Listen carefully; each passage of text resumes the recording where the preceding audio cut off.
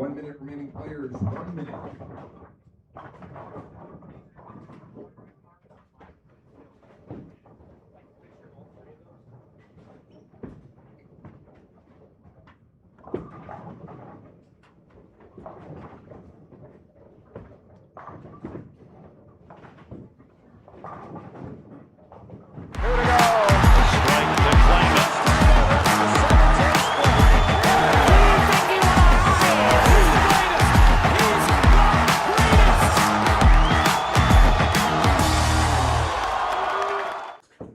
And from Pla-Mor Lanes in Coldwater, Ohio, this is Advancers Round coverage of the PBA BowlerStar.com Central Classic presented by Moxy's Xtra Pair. I'm $2 Phil here with you this morning.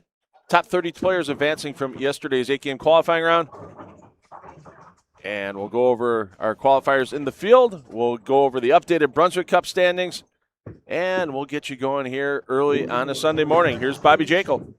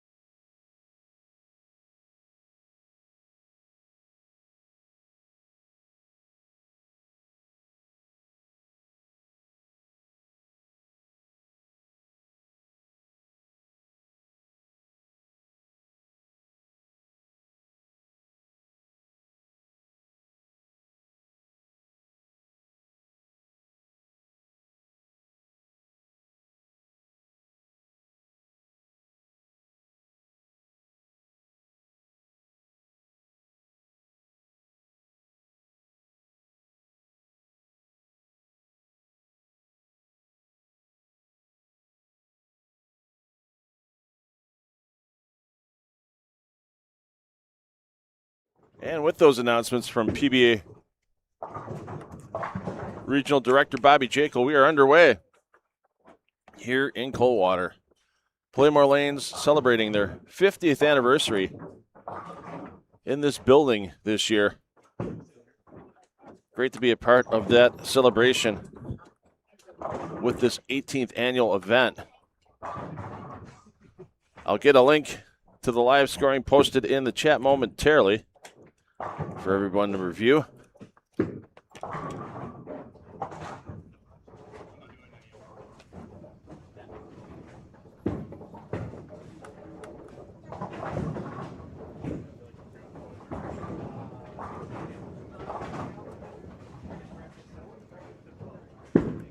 There you go. There is your update to the game-by-game scoring from yesterday's qualifying round. Let's get introduced to your players here on lanes 1 through 4.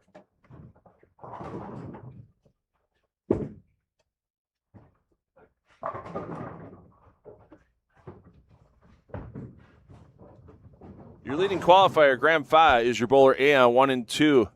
Trey Heinrichsmeyer, your second place qualifier. Your double A, Tom Smallwood, your B, AJ Johnson, your double B. Graham Fa, plus 207 for his qualifying total. Just above a 225 average. Trey Heinrichsmeyer, plus 203. Tom Smallwood, plus 190. And that was with a 136 game for Smallwood in game 6. AJ Johnson, a bit of a ways back at plus 131, but he's got some games to catch up some ground.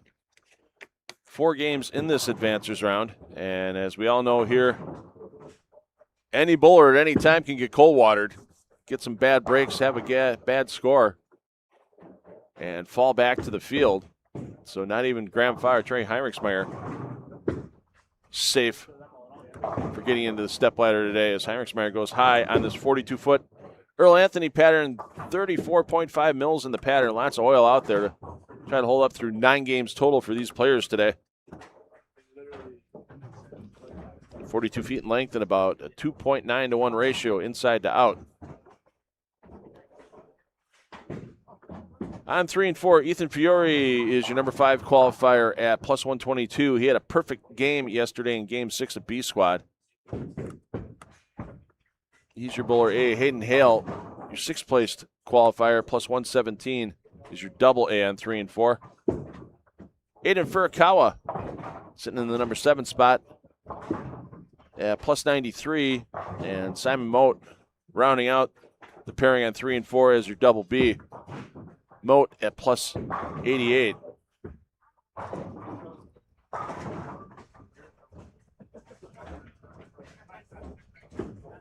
So after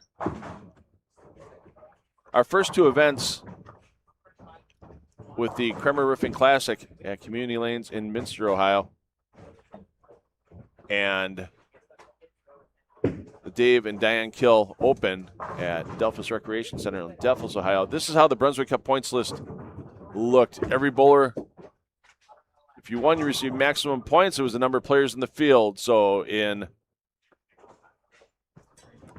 Minster, there were 86 players. Delphos, there were 70 players. There are 95 players here in Coldwater. So the maximum number of points somebody can earn today is 95. But there you see Ethan Fiore was leading EJ Tackett.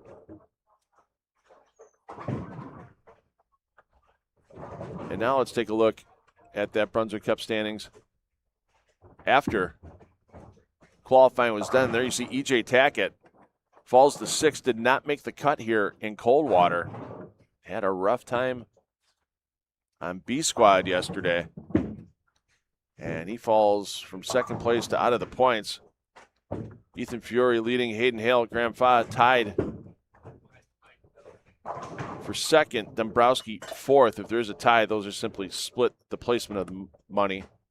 Sam DeWitt still with an outside chance to get in, but he's going to need some help from those other 4 players. Basically right now, Ethan Fiore makes the top 8 today. He locks up that Brunswick Cup top spot for $4,000 in prize money. And as we said, players like Sam DeWitt, Ethan McDonald, Brett Lloyd, they're going to need to basically win and get a lot of help with the top 4 players in that points list falling backwards in a hurry in order to get in on any of that Brunswick Cup money. Let's get you introduced to your players on 5 through 8. BJ Moore, your bowler A, your number 9 spot in the qualifying order at plus 87. Patrick Dombrowski, your double A, plus 83. Matt Sanders, your B, also at that plus 83 number. And then back, Sanders at plus 63. Novak, your double B, also at plus 63. 7 and 8, Matt Kuba, your A, plus 57. Kevin McCune, your double A, that same number. Ethan McDonald, 15th position as bowler B, plus 47, and Isaiah Shannon. If we immediately would have cut to the top 16 after qualifying, Shannon would have been that number at plus 45.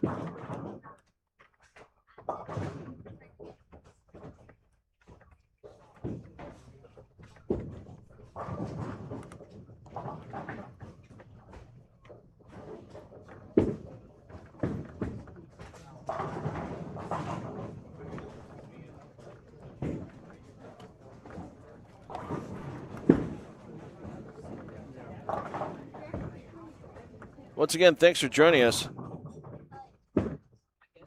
here on the 10 on the Deck YouTube channel. A little different outlet than what we've normally been streaming on for PBA regional events, but glad to have everybody joining us here. I know there's some choices for your quality bowling this weekend, but this is the only PBA regional event out there, and there's no other event streaming this weekend that has a $10,000 first place prize up for grabs.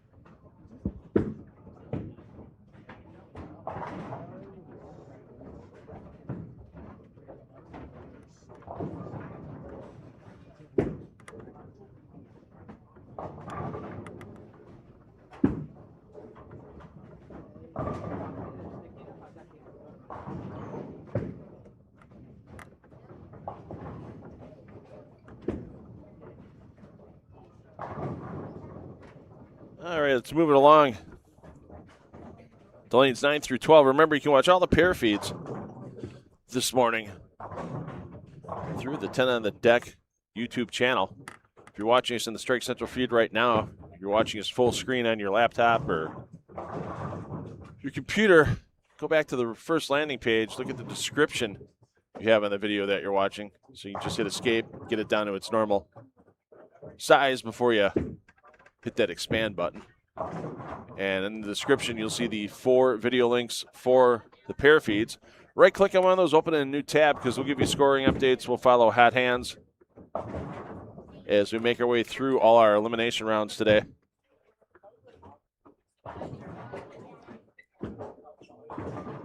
Give you score updates, let you know where the bowlers are moving to, always important during these rounds of competition. And then you can follow your favorite player every single game. 9 through 12, you have your number 17 qualifier, Braden Malash. Malash at plus 45. He's your bowler A, your double A, Kai Evans, plus 34. Craig Lamond, your B, plus 16. Sam DeWitt, your double B, plus 10. Let's get next door to 11 and 12. Your defending champion, Brett Lloyd's got a long way to go if he's going to get back in the winner's circle, as he's only at plus 7 in 21st place. He's your A on 11. Rick Benninghoff, your double A at plus 1. DJ Archer at minus 13. Your B, Lance Morris, your double B at minus 16. So once you start getting into the negative, it's going to take some work to get into that top 16. As you're 60 pins out with 4 games to go. Sure, you can get there. Sure, you can get hot. Some other bowlers might struggle, but a lot of bowlers between you and that 16 position. And if they stay on pace with you, you're obviously not going to get in front of them.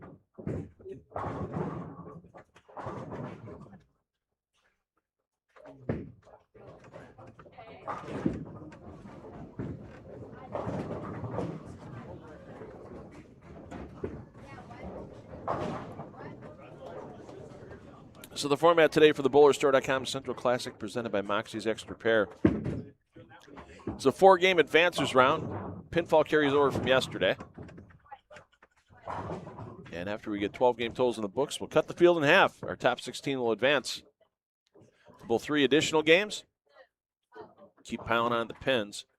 After 15 game totals are established, top 8 players We'll move on to the aptly named round of 8. 2 additional games will get us to our top 4 to be seated in the stepladder.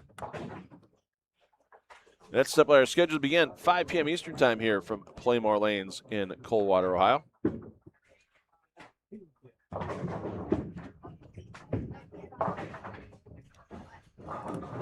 Love it. The Hardings family kind enough to give me one of their hometown tradition t-shirts to wear today during the finals.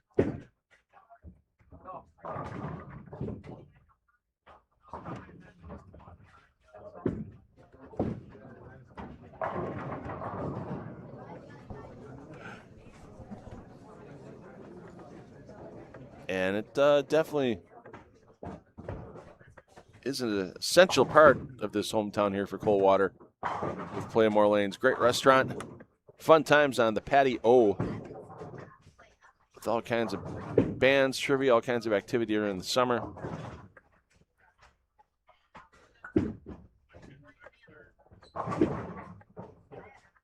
And that's where our champion celebration will be this evening once we crown that $10,000 victor here in Coldwater. Let's get you your final pairings. So you see Zeke Bate. He is your 2024 champion here in Coldwater. He's your number 25 qualifier. At -18, he's your bowler A. On 13 and 14, your bowler B, Bailey Maverick, just a pin behind. PBA Tour champion Anthony Lacaze. Lacaze at -28. Your double is your B. Chandler Stevens, your double B at that same number. And at 15-16, Brandon Flora -29. In 29th position, Jeff Mann at that same number. And Jeff Mann, last night in the 10th frame, had to convert a 2-4-8-10 to get enough pins to advance, and did so. Unbelievable conversion. And that kept Michael Mossbarger on the outside looking in.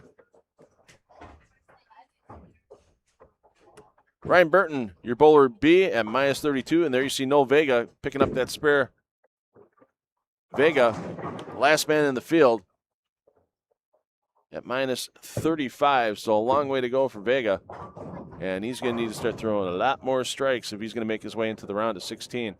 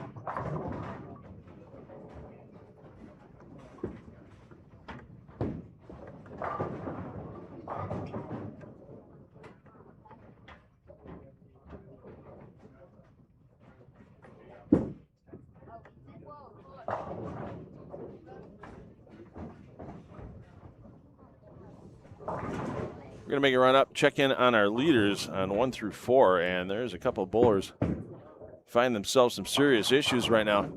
Ethan Fiore, 77 in the 6th. He can still get the 197. He's got a double on the board. in the 7th and 8th, but find some trouble.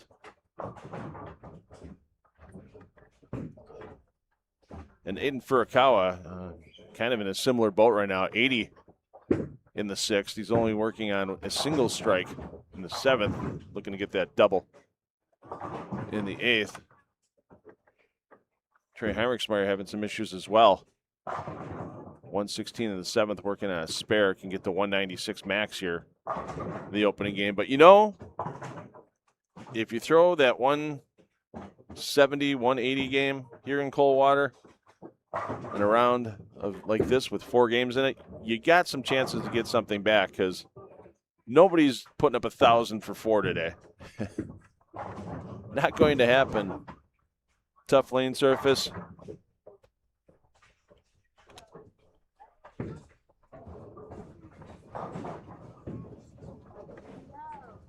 Hey, Adam, thanks for the reminder. It's National Roller Coaster Day. Appreciate that. EJ did not make the cut. EJ finished 37th position, minus 42. Big downfall, 147 game in Game 7 after a 166 game in Game 6. Left EJ on the outside looking in. He was in 2nd place in the Brunswick Cup points standings coming into the event here in Coldwater.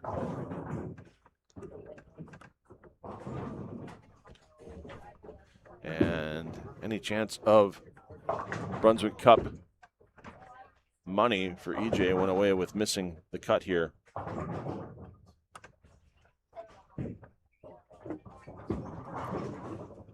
So your player movement from Game 1 to Game 2, they're going to skip the pair line on the 2nd, so the bowlers you see on 1 and 2 are going to go to 5 and 6. 3 and 4 are going to go to 7 and 8, so simply if you're watching us, double tabbing us, watching your favorite player, just go to the next pair feed to the right. Or if they're on 13 through 16, they're moving down to 1 through 4. Thanks, everybody, for joining us on a beautiful Sunday morning here in Coldwater. It's a great day to be inside bowling, enjoying the air conditioning here. It is a hot, humid one outside. I think the humidity is about 3,000%. I know it's not humanly possible to have that much humidity in the air, but it sure feels like it. But cool and dry in here, no problems with the footing for the bowlers. The only problem they're going to have all day is trying to knock all 10 down shot after shot. I'm $2 Phil Brylow taking you through the day. Thanks for joining us here with 10 on the deck for this BowlerStore.com Central Classic presented by Moxy's Extra Pair. Thanks to Bowl TV and the USBC for providing the digital live streaming rights to this event. 210 on the deck, and we're producing this with the cooperation of the Professional Bowlers Association.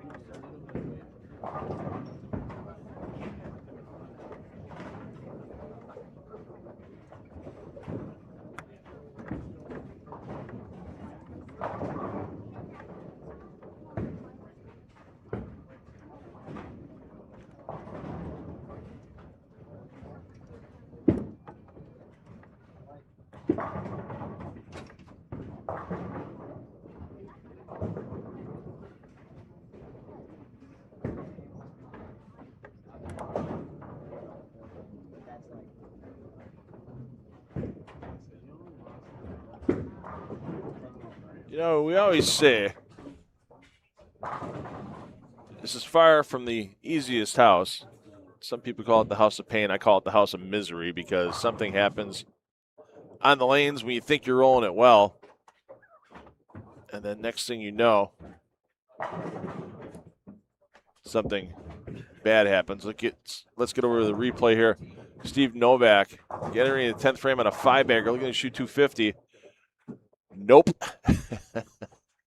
Unfortunately for Steve, took off the 6-9 on a 5-bagger.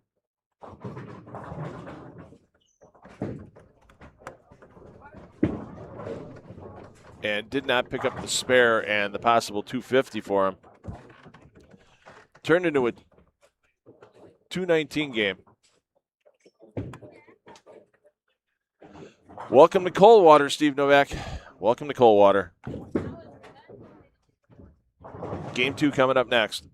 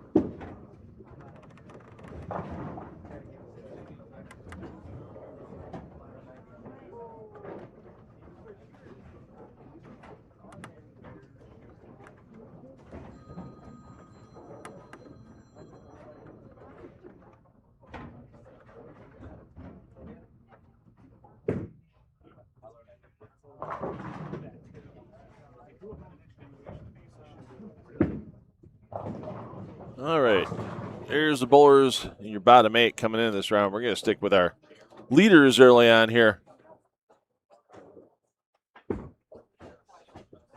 In game 2 of this advanced round, 4 games in total to be bowled this round. We'll have your 9-game scoring update, 8 from yesterday. And the first game this morning. Coming to you in a little bit. The score update pinned to the top of your screen. And once again, let's give you the update on the Brunswick Cup points coming into this round, the all-important points from WCSM Radio. There you see your current top 10, a tie for second for Hayden Hale and Graham Fott, 232 points. Ethan Fiore, if he makes the top 8, he will automatically have enough points to lock up first place for the second year in a row. But Dombrowski, Fott, and Hale have something to say about Fiore getting the top spot. And with the rough start Fiore had in game 1, there's no guarantees that he'll get all the way into the Elite 8. He'll have to start throwing a few more strikes to make that happen. Graham Fott, your bowler A. Trey Heinrichsmeyer, your bowler double A. Tom Smallwood, your B. A.J. Johnson, your double B. They were first through fourth in qualifying on 5 and 6. Ethan Fiore, your A. Hayden Hale, your double A. Aiden Furukawa, your B. Simon Moat, your double B. They were 5th through 8th in qualifying, and they're now bowling on lanes 7 and 8. We'll get you that scoring update in a little bit. Thanks for joining us. If it's your first time joining us here with 10 on the deck, I'm $2 Phil Brylo. Some of you may remember me from the days back of Xtra Frame and Flow Bowling. This is my decade anniversary for the first time I was here with Xtra Frame back in 2016. This event was a PBA Tour Xtra Frame stop for a national title. There have been some great champions crowned here, and one great champion that was crowned here in 2018 for one of his 8 career PBA Tour titles. There you see on our championship pair this weekend, Jacob Buttruff being remembered for his win here in 2018. Took out Tom Doherty in the championship match to take home the title. And there's been a lot of good remembrances of Jacob over the last couple of weekends. And once again, I'm going to keep repeating the point until it happens. I said it when I first heard the news of Jacob's passing. First thing I thought of was, I hope they put him in the PBA Hall of Fame for the abbreviated career his death caused. So close to having a Hall of Fame career, his last title back in 2023, but he was really working hard to turn some more checks on the PBA Tour and hopefully grab another title or two. And you think about the dominant years he had in 2017 and 2018 at the U.S. Open with 500-plus pin leads after everything was done getting into TV and then just losing that one-game match. Tough one to take, but Butters never stopped fighting on the lanes and giving to a lot of people off the lanes. Butters is definitely missed here this weekend.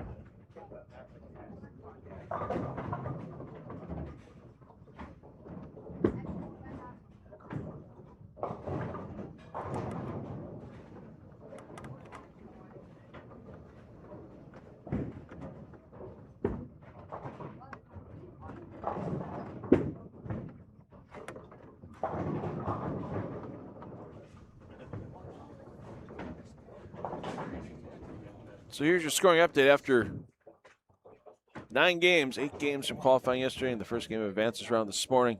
Tom Smallwood jumps in the lead. His opening 246 game gets Smallwood to plus 236. Graham Fa, 210, respectable start. He has Fa in second, plus 217. Heirismeyer falls back to third. 184 start, doesn't ding him too much at plus 187 because he has a 61 pin advantage over A.J. Johnson. Johnson 195 opening game, drops to the minus 126. Pat Dombrowski, we'll take a look in on Dombrowski momentarily. Dombrowski jumps into the top 5 with an opening 229 game, plus 112, a pin up on Hayden Hale. Hale plus 111, Simon Mote plus 109, Matt Sanders plus 107.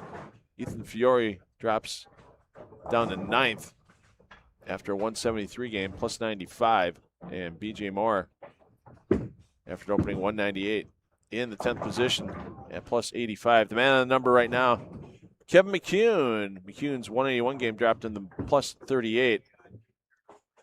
He's in 16th position, but he is 20 pins up on Ethan McDonald, 28 pins up on Braden Malash, 29 pins up on Sam DeWitt, and 33 pins up on Brett Lloyd, your defending champion.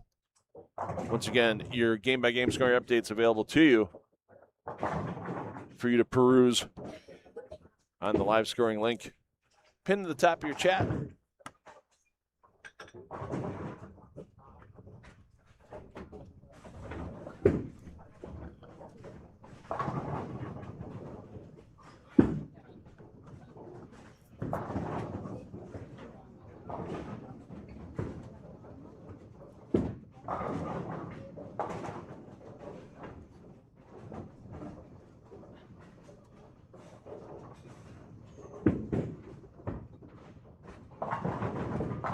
Matt Kuba currently sitting in 14th, plus 57. That one creeps high, gets a break, taking the 9 out.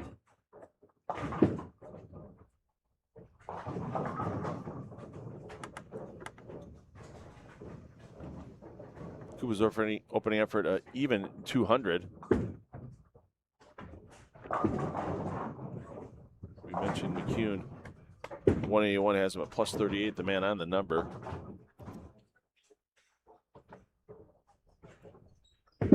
Matt Sanders, 244 the opening game, gets in the rise in the 8th position. And we showed you that tough 10 frame that Steve Novak had working on a 5-bagger in game 1 and then let it get a bit wide here on that Earl Anthony pattern. Put that with a tough lane surface where it really doesn't come back to the outside or from the outside here. It'll get to the outside really easy for you. It's just not going to come back from it. Doesn't matter what the pattern is. And Novak took out the 6'9", first ball of the 10th frame, failed to spare, and turned a 258 possibility into a 2-teen nightmare.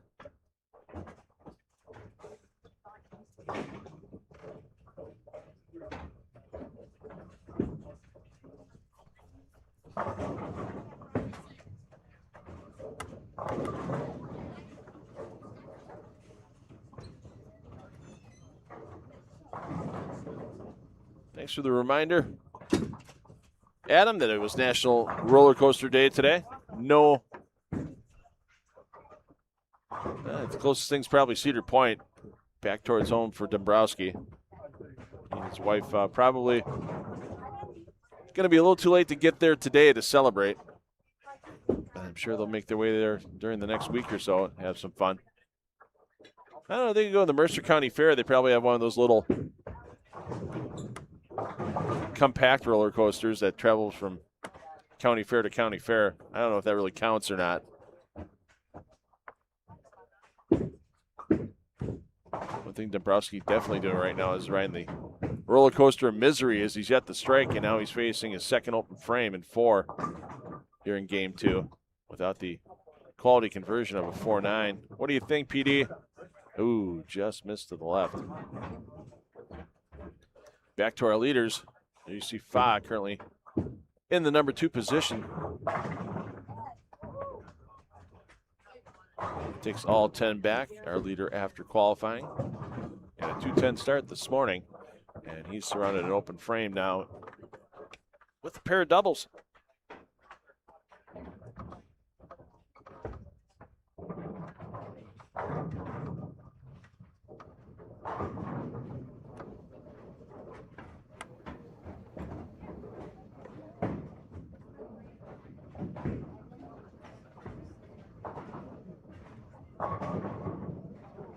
There's A.J. Johnson, your champion Thursday for the Dave and Diane Kill Open at Delphus Recreation Center in Delphus, Ohio. Was not a pretty win. He'll be the first one to tell you that, but he was also going to be the first one to tell you he thought he had somebody looking down from above over him. Everybody remembers that match during the 2023 Cheetah Championship during the World Series of Bowling at Bolero Wauwatosa, where A.J. Johnson had 3 gutter balls to start in his first 5 frames in a match against Buttruff, and he came back to defeat Buttruff in that opening match of the Cheetah Step Ladder. And A.J. Johnson a gutter ball during the semifinal match and a gutter ball in the championship match, along with a couple of missed single pins, but still managed to put enough strikes together on the board, take out Hayden Hale in the semifinal match, and take down Brett Lloyd in the championship match for that win at Delphus Recreation Center. And you're thinking to yourself, hey, with a win, you think A.J. Johnson would be up there in points. Well, the problem was A.J. had some prior commitments and could not make the opening event of the Brunswick Cup in Minster at Community Lanes for that Kremer Roofing Classic. And A.J.'s probably thinking to himself right now, what could have been? Well, he's not thinking about that while he's bowling. He'll think about it after he's done, especially if he manages to take down the championship here and have wins in back-to-back events. The old woulda, coulda, shoulda. But they were making some great personal appearances. I know EJ was there with AJ and a bunch of other PBA professionals out in the greater New York City area and out on Long Island late last week. And then EJ basically did the drive all night back from Long Island to bowl C Squad.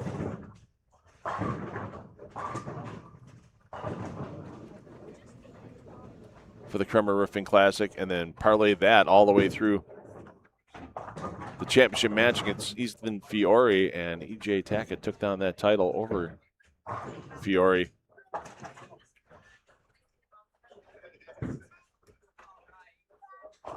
And EJ said it's feast or famine for him in Minster, and this time he had the feast. He's either won or not made a cut.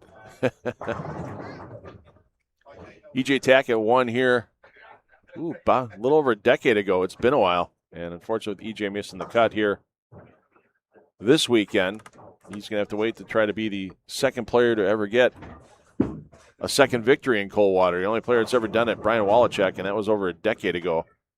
That Wallachek put up both wins about 3 years apart. This place is not an easy place to win at, and it's definitely not an easy place to win twice. The only other player to do that, other than Wallachek, is Parker Bone III. Parker won this event in the 20-teens, and then in 2017, they had a PBA 50 regional here that Parker also won. So Parker's won twice in the building. He's just won at the standard level and at the PBA 50 level.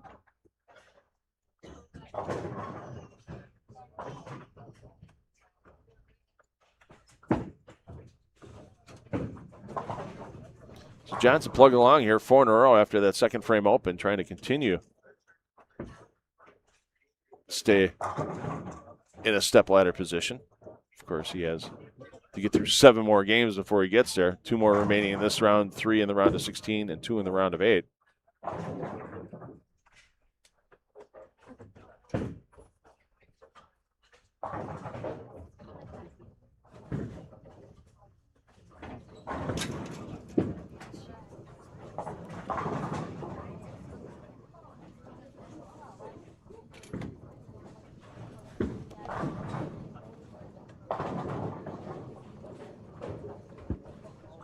Rip Van Revs, you're dating yourself again.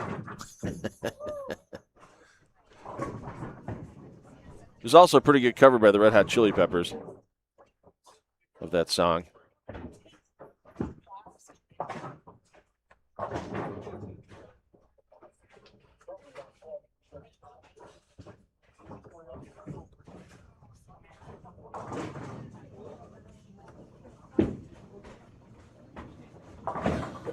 Johnson looking for 5 in a row. Wow, he's playing a very tight line on this 42-foot Earl Anthony pattern. I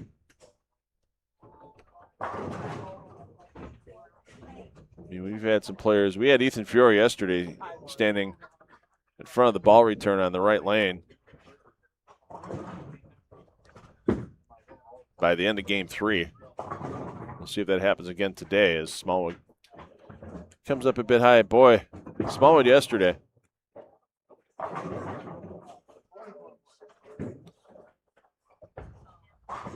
Great round. No games under 200 for the first 6 games, and then game 7, hit lanes 9 and 10 and threw a 136. And there were 9 and 10 was all or nothing, it seemed like. And there was a lot of nothing for a lot of players on that pair. Bad news for Smallwood. He's going to hit that pair again today, but he'll hit it in the final game of this advancers round.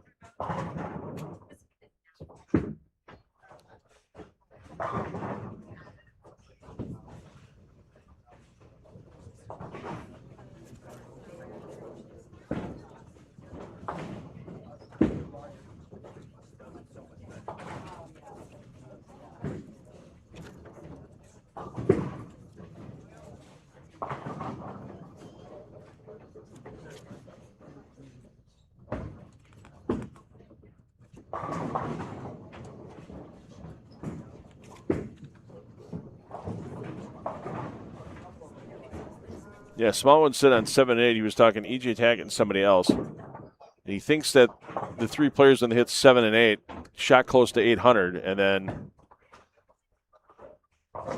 when they hit 9 and 10, they shot about 510.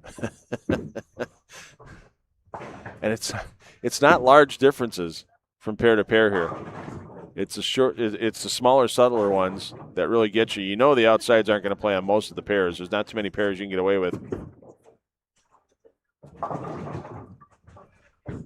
taking it out to the second board and actually having an opportunity for it to come back.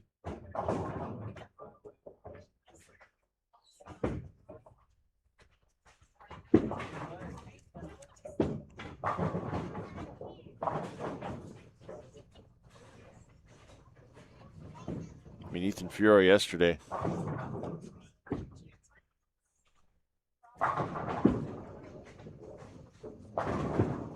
Threw his perfect game on 5 and 6. And Fiore's not going to hit that pair this round. Can A.J. Johnson keep striking? Yes, he can.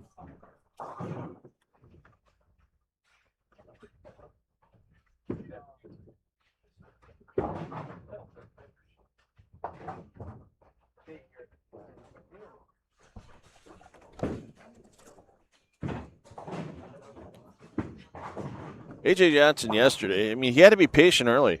He just didn't have the best of looks early on this 42-foot Earl Anthony pattern. 198, 198, 197, 177 to start, and made some changes as the pattern started to break down.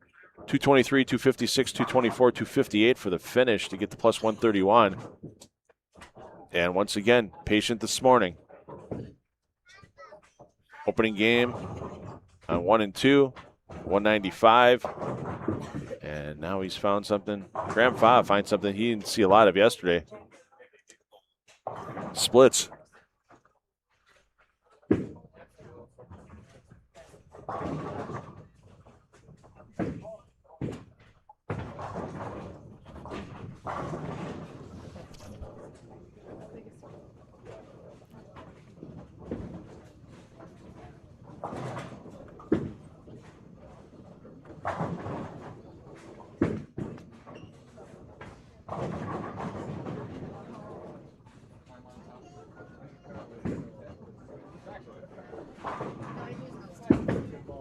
Got a player making a run.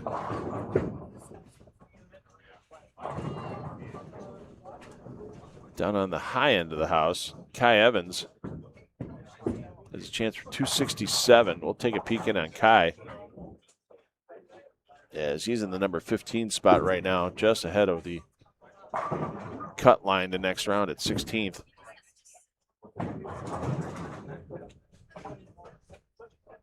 Yeah, we'll check on Evans.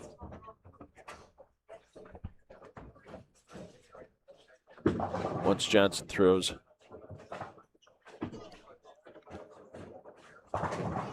Johnson takes a 7-9 out late, but down they go.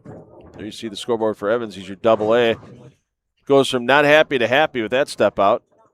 I think he just wasn't sure that ball was going to break in a timely fashion. And we've seen a couple of players move to equipment with some polish on it. Johnson using something that doesn't have a lot of surface to it. Come on, fall. A lot of wiggle there for Smallwood. And Evans, most of the day yesterday, Evans threw something without much surface. Actually looked like it had a little polish on it. You might think to yourself, heavy oil pattern, 42 feet. Why would they throw polish? It's all about the back end movement, saving that bowling ball energy for the perfect spot. If you're playing a tighter line, and even with the polish, the ball is going to go a little long. When it does pick up the lane, it's going to have a little more aggressive turn towards that 1-3 pocket for the right-handers. Liz Johnson's done that for years. Saw Liz Johnson almost make a TV show on Scorpion in Reno at the World Series of Bowling by throwing polish equipment and a very tight line on that pattern.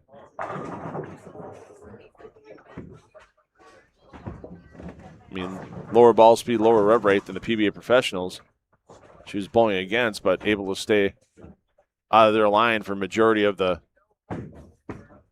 lane play for her and then have that pop into the pocket.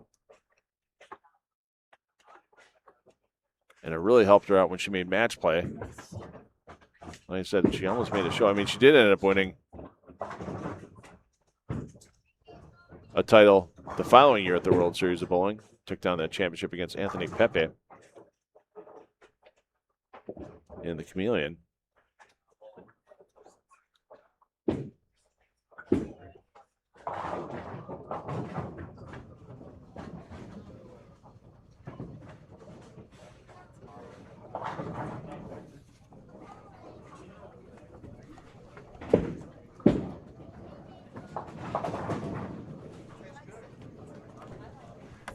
Yeah, you're going to see bowlers doing all kinds of things. We saw, you mentioned in the chat, urethane on one lane, resin on the other. You'll see some bowlers as these lanes start to change. There's a lot of volume in this pattern, 34.5 mils.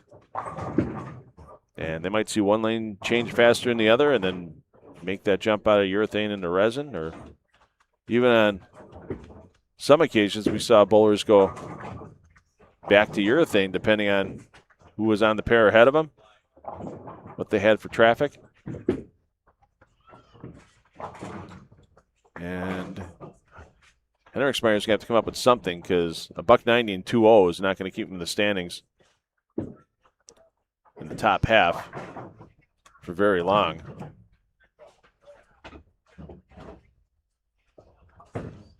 So your player movement this game, for those of you double tabbing us,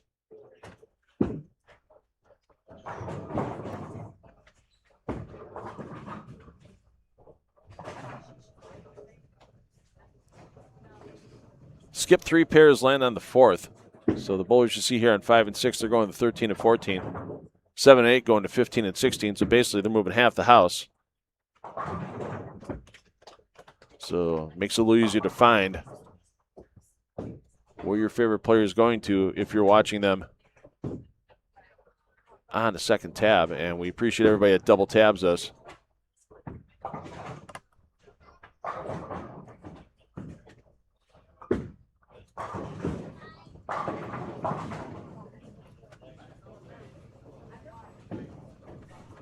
And we appreciate everybody watching this morning. We know there's choices out there. We're glad you're sticking with us here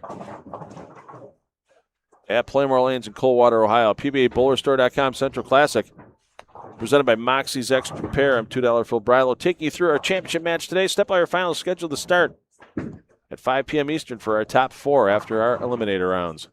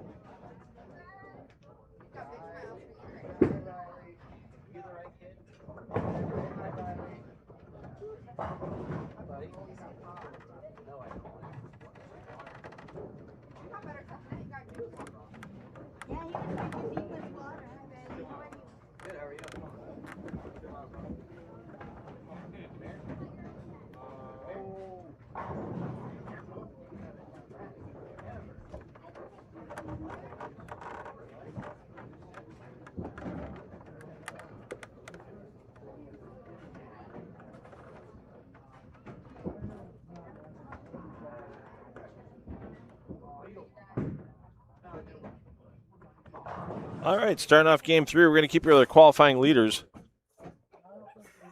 Phi, your A, Heinrichsmeyer, your double A, Smallwood, your B, Johnson, your double B. 13 and 14, Johnson coming off a big game. Fury, your A, Hayden, your double A, Furukawa, your B, Moat, your double B, as they're making their way to 15 and 16, 10-game scoring update.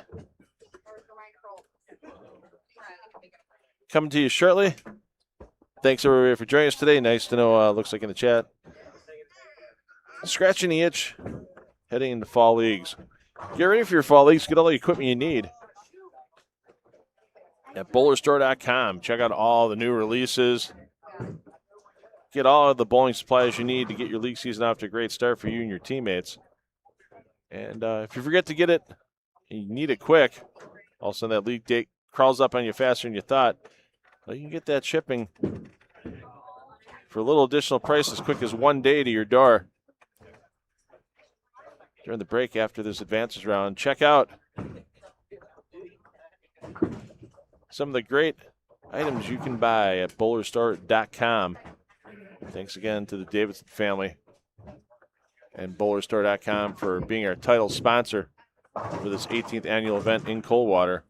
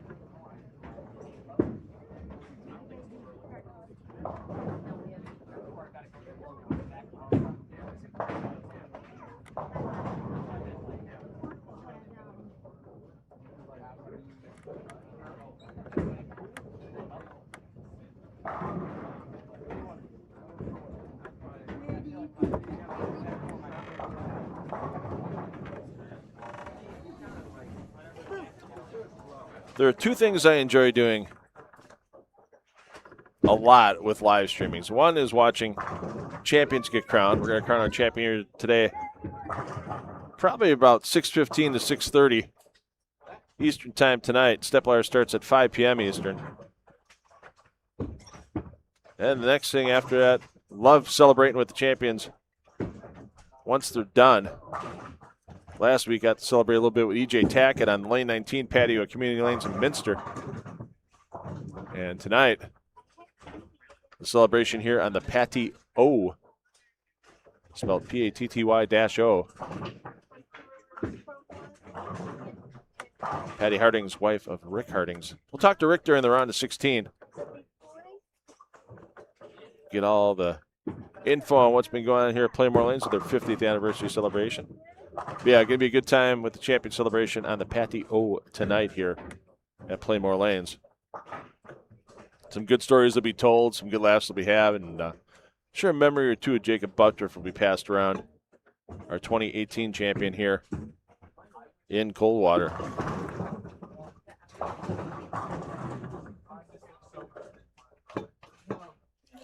Appreciate everybody tuning in. If you do me a favor, use that wonderful power of your social media for good. Let your bowling friends know that they can watch some great PBA regional action. I mean, there's PBA Tour stars in this event. You got Fa Smallwood, AJ Johnson, Ethan Fiore, BJ Moore, Patrick Dombrowski, Matt Sanders, Kevin McCune, all PBA champions.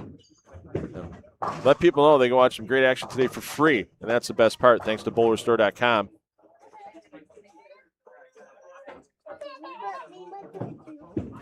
And Pla-Mor Lanes. Yeah, free PBA regional action all day long. No subscription needed here, and we're happy to bring you this action. And for those of you joining us for the first time, I'm $2 Phil Brilo.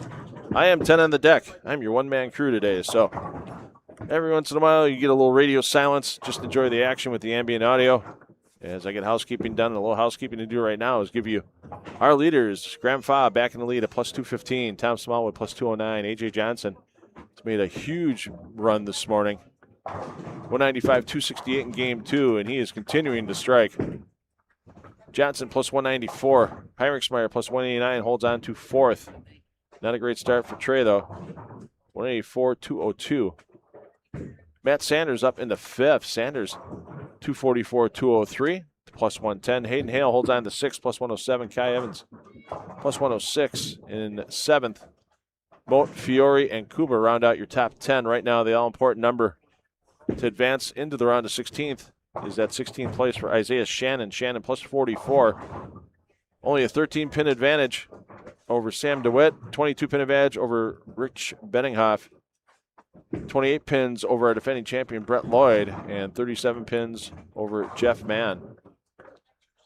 So it will be a battle to get through to that top 16. And Ethan Fiore is going to have to start finding a way to strike more, as Fiore has fallen from 5th to 9th on games of 173 and 195. We'll check in with Fiore down on 1 and 2. I'm sorry, no. Fiore's right here on 15 and 16. Apologies, there he is, stepping up. But we'll check on BJ Moore and Patrick Dombrowski and company down on 1 through 4 in a few moments.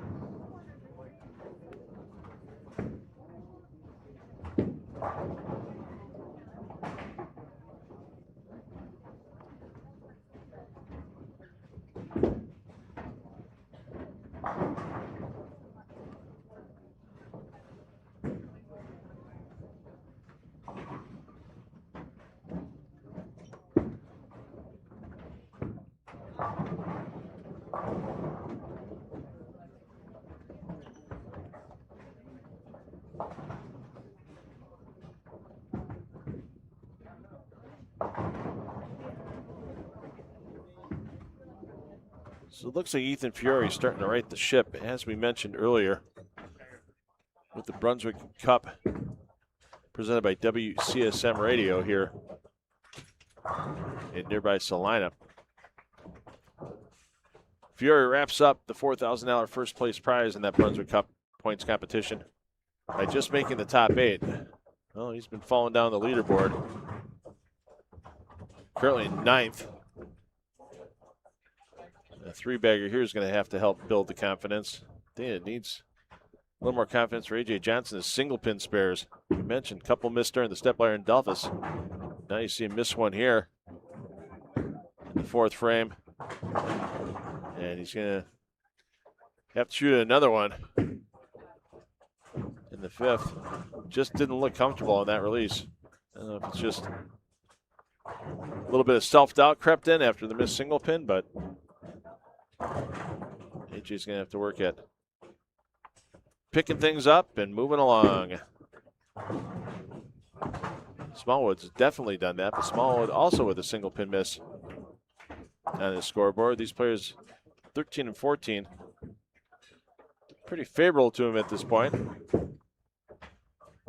15 and 16 was a pretty solid pair during qualifying yesterday as well.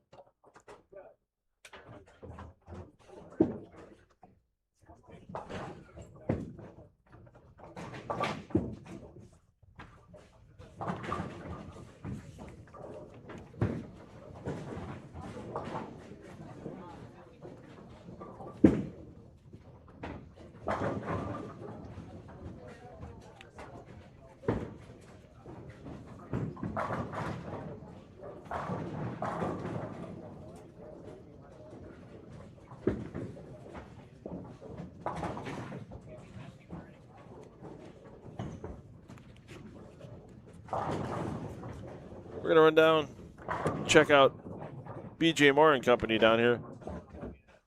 Moore is your A, Dombrowski your double A, Sanders your B, Novak your double B on 1 and 2. Kuba your A, McCune your double A, McDonald your B, Shannon your double B on 3 and 4.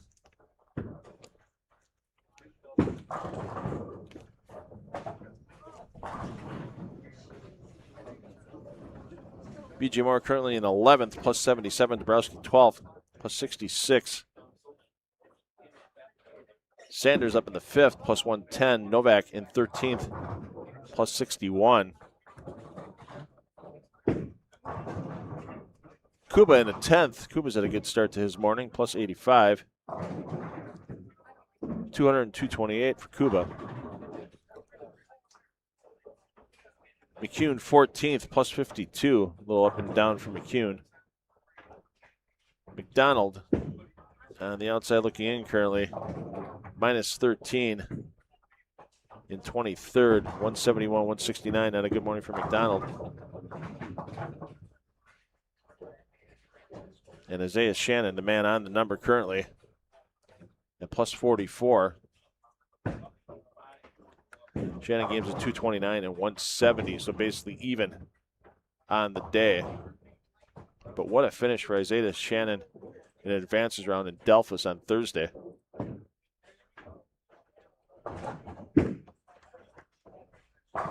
Mired at literally the bottom of the standings. And he found something on that Del Pallard pattern for the last 4 games in Delphus. It advances round as he finished 258, 258, 297, 297. Yeah, nothing like going 300 over for 4, averaging almost 280. And he vaulted himself out from bottom of the pack into the number 4 spot in the stepladder. Unfortunately, he lost his opening match. That stepladder to Hayden Hale. And Shannon did not fare well in Minster for the opening Brunswick Cup event, so he is not going to be anywhere near that top 4, even with a victory here.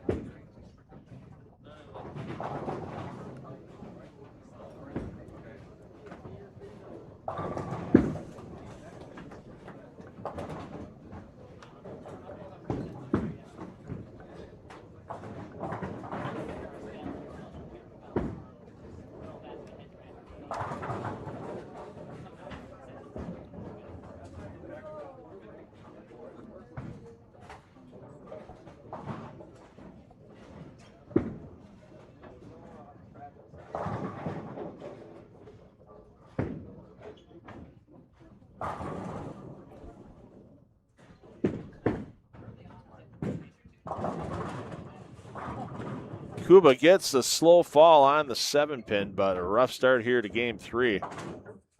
He's going to need to figure out what lane 4 is doing to him. He's got back-to-back opens on that lane. And even though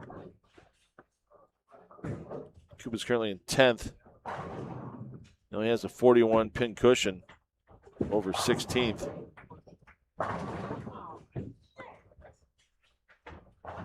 Wow. You know, you think with that much power, it would just be the pins would just wilt at the strength of Kevin McCune, and that one, 7-pin just says, I'm still here. Actually said something much worse, but we are a family-friendly show here on 10 on the deck.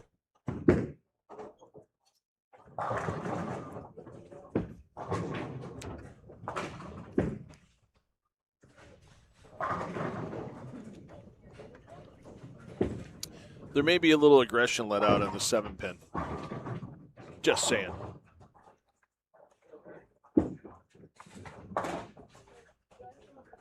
Yeah, that's what you get for trying to stand twice. Should have just fell the first time. Smalls wrap 10. Lots of strikes being tossed by our leaders on 13 and 14 and 15 and 16. The only bowler seeming to find some struggles right now is the lone lefty on lanes 15 and 16 for Simon Moat, but now he finally gets his second strike of the game. A couple spares are on a 4-bagger. There was an opening strike, and now there's a bookend strike. He's throwing the palindrome game. Basically the same forward as backwards. Well, except it would be 1 pin less, because it would be an 8 count in there. Oh, no, that was a 9 count. Okay, so it would be a palindrome game. True palindrome game.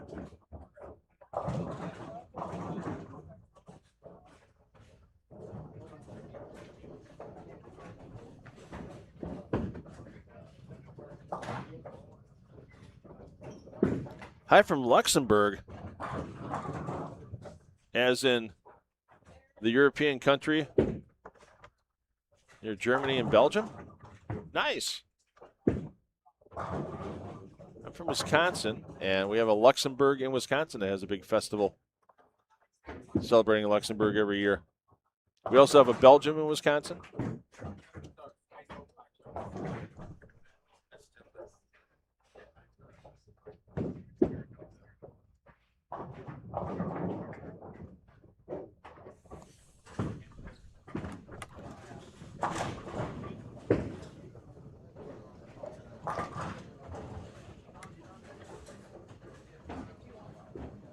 But thanks for joining us today, watching some PBA action.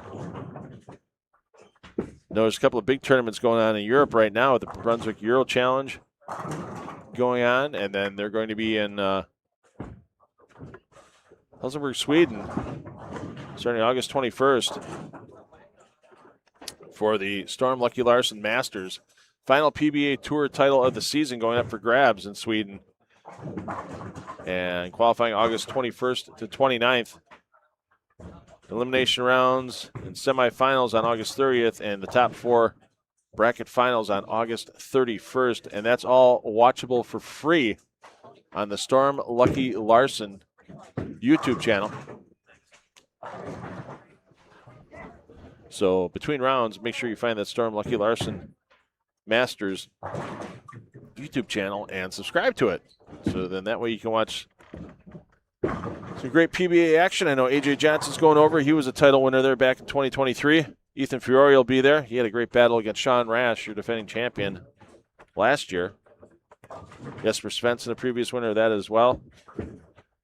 Several PBA Tour stars will be there. I know Alex Horton's already there bowling some events. And he'll be bowling that Lucky Larson Masters. And it's a fun format. It's different than anything else these players bowl all year long with that European-type format. Just a 6-game qualifying block. That's it. Boom. If you bowl a good qualifying block, great, you're in. If not, and there's room on the following squads, you re-enter. Pay another couple $100 or pay another 20,000 kroner. And get yourself entered in another squad. Bowl until you think you're good enough and in. There's always that Desperado squad as well. As Ethan Fiore feeling it. He had 300 yesterday, looking for 290 here and trying to get back up on the leaderboard in the top 8. Here in Game 3 of Advancers Round. So, yeah, interesting format. You know, Desperado squad for the last chance for anybody that gets in. Just that single game.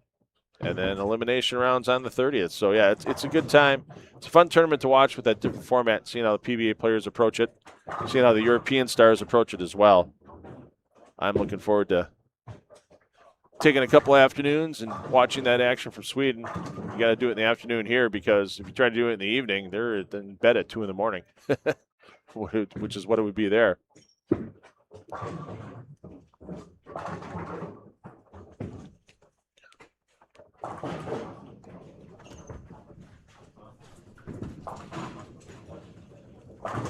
Yeah, I just got a message from somebody. They were looking for us on the PBA Tour YouTube channel. Fortunately, we've seen several previous events there, but last weekend, this weekend, we're limited to the 10 on the Deck YouTube channel. So if those of you watching now can do us a favor, and actually do me a favor, let people know you're watching PBA regional action for free on the 10 on the Deck YouTube channel. I appreciate every one of you getting the word out. We'll pack this live stream for our elimination rounds today and our step ladder this evening. And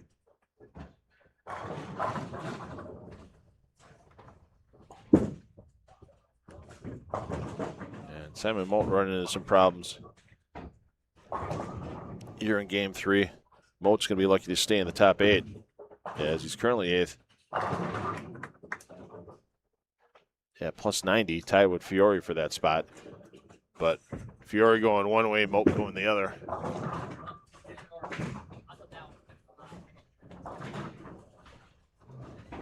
And Molt, an open frame is going to leave him with a max of 2-0.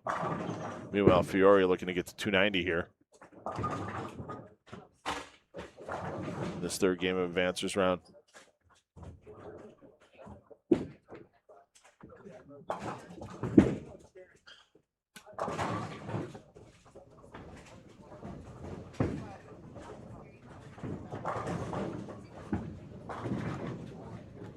Wow, that 4 stood for a second for Hale. He was almost staring his third open in a row, right in the face.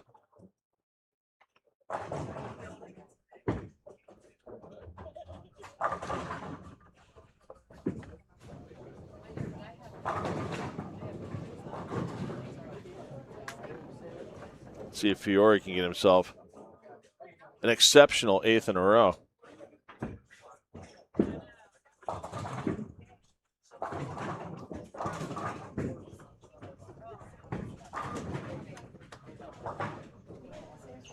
Whatever he didn't have Game 1, he's found here in Game number 3.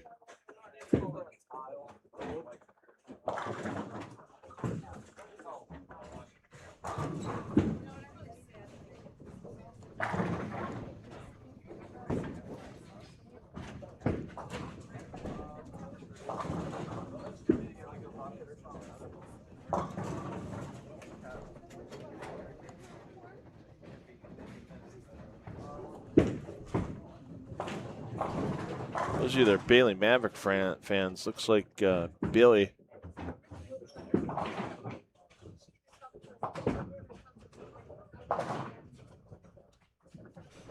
has withdrawn from the event. Hopefully nothing too serious.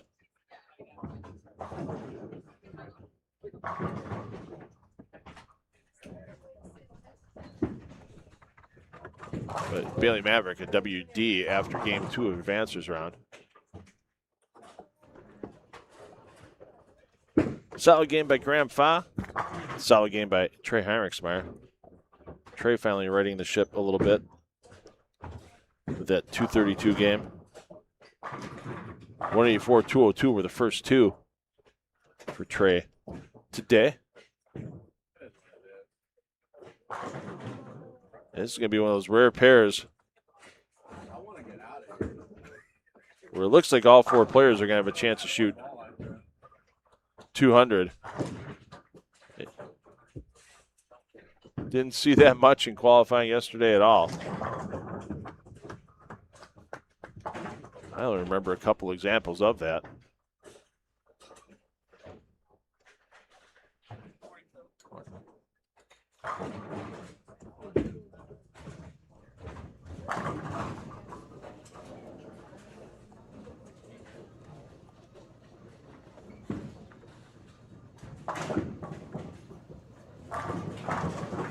And Johnson, wow, you hate to say 222 is disappointing if he gets there with 2 more strikes in the 10th, but that's a disappointing 222 for AJ. Let a single pin get away, another open frame in the foundation frame.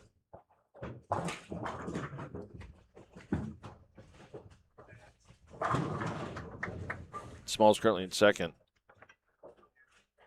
Going to lose a little ground to Graham Fa, but once again, early in these elimination rounds, you know you got time to get back into contention. Fiore, oh, gets that 4 to go. And that 290 game, if he gets there, he'll get the plus 180. He'll jump right back up in the top 5. And we have just one more game to go here.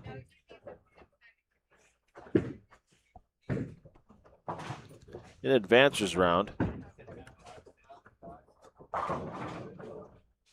Graphics department. A little off early in the afternoon. There we go. Way to go, boys. Single game left. And interesting move for the last game. So basically the bowler's going to move 2 pairs to the left this game. So the bowlers you see on 15 and 16 are going to go to 11 and 12.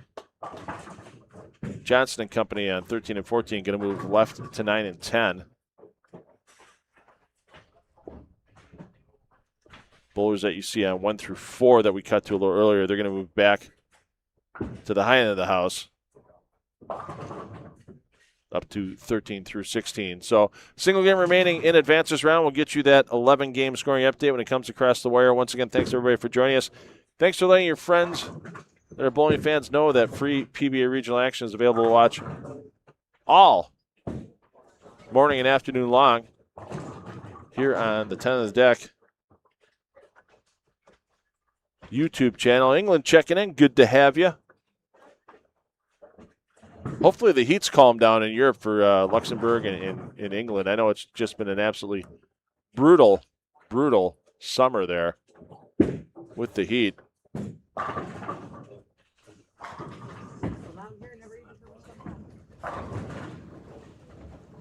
My favorite news outlet, by the way, is BBC World News. So, and unlike our British friends, I don't have to pay a television tax to watch it here in America. I've always thought that was interesting.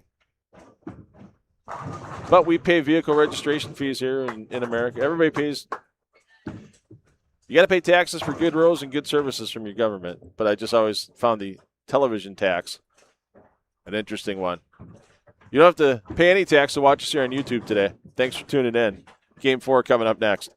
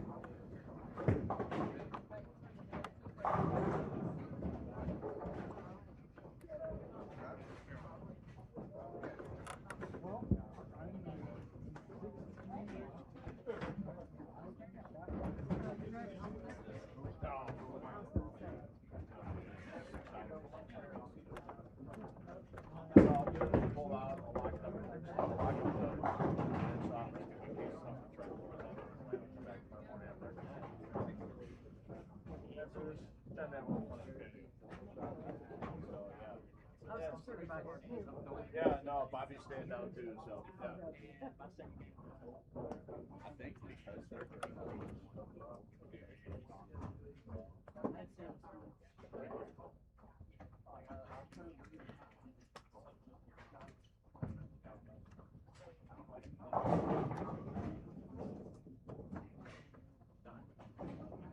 All right, we're sticking with our leaders early. Once we get our 11-game scoring update, we'll check in with a few more of the bowlers around the cut line.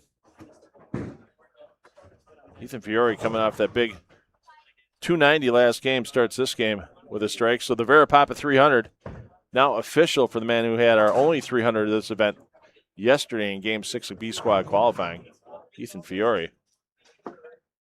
I'm $2 Phil Brillo. Welcome to the world. Thanks for checking in from Hong Kong.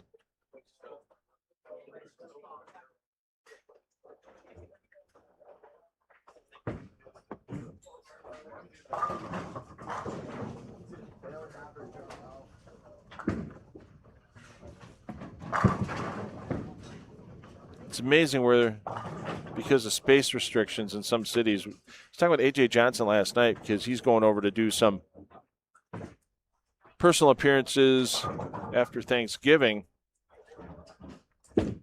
in Japan. And I said, oh, if you're there, if you're around Tokyo, I know that he said he was doing some near the Haneda part of Tokyo. So you got to get across town. Get the Tokyo Port Bowl. That historic place. So many PBA events held back in the days of the Japan Cup and then the DHC Japan Invitational. I was lucky enough to be there in 2018.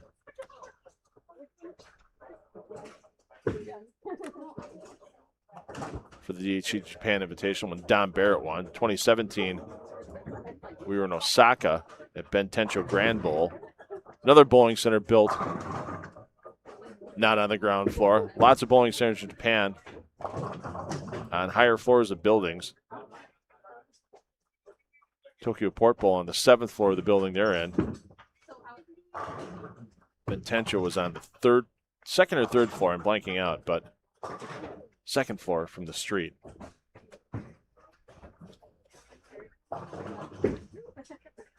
And just the amazing bowling centers they have in Asia, built on floors other than the first floor. Germany, thanks for checking in. We are worldwide today here on 10 on the Deck. Thanks for checking out PBA action.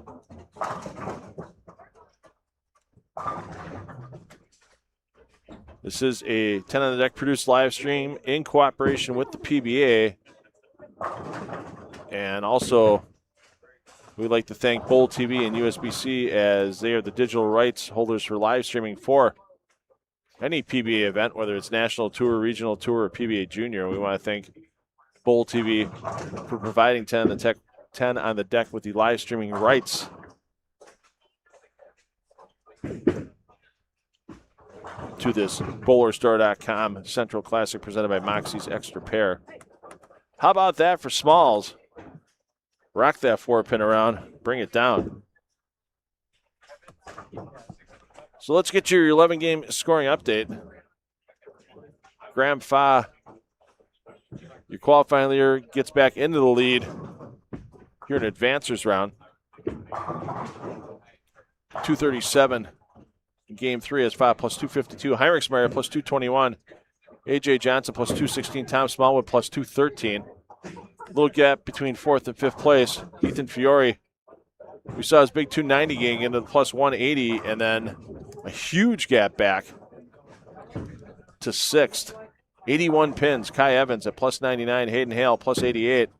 Patrick Dombrowski plus 83. Matt Sanders plus 79. Simon Moe plus 78. Round out your top 10. Right now, the man on the bubble having a good round. He's plus 62 on the round. Anthony Lacaze.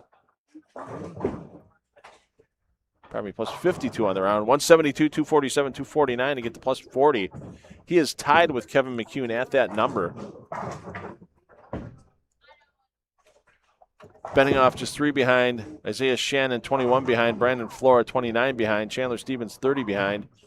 Our defending champion Brett Lloyd also 30 behind. So we'll start following some of our bowlers near the cut number as we get closer to the finish of this 4th and final game.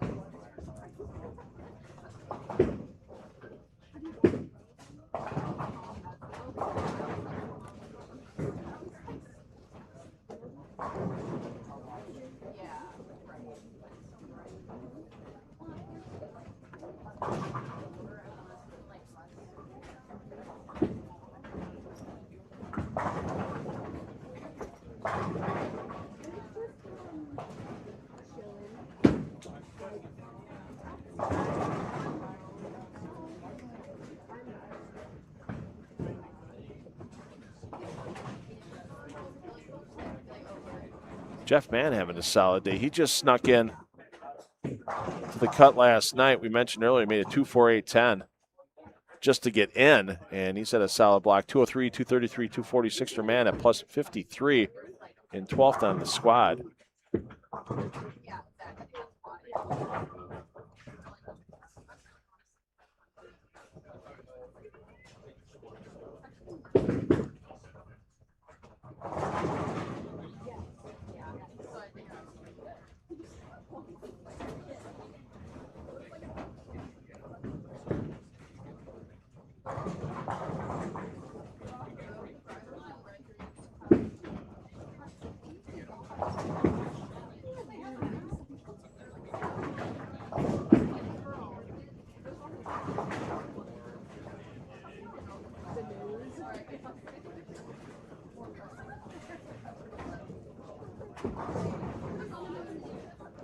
Let's check in on the Kaz. You see him stepping up. He's your bowler B. And he's looking at open, spare, and now open. And he ran into some troubles in game 8 yesterday. Kaz just 152 in his final game, and he's not off to a good start trying to stay in the cut number here. Jeff Mann also staring at an open frame in the face. Mann only has a 13-pin cushion over the number. And even though he has a double on the board, could be trouble here.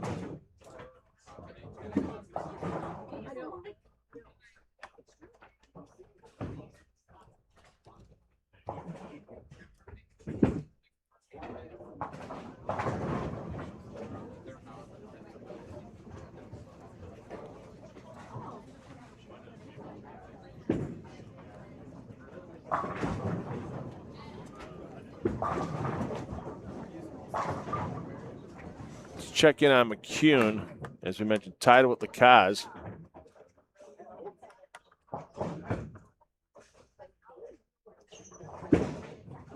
McCune, spare to start. Problem is when you get Benninghoff 3 behind and your lane mate here, Isaiah Shannon, 21 behind. You know, an all-spare game just isn't going to cut it. Trying to keep everybody else in the rearview mirror.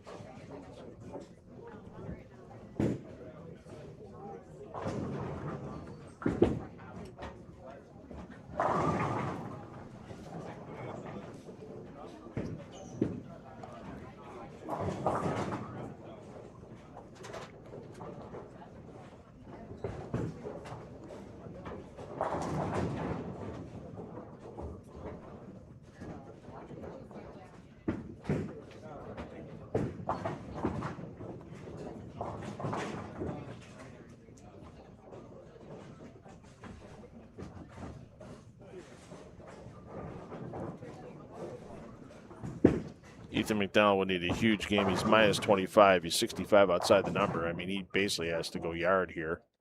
He's your bowler B on 15.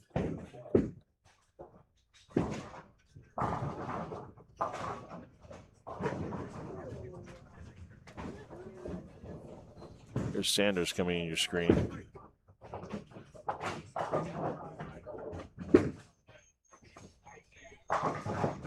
Sanders clean. Through 4 with a double. Sanders at plus 79, 39-pin cushion. Checking our bowlers on 1 through 4. DeWitt at plus 6, 34 out. Your double B on 2, and that one goes a little long. And we've seen that happen for a lot of players on lane 2 the later the block gets.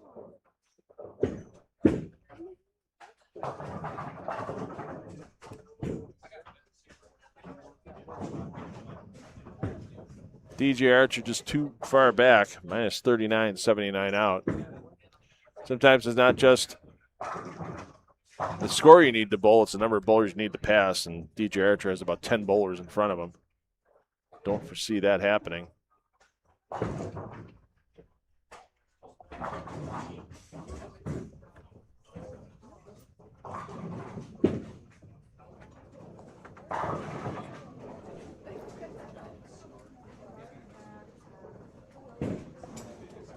We'll check in on Lacaz. We'll give you the radio call on DeWitt with that spare, but as we said, DeWitt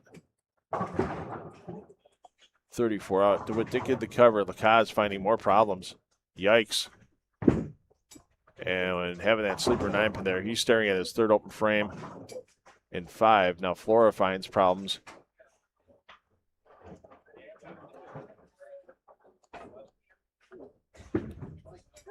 Opens bookending a double.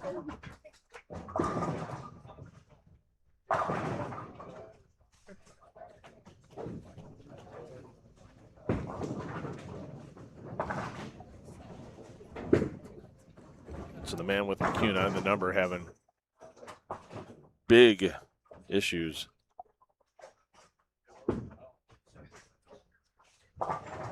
Gets them all to go, but it's got to be nothing but strikes for Lacaz here to have any chance.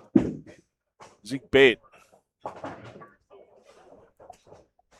At missed single pin in the 4th frame. He's your bowler A on lane 5 for your scoreboard. That's going to hurt him a bit. Don't count Stevens out of it yet.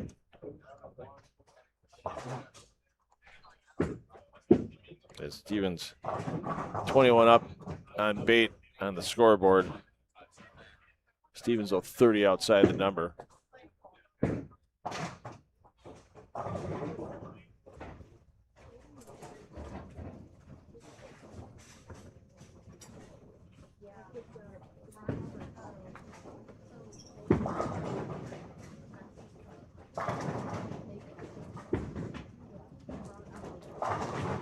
Stevens, don't count him out yet. Let's check in our leaders.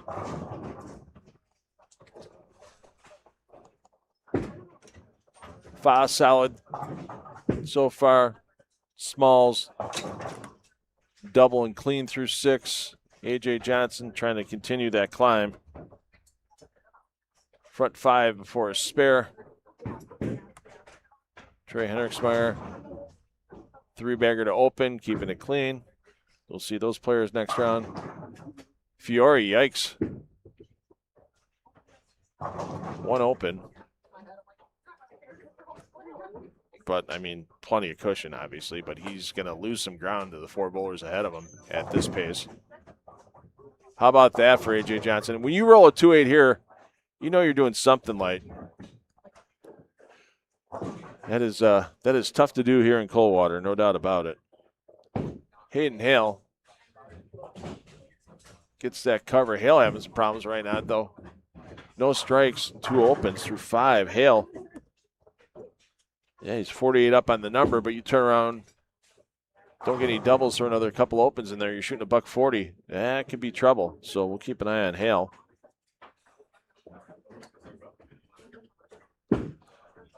Back to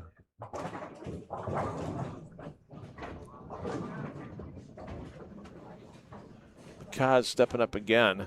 He's finally got a strike on the board.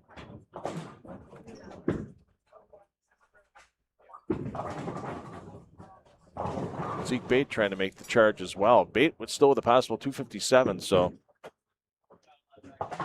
he'll need some help, but he also needs to keep striking.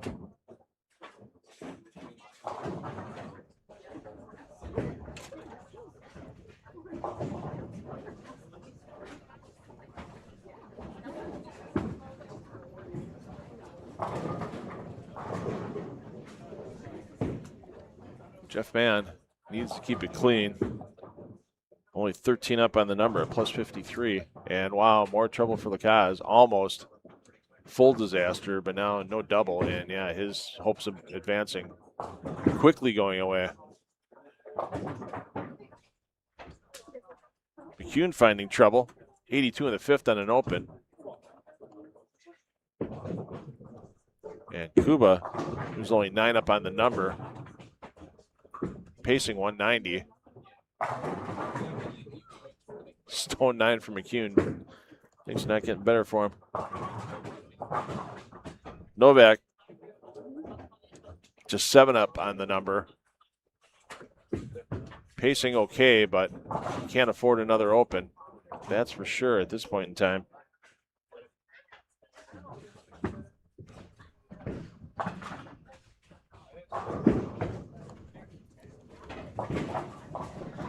And Ethan McDonald, yeah, he's just not going to have enough to get there.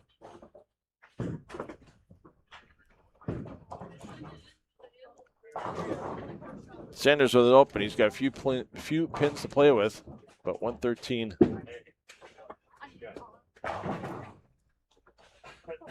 In the 6th, he's going to need some help. Milash can shoot 279 here. He's at -9, so it's another player. Let's not close the door on him.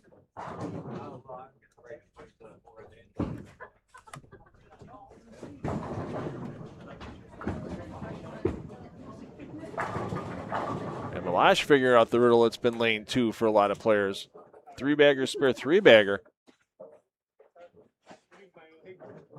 Milash trying to chase down a whole bunch of players in front of him, one of those being Chandler Stevens. There you see Stevens walking off. Possible 259 for Stevens to try to jump into the number. He's 30 out, but Lacaze and McCune both struggling. They're going to have trouble staying in, and it's almost a done deal that Lacaze is done for here. Can get to 201, and that's not going to happen. And Lacaze is going to be done. That's a bit of a surprise.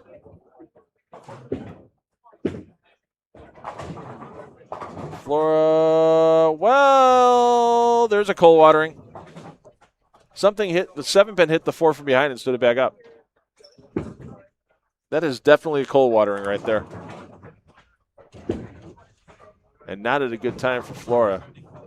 Beat Zeke Bate. You just never know.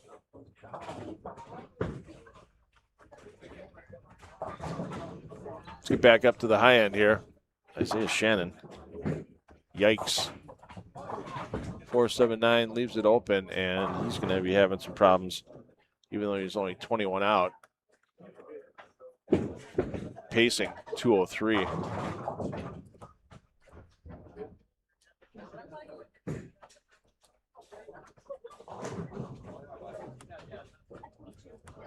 Sanders gets the carry. Your defending champion, Brett Lloyd, on 3 and 4. He's your bowler A on the scoreboard, pacing 180. Max in the 230s. Lloyd, another player that's 30 pins out at the moment.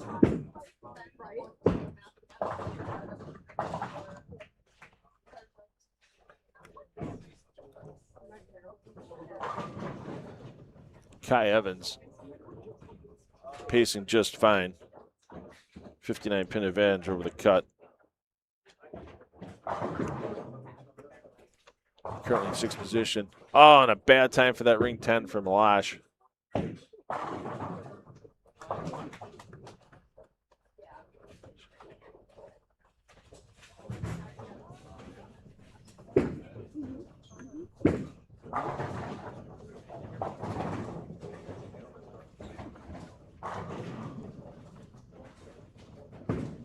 Tenth frame here for 3 players. Lacaze not going to make it. He's going to be losing 12 pins. To the plus at a minimum. Zeke Bate, though. 21 pins behind Chandler Stevens. Both players can be in the 250s. If Stevens has bad count on this first ball here, it's still possible for Zeke Bate to get past Stevens on the scoreboard for the 12-game totals.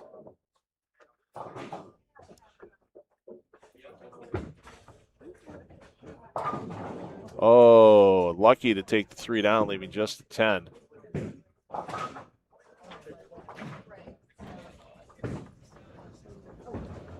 Stevens has to pick this up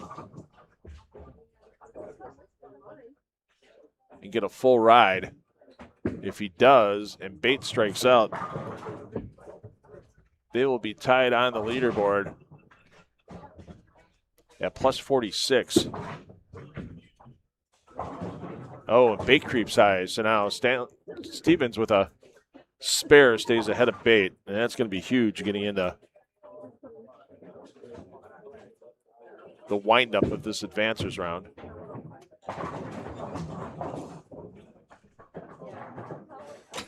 You see Jeff Mann.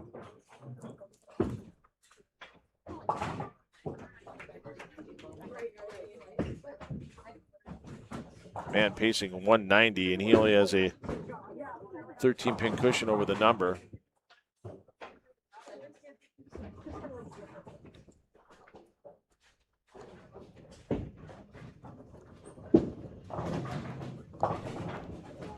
So bait 243. That moves bait to plus 32. That's probably not going to be enough. But stranger things have happened in the last 3 frames here in Coldwater. The players.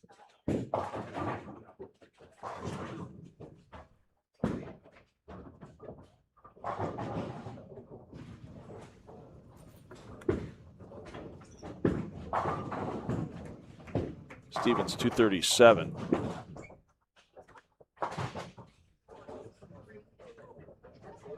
That puts Stevens at plus 47. Wow, McCune just can't get anything going. So McCune and Lacaze, they were tied for 16th, both looking like they're falling backwards.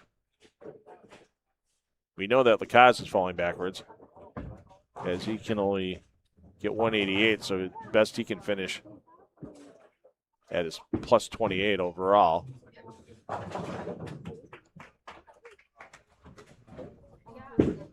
Kuba just 9 pins up on the number.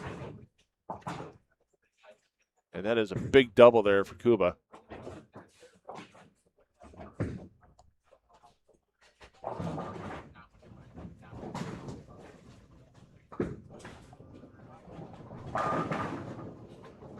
BJ Moore just 7 up on the number, trying to gut this out. Marks the rest of the way, and Moore will be fine. As that would put him in the 220 range with good counts.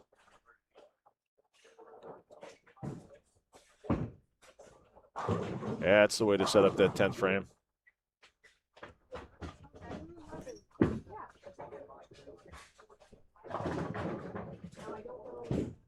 We're going to go back down to 1 and 2. Check in on DeWitt and Malash. DeWitt stepping up here. He is your double B on 2. He can still get to 234. He's at plus 6. So you can get the plus 40, and that's not going to happen, and that's disaster. Absolute disaster. And wow, disaster for Brett Lloyd as he was at plus 10. And now Lloyd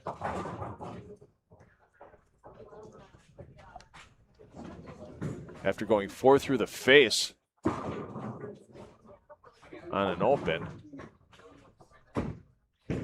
Yeah, Lloyd's not going to have enough to get there. Even with a miracle conversion, he only has 192 for a max. And DeWitt gets the spare. DeWitt can get the 214, but that only gets him the plus 20. And that's not going to be enough. Malash can get to 245. If he does that, he'll get the plus 36. So he's going to need them all here. That would get him ahead of Zeke Bate. But will anybody else other than Lacaze and McCune fall out? They're falling out of a tie for 16, so will anybody get past that or drop out? Good question. Chandler Stevens plus 47, looking like he's going to be in. And yeah, Malash definitely going to need all 3 here in the 10th. Light, 2-8-10. Good run, but it's over for Braden Malash.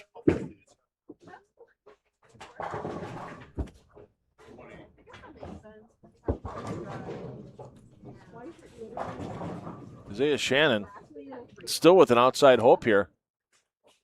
Strikes here in the 9th. He's got a shot at 240. He'll be in the 220s with a mark in the 10th, but this is a must strike here. Clutch.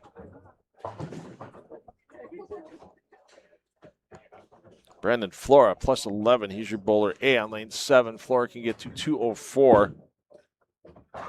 Not going to get him there. Jeff Mann. Pacing 195. 195 wouldn't be bad. It would keep him ahead of a bunch of people. But getting to 215 would be much better. There you see Dombrowski. He's safe in.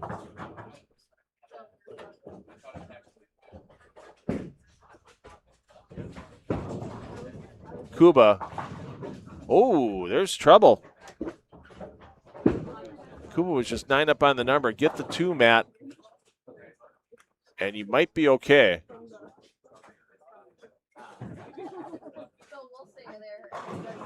BJ Moore with the big punch. He's in. He'll be in the 230s. Now they fall for McCune. But 179 is not going to get him there.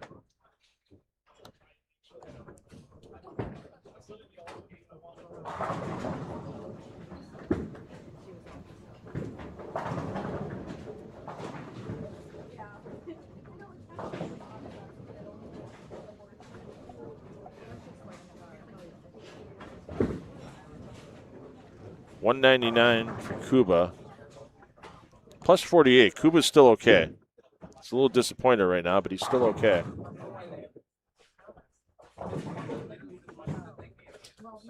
Let's check in on lane 4. As Brett Lloyd be stepping up to the 10th frame, can get to 1. Yeah, we know he's not going to get there, but Benninghoff, double A, plus 37. Benninghoff can get to 199, so he can get the stay at plus 36. But that might not be enough. As rear, got Chandler Stevens, plus 47. Zeke Bate next in line right now, the way it looks, plus 32. Unless Benninghoff can punch. Novak needs the next one to be safe. Gets the first one in the 10th. Sanders is okay with his plus 79.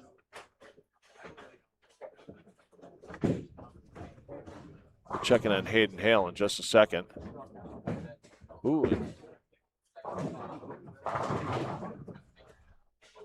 Isaiah Shannon creeps up a bit high.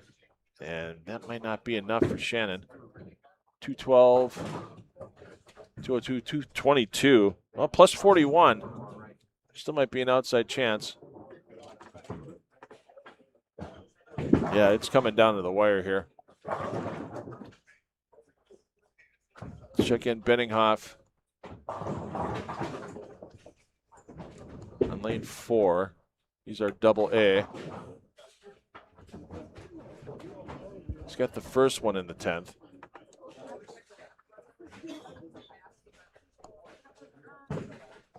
Checking out the score for Hayden Hale. Ooh, Hale. 154. Minus 46. Hale might be out.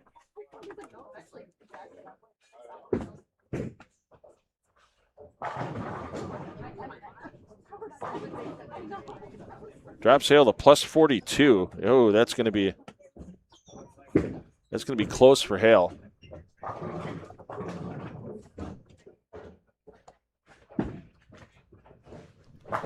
Furukawa.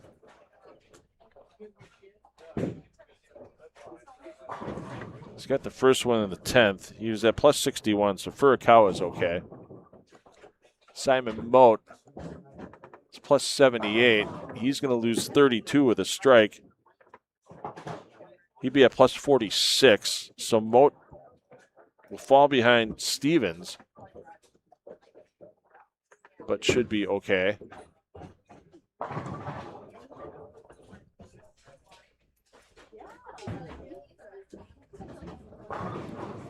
Yeah, so Moat minus 32. Leaves him at plus 46. Behind Stevens, but ahead of Hale.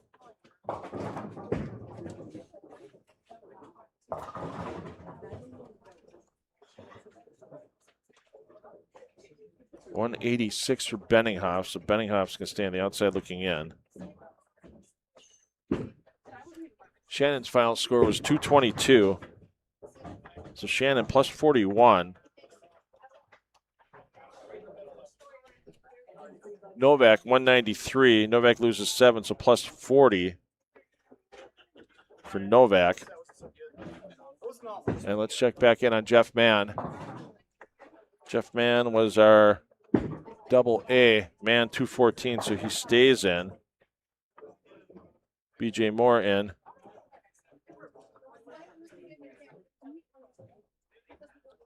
So this is fully unofficial. I have Chandler Stevens getting in with Lacaze and McCune not making it. They were tied for 16th. Stevens at plus 47 jumps in.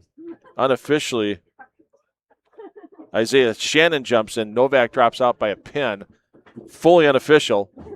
Isaiah Shannon plus 41. Doesn't look like we have any ties, but once again, we need to get all the scores verified.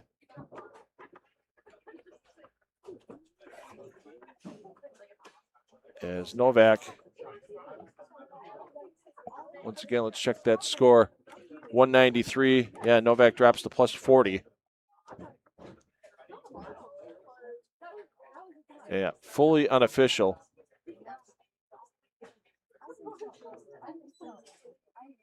We'll wait for everything to become official. We're going to keep the streams live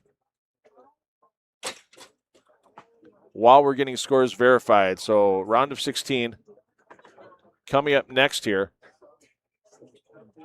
for the BowlerStore.com Central Classic.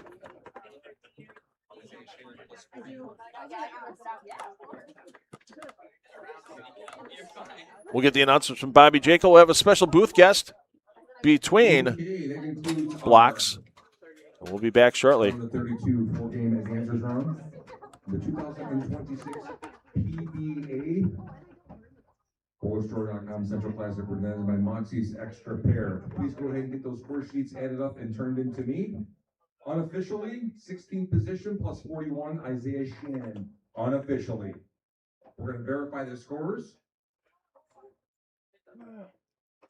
Give you an official number. We're going to pay the spots for the players in the 17th through 32nd position. And then we'll begin with the round of 16 shortly thereafter. Thank you.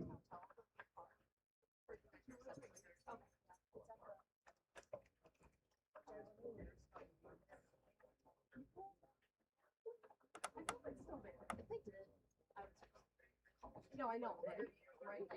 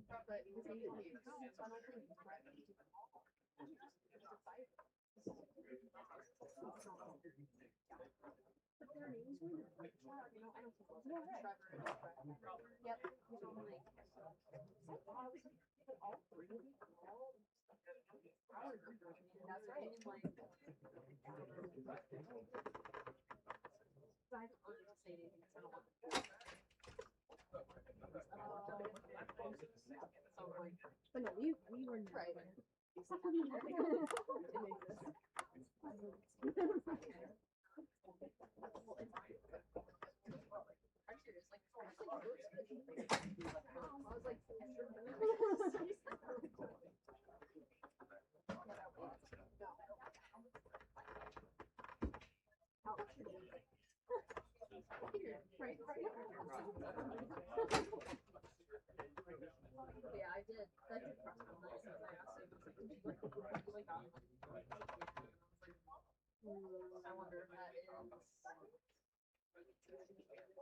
I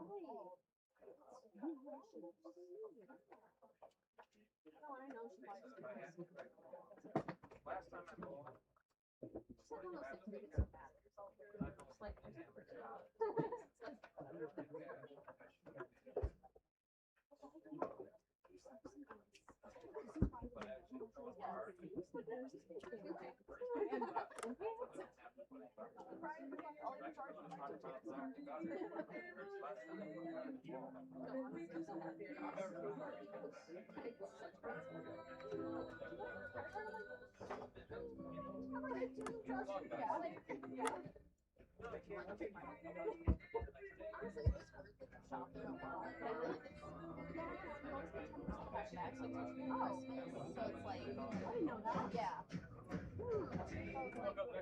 I'm literally right now. Right, no, seriously, I like getting it. But I'm there.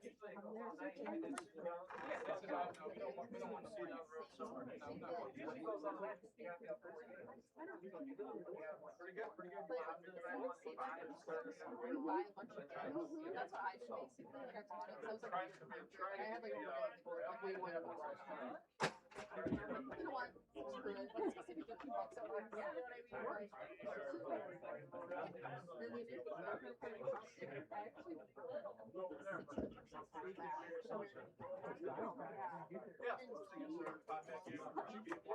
So I'll just like dip in her over it every so often. You know what I mean? If I don't like need anything, I'm like, I was telling her about it. I do. They're great. Yeah. Then for bread. No, honestly. That's how I was. I was just like, it was there, so I wore it. Is that right? That's great.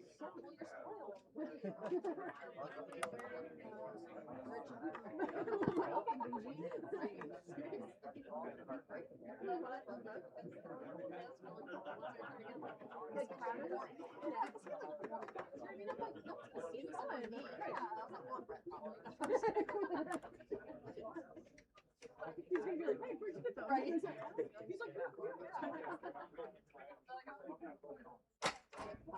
no way. Yeah. So I found that one first. So I got those. Lobsters holding like martini glass. I love that.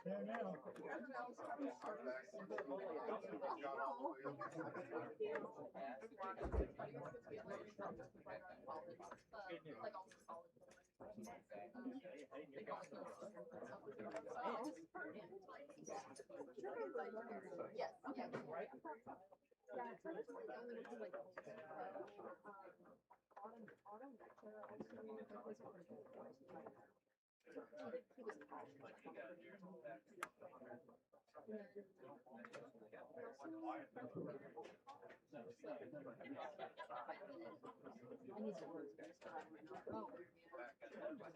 Yeah. No, that's Rides from California though, so I guess I'm like, definitely.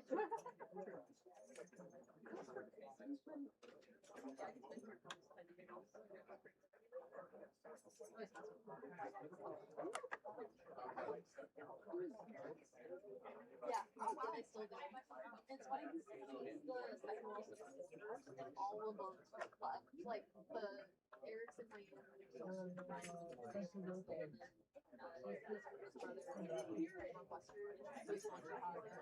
and then the youngest went all the way to Maine, which is like literally the opposite. But he's transferring. I'm not sure why he's transferring. I just thought that was so funny. All great schools. But I think it was partly like I know Ryan. I'm not sure about the brothers. I know there's like Northwestern Pride. I'm like I don't really know. But I know Ryan said going to Purdue was still cheaper than state was. Yeah, Purdue's honestly really. They were like no tuition. Like yeah. Yeah. I didn't know that. Like my first year, I came from the dorms, and literally the dorms was like double tuition. But it was only 9,000 in state for me, and I only got a lot of scholarships, so it was only like 1,000. So it was like it was a really good move for me. And then I think Florida was like 1 year, and then California was like no, like no, it's just no.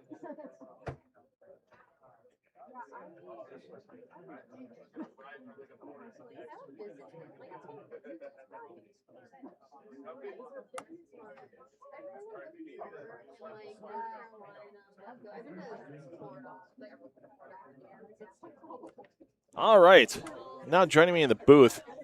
He was in the booth with us last year. He did a card pull for the PBA Leaf trading cards. Taylor Tussing. And Taylor, that was fun doing that Leaf pull last year. What was the most valuable card you received out of that pull when you all was said and done? I mean, it was a 1-of-1. I can't remember who it was. That's the first and only 1-of-1 I've gotten. Okay. And I pull football, baseball, some golf cards. My stepson pulls basketball. Okay. So multiple hundreds.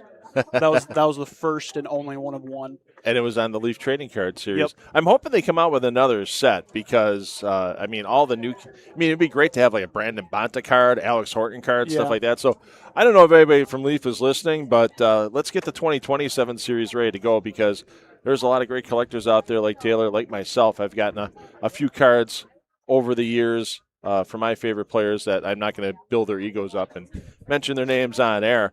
But, Taylor – you live around here in the greater Coldwater area, and you do a podcast as well in conjunction with WCSM Radio during the bowling season. Tell me a little bit about that podcast.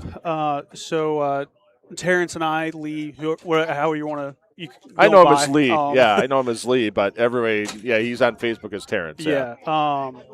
So we had a YouTube, TikTok during league bowling, and then we saw a bunch of other bowling podcasts pop up, so we decided why not try one ourselves of the professional house bowlers.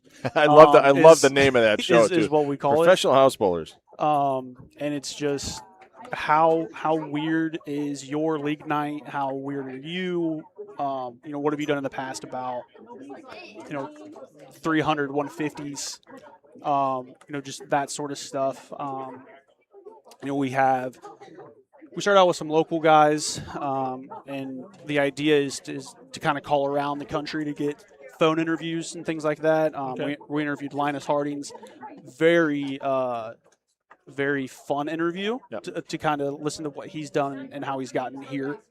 And we had a secret word. I don't know if that's still in play, but we had a secret word at the end where if you listen to it and you tell the front desk, tell Rick, then you got a free game of bowling. Oh, nice. I don't know if that's still in play. It's kind of been a while since we've done all that. So. Well, yeah, but the fall season coming up, are there plans for that bowling podcast to come back? Because it's just fun because it's like you said, it's professional house bowlers. It's just people that like to enjoy this sport and have fun with it, and it sounds like you guys really do that. Yeah. We've had some talks on and off through the summer. In the spring, we touched on these regional stops of trying to get 10, 15-minute conversations, but there's just so much going on. Yeah. It's kind of hectic. So we do have some plans. We have some people we want to get a hold of and call. Like one of the big ones recently was the guy in Kentucky, the first 900 in Kentucky. Oh, yeah. We kind of want to get him on. So if you're listening, get a hold of us somehow. But yeah, I mean, we're kind of stagnant, but we do want to take it off and see what we can do with it. Right, absolutely. A lot of things. League bowling slows down during the summer. Obviously, people are out doing all kinds of other stuff, and it'll be a good time for you guys to pick back up. Now, you've been here in all your life around Coldwater? No.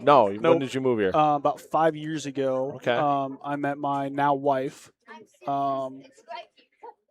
Then she had a house up here. She's from the Lima area. So about after a year of dating, we kind of moved in. We bought a house the following year, and the next month we got married.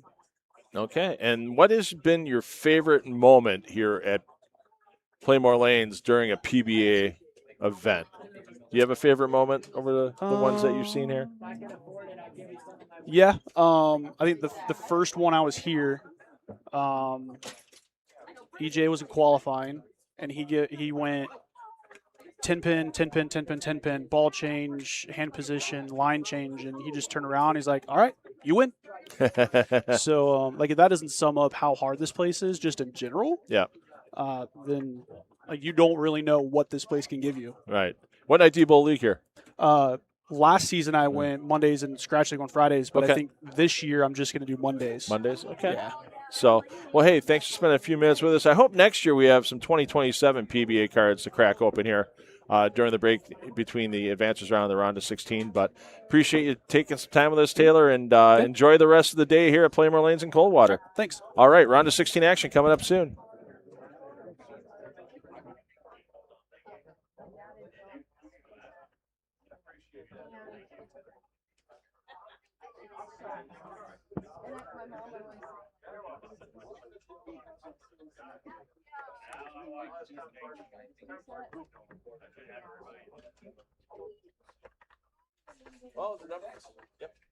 The numbers are posted. It is official.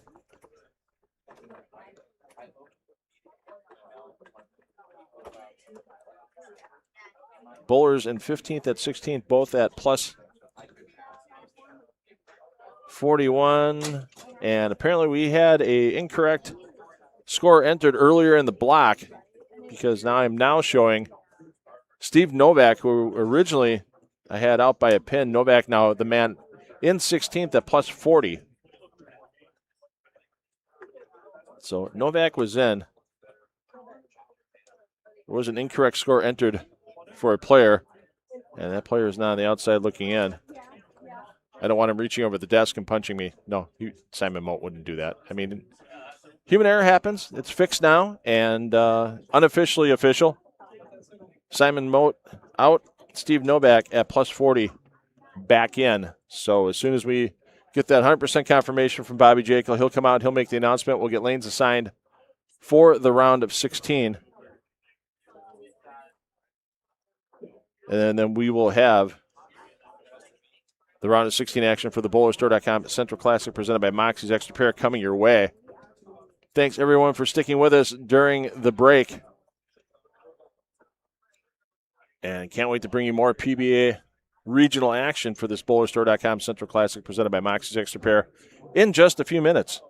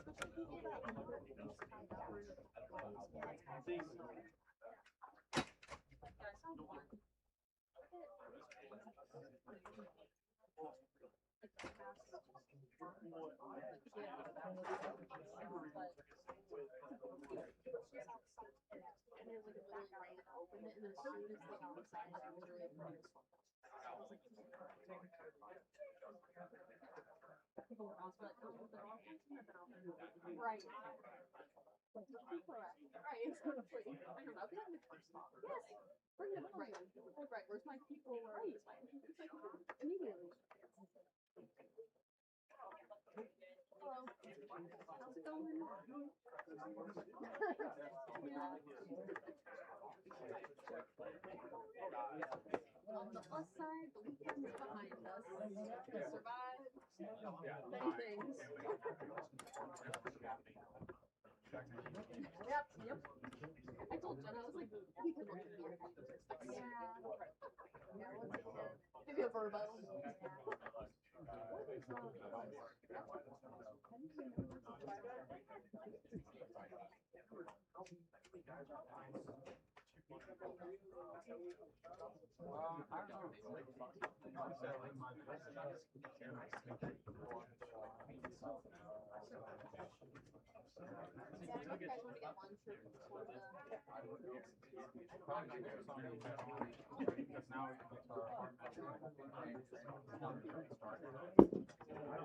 Back to regular scores.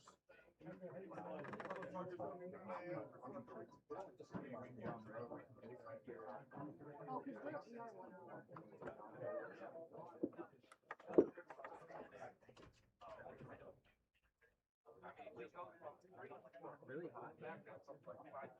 Or am I just like pissed off? It's like the humidity's like 95 today. It's like sick. Especially about you know around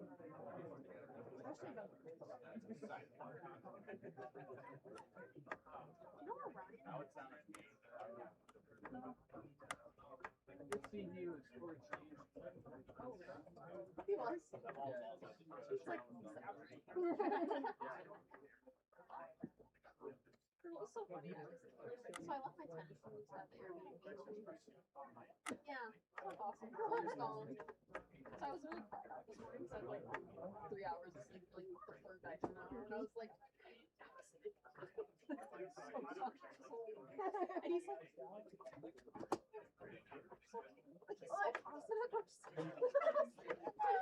and I'm like, literally about to fly on it. I'm just like, I only just want to breathe.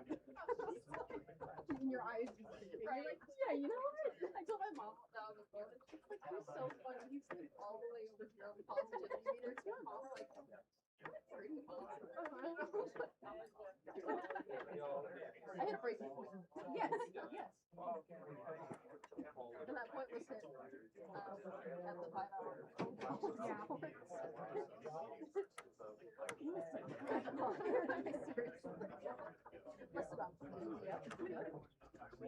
So that's why I fished or something. You know, if you were like art or something, you'd be like, oh, that's right. Right. Yes, honestly. So I was like looking on Reddit because I've seen more, and they said Threads social media, like basically after social media. Yeah, waffle.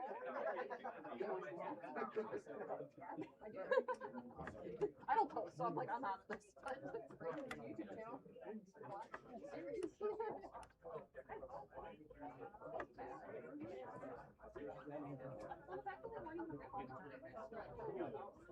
Yeah.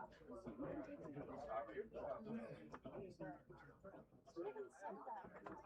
Understand the situation. What's confusing? Right. How would you feel if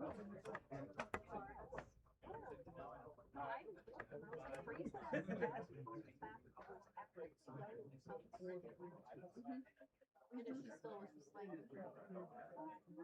guess there's some, I was thinking they have like some AI form or something like that. Is this hard? Yeah.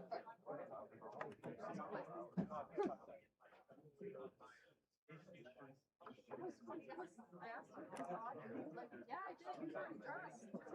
Making a room. Oh. Okay. Yeah, we have me and Brent, the winner of the Creative Street Book get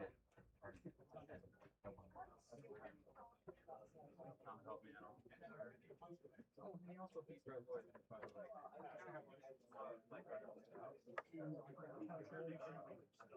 Would you split it to like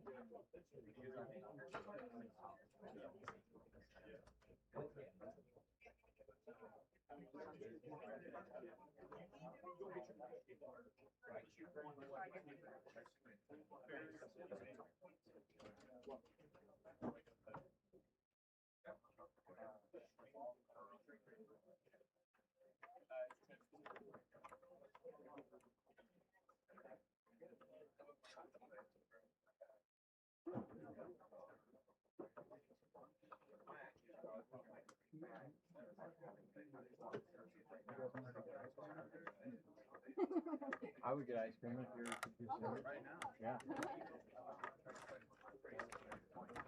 Yeah, I spent about 5 minutes in the car changing, and I'm now.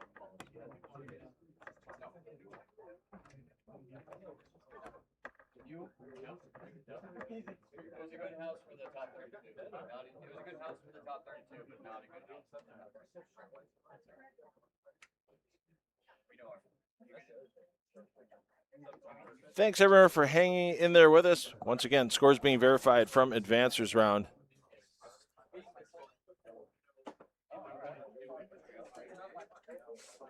Checking the chat here. The scratch in the plus minus in the live scoring, game by game scoring updates.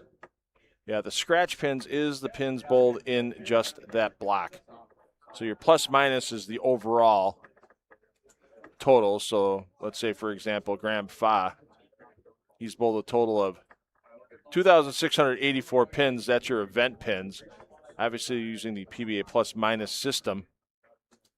12 games bowled times the 200 as the par for bowlers in the PBA at their tour, regional, and junior events. So you multiply the number of games bowled by that 200 par, and then you subtract that from the bowler's score. So at Graham Fa having 2,684 pins bowled so far in the event, subtract the 2,400 you get from 12 times 200, and that gives you the plus 284 that Graham Fa currently sits at. His scratch pins was 877 in that block. 210, 198, 237, 232 gives you that 877 for the scratch pin. So a little extra detail on that game-by-game scoring so you can see how well or how not well a bowler is doing in a block. So when it advances to the round of 16 for the game-by-game scoring updates, you'll see that column for scratch pins will be their bowler's first game score in that round.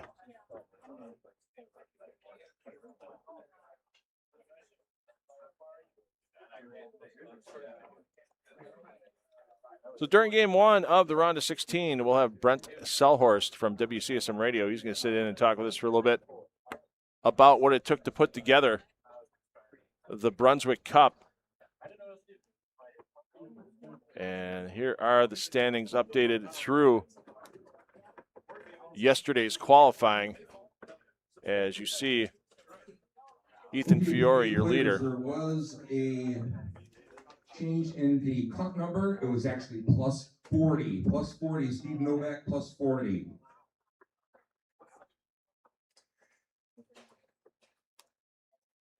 Here's your lane assignments for the top 16. Position 1 on lane 3, Graham Fa.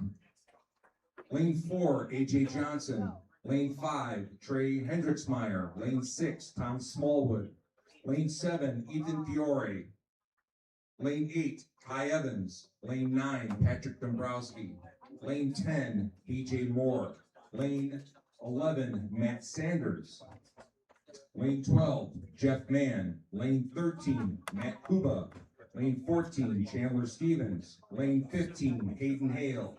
Lane 16, Isaiah Shannon. Lane 1, Aiden Furukawa. Lane 2, Steve Novak. Give the players a few moments to head down to their respective pairs. If you finished in the 17th through 32nd position, I have a check here at the counter. Come get it.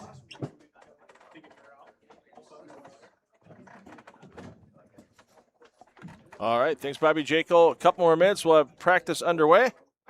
And once we get through practice, we'll have Brent Selhorst sitting in the booth with me talking about the Brunswick Cup. We just showed you the standings. We talked a little bit with him about what it takes to get that together. And what kind of a bowling fan Brent is. I think he's a pretty good one. He's been here all weekend long.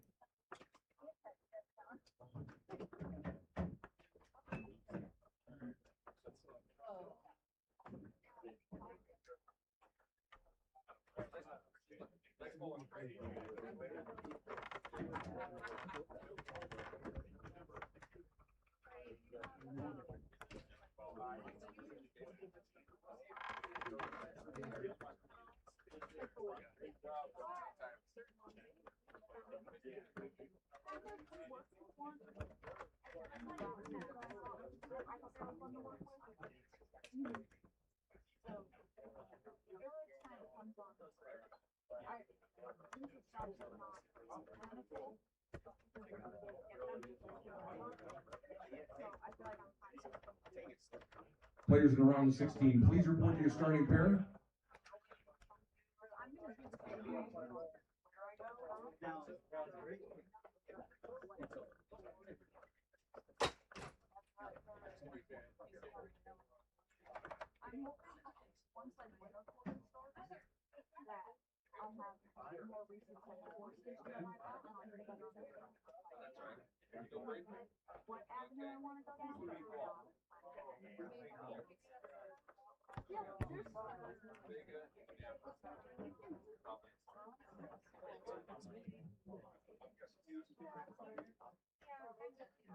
Okay, players, you can get 5 minutes of practice on your round of 16 pair.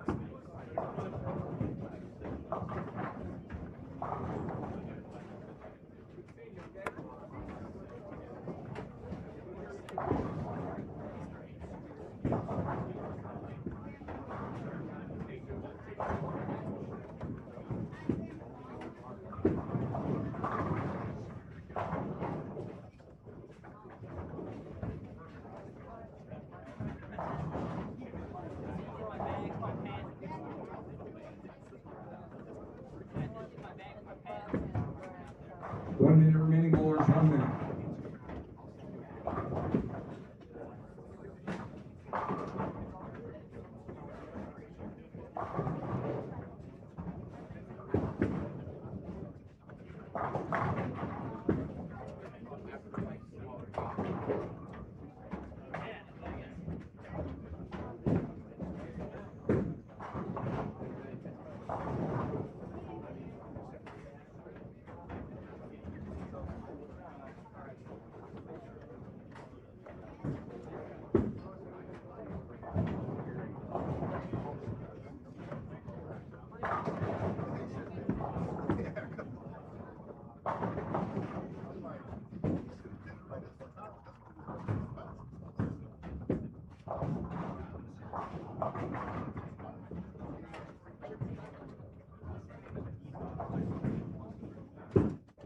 Okay, bowlers, so when you practice, please recycle those pin centers in the first ball cycle. Spectators fans, one more time, please make sure those cell phones are off on silent mode while the round of 16 is going on. The bowlers greatly appreciate it. We've got 12 games in the books, another 3 or more by our round of 16 players. After 15 games, we'll go ahead and make another cut to the top 8. We'll bowl 2 more games and then cut to the top 4 for our step ladder. Looks like our players are ready to go, so when your arrows come up, you have a full recommend you will begin into a round of 16. 3-game semifinal matches of the 2026 PBA BowlerStore.com Central Classic presented by Moxy's Xtra Pair. All right. I'm $2 Phil Brillo. Joining me in the booth, Brent Selhorst from WCSM Radio, owner of WCSM Radio, and another station here. I like calling it the greater Coldwater area, even though you're located in nearby Salina. So. Yep. And Brunswick Cup, impressive. Listen, Phil, I'll tell you what. When Rick and Doug presented the idea, first of all, kudos to those 2 gentlemen. You know, they love doing this. You've been a part of this a long time. And when they came up with this idea to keep the bowlers here and offer an incentive to bowl all 3, PBA regionals, it just, when Rick approached me with the idea, I'm going to show my age here a little bit, but I've known Rick since 2000 when he was my coach in bowling. Okay. And has turned into a great friendship. And when he asks something of you or he presents an idea, you know it's going to work. And when him and Doug presented the idea, it was a no-brainer for us to jump on. We've covered the sport. Obviously, you know it's covered well around here. But yes. When you get the opportunity, you don't say no. And it's year 1 was incredible. The standings look good this year. It looks like it could be a fun day. And, you know, here we are, round of 16, and we've got a couple guys that could still win the cup. Oh, absolutely. And let's get actually to those cup standings now. This is after yesterday's qualifying round. And the bad news for everybody today that's an EJ Tackett fan is that EJ got knocked out last night, did not have a good qualifying round, and even though he's 6th in points, his points are done. Yep. At 205.5. And right now, the way the points list shakes out, if Ethan Fiore gets through this round and into the round of 8, he's automatically going to be in that number 1 spot for $4,000. Do you think you'd have the same player winning it 2 years in a row, as tough as these tournaments are, between the Kremer Roofing Classic in Minster, the Dave and Diane Kill Open in Delphus, and here with the BowlerStore.com Classic? You know what? You know Ethan pretty well. He's got a feel for this. He's bowled well the last couple of years, and the crazy part is last year he wins the Cup, doesn't win the event, but he's just so consistent at these 3 events, and that's really the key with the Brunswick Cup.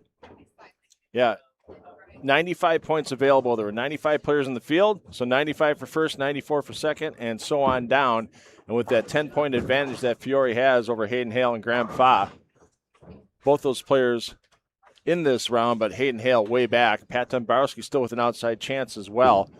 But, yeah, it's going to be real interesting to see this as it goes along. I'll tell you what, this round of 16, there's some powerful names, and there's some really good bowling happening right now. Obviously, the chance of getting Coldwater always happens, but these guys are starting to figure it out. And, you know, when you got a field of 16 like this for the viewers here, both on the YouTube channel and in person, man, this is going to be a lot of fun. Yeah, so we got our first 4 players. Actually, we have first and second here on 3 and 4, so they shift the pair to the right to make sure the bowlers got a big lead after the first qualifying round.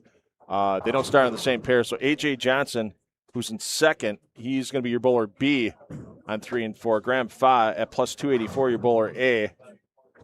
A.J. Johnson, what a block this morning for Johnson. He struggled early yesterday. It looked like it was going to be the same thing today. He started at 195, but then finishes 268, 222, 257 to just get right on Fa's tail and jump up into the second position. And A.J. Johnson is a fun player to watch here in Coldwater, no doubt about it. Well, and I talked to him a little bit last night. He had some great games late in his squad bowling to make the move to get into the round of 32, and he just continues it today. Over on 1 and 2, it's your players that are in 15th and 16th. They both are at plus 41 with Isaiah Shannon and Aiden Furukawa. They got a long way to go to try to get in 8th place, as B.J. Moore is currently in 8th at plus 88. We'll see B.J. Moore as we run through our players here momentarily. Let's get over to lanes 5 through 8, as we're going to have our bowlers that are in 3rd through 6th position. There you see Tom Smallwood. Great block again earlier today. Smallwood's just been trying to avoid that one game that gets him in trouble.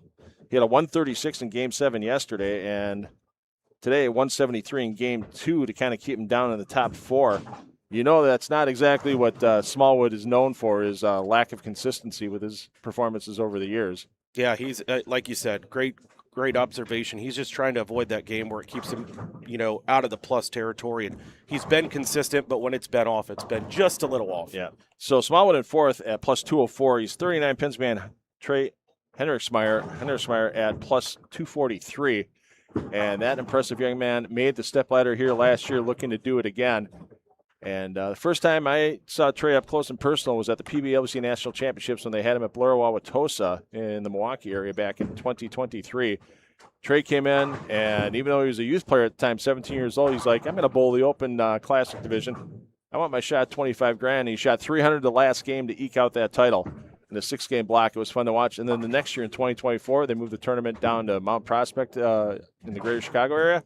Trey started his block with another 300. Crazy to think. And he just seems super comfortable. Watching him a little bit earlier in games 3 and 4. He just seems really comfortable today. He seems like he knows what he wants out of his shot. And, man, if he lets it go where he wants it, it's a strike almost every time. So there you see Ethan Fiore stepping up. Boy, Fiore has popped 2 huge games in this event. A 300 yesterday in Game 6. And then today in Game 3, 290 on 15 and 16. The rest of his games have kind of been up and down and ho-hum. And, you look at the PBA scoring system, he'd be at plus 190 with those 2 games, with the 300 being worth plus 100. He's at 172 to the plus overall. So his other games in this block, the other 10 games so far have been, And he's got to avoid being, But it's not bad for him right now. I mean, he's now on the front 5 once again, ho-hum. I mean, when he finds it, he just locks in. I wonder if that thinking, he knows that if he makes the top 8, it's $4,000 in his back pocket walking out the door again. I think he's using that to his advantage this time around. One, I think he wants to walk away with the PBA Classic, BowlerStore.com Classic title, and the Brunswick Cup. He kind of wants to get the whole shebang, if you will. Yeah, and wants a little revenge as well, because last weekend he was in the title match in Minster at the Kremer Roofing Classic against E.J. Tackett, and Ethan made a couple of uncharacteristic mistakes with his sliding. He had a little drift a couple of times, slightly to the left, got the ball a little to the outside on the pattern, and left some 210 combinations that were a little bit too much to overcome, and that's why he finished in second place to EJ. And yeah, he's looking to make a charge up the field here. He finished just outside the stepladder in Delphus on Thursday. So yeah, what another great week for Ethan Fiore, and another name to watch as the PBA Tour gets into 2027. Yeah, he just every year continues to grow, and like you say, the drifting issue, man, he's one that takes notes, and it probably doesn't happen again. So he just continues to grow in this field. It's incredible. Kai Evans, and then this man up on lane 9, Patrick Dombrowski, tied for the 6th position at plus 121. Dombrowski crossing with B.J. Moore. Moore had a nice morning. Moore's at plus 88. He'll be your bowler B on lane 10. And you talk about a guy who's basically a part-time tour player in B.J. Moore. And just to come out here, he's trying to keep the family restaurant and business going at home, a couple of kids, and to show up after not bowling some action for a while and to do as well as he's done, it's an incredible story. It is. And you like those guys. Those are the relatable guys where it's kind of a part-time thing. But I'll tell you what, going back to Patrick, every time I watch him bowl, it's one of those where if I could lay a ball down like that, man, he could throw a bowling ball on a sheet of ice and would not break the ice. Yeah. Have you ever done ice bowling? I have not. Oh my God. There's a tournament. There's an ice bowling tournament in Sheboygan, Wisconsin. I used to cover a youth tournament that they would have PBA pros at every year called the Sean Yona Memorial. And I got to, we used to do TV in Wisconsin with it, and I got to sit with Parker Bowen the third one year, Rhino Page another year, Tom Smallwood another year. And then they take the guys, after the kids are done qualifying, they take the guys ice bowling. And it's a regulation. They set up 18 lanes on a hockey rink going across the hockey rink. 2x4s or whatever they use to make the lanes. You Yep. bank it off the wood, and you bowl 4 frames, 7, 8, 9, 10. If you get all 6 strikes, you win a brand new car. Wow. In 37 years, they've given away 2 cars, and there are literally 1,000 people that bowl this thing every year. I mean, the squads go off every 90 minutes. Friday night, Saturday, Sunday, all day long. There's so many teams that bowl, and yeah, they just have an absolute blast. Rhino Page tried hooking a ball on ice. He brought his own bowling ball with him from the lanes, and Rhino found out very quickly that bowling balls and ice Don't mix. They mix, they just go straight.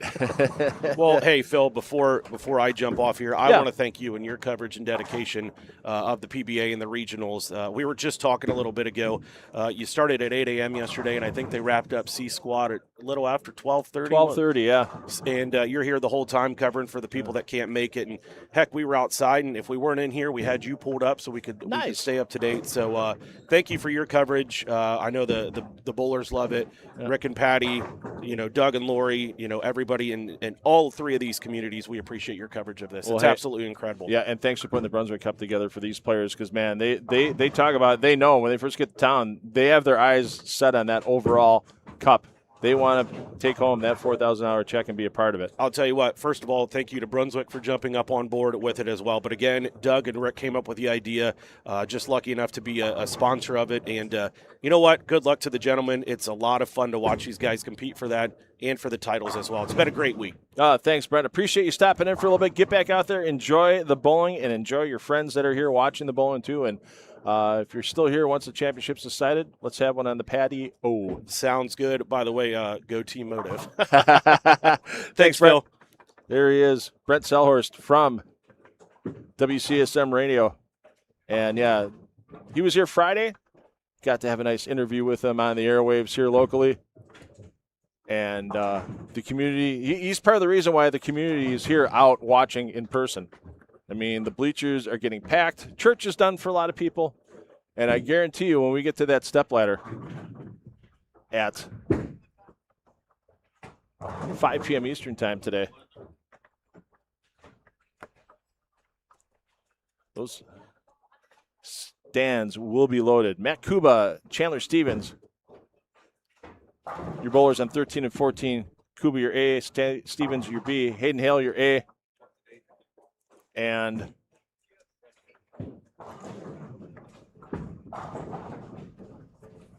Isaiah Shannon, your A and B respectively, on the end pair, 15 and 16. We're going to get back down as the string has ended for Fiore. Front 6 before that single pin spare. But Fiore trying to make his way into the stepladder. You got to get through 3 games in this round and 2 games in the round of 8 before that can happen. Smallwood clean, only 2 strikes through 7 frames, but he can still pop off 227. If you can catch the last 5, and you can't catch the last 5 without the first one. And some struggles for A.J. Johnson, 87 in the 5th. Working on a spare in the 6th. And that one, ooh, that was 410 territory right there with that entry angle. And they're doing a little catch-up to the pace of the field here. Normally you see the match play pacing. But I think both bowlers had, I'm not sure if there was a mechanical issue with the lane or if one of the bowlers had to run out and get some different equipment.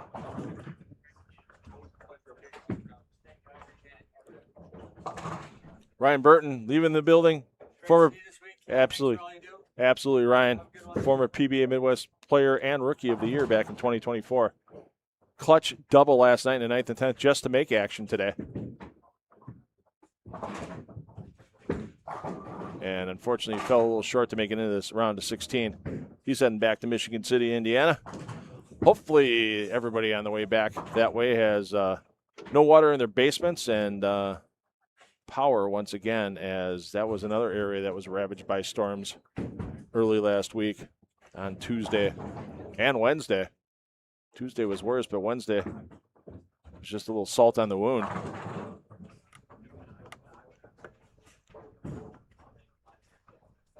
Fought rolling along.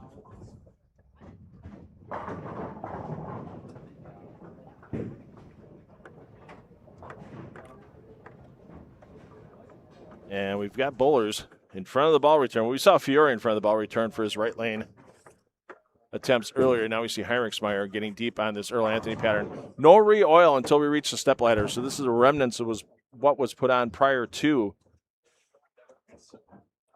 the advances round starting this morning.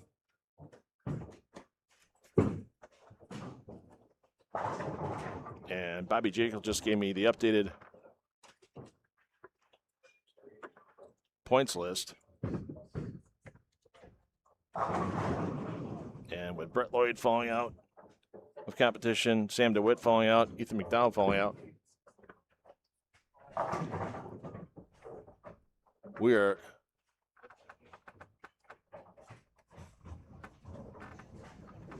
losing bowlers eligible to get some cash back in those spots on the Brunswick Cup points list. And after a rare missed single pin by Fiore in the 8th, still a chance for 255. Evans can't get the 4 to shake down.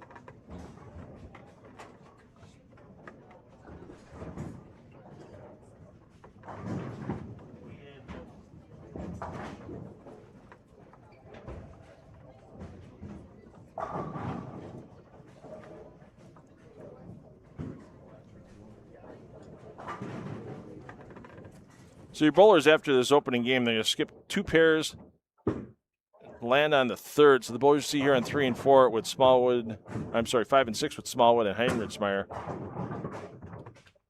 are going to move to 11 and 12. Fiore and Evans will move to 13 and 14. We're going to get a little housekeeping done early here in this round of 16. Thanks to everybody watching today. Thanks for everybody double tapping us. Hey, let your friends and family know that they're able to watch some PBA Tour stars in some hard-fought PBA regional action going on here from Pla-Mor Lanes and Coldwater. This is the PBA BowlerStore.com Central Classic presented by Moxy's Xtra Pair. Thanks to the Hardings family for bringing me in this week. Thanks to the Davidson family for bringing me in last week. And I'm glad to be here in Northwestern Ohio, bringing you some great PBA action.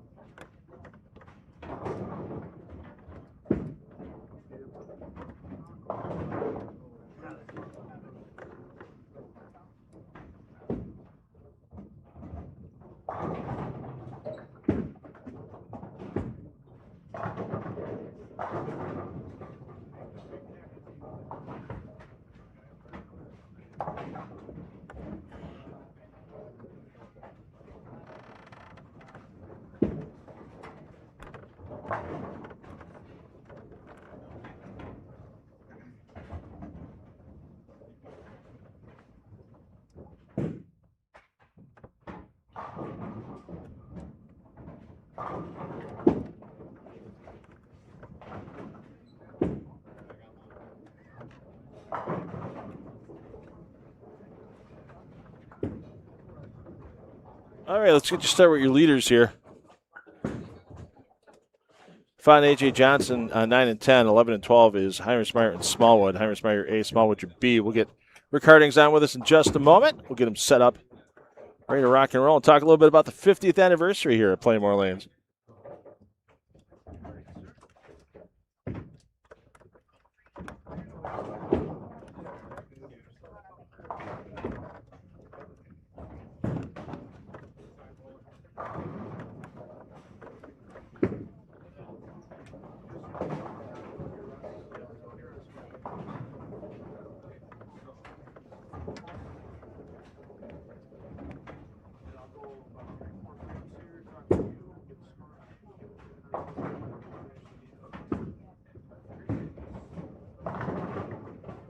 All right, now joining me in the booth. This is the highlight of my weekend, honestly, because this is the man that helps bring me down here every year, convinces people that bowling should be a small town sport, which it is, and Rick Harding's Pla-Mor Lanes 50th anniversary. How have you been sleeping this week, knowing this event was going to be here for the 18th time? Yeah, I always sleep pretty good because I don't get many hours, so I sleep fast and get back here in the morning early. So we always look forward to it, but it is a grind. It's grueling. Get home super late, get things set up for the next morning, and then get in here early to get the lanes dressed for the guys. And yeah, it's fun, but it's a lot of work. But we have great staff and the volunteers that help out. And we had 18 years. It gets a little easier every year, but it's always fun to see new faces, and some of the guys have been coming here for years, so it's always a good time. Yeah, and let's talk about the thing that really helps make this happen, and it's community support and sponsorship. How many sponsors this year? 72. Wow. And it's not just businesses either. You have families that help bring these bowlers to town. Yeah, absolutely. Yeah, we have several bowling centers in the area around here, and they believe in what we're doing, and believe it or not, there's quite a few of them that do come here and take advantage of their sponsorship armbands yesterday, and just all that stuff like that. But yeah, we have families that give us quite a bit of money to hire the platinums and the diamond sponsors. So that really helps out a bunch to be able to do what we do here. And like we said, we appreciate everybody. If it's a small business doing a bronze at 150, or if it's a gold sponsor for silver, or a bigger one. And for sure, the bowlerstore.com, Doug and Lori Davidson for being the title sponsor.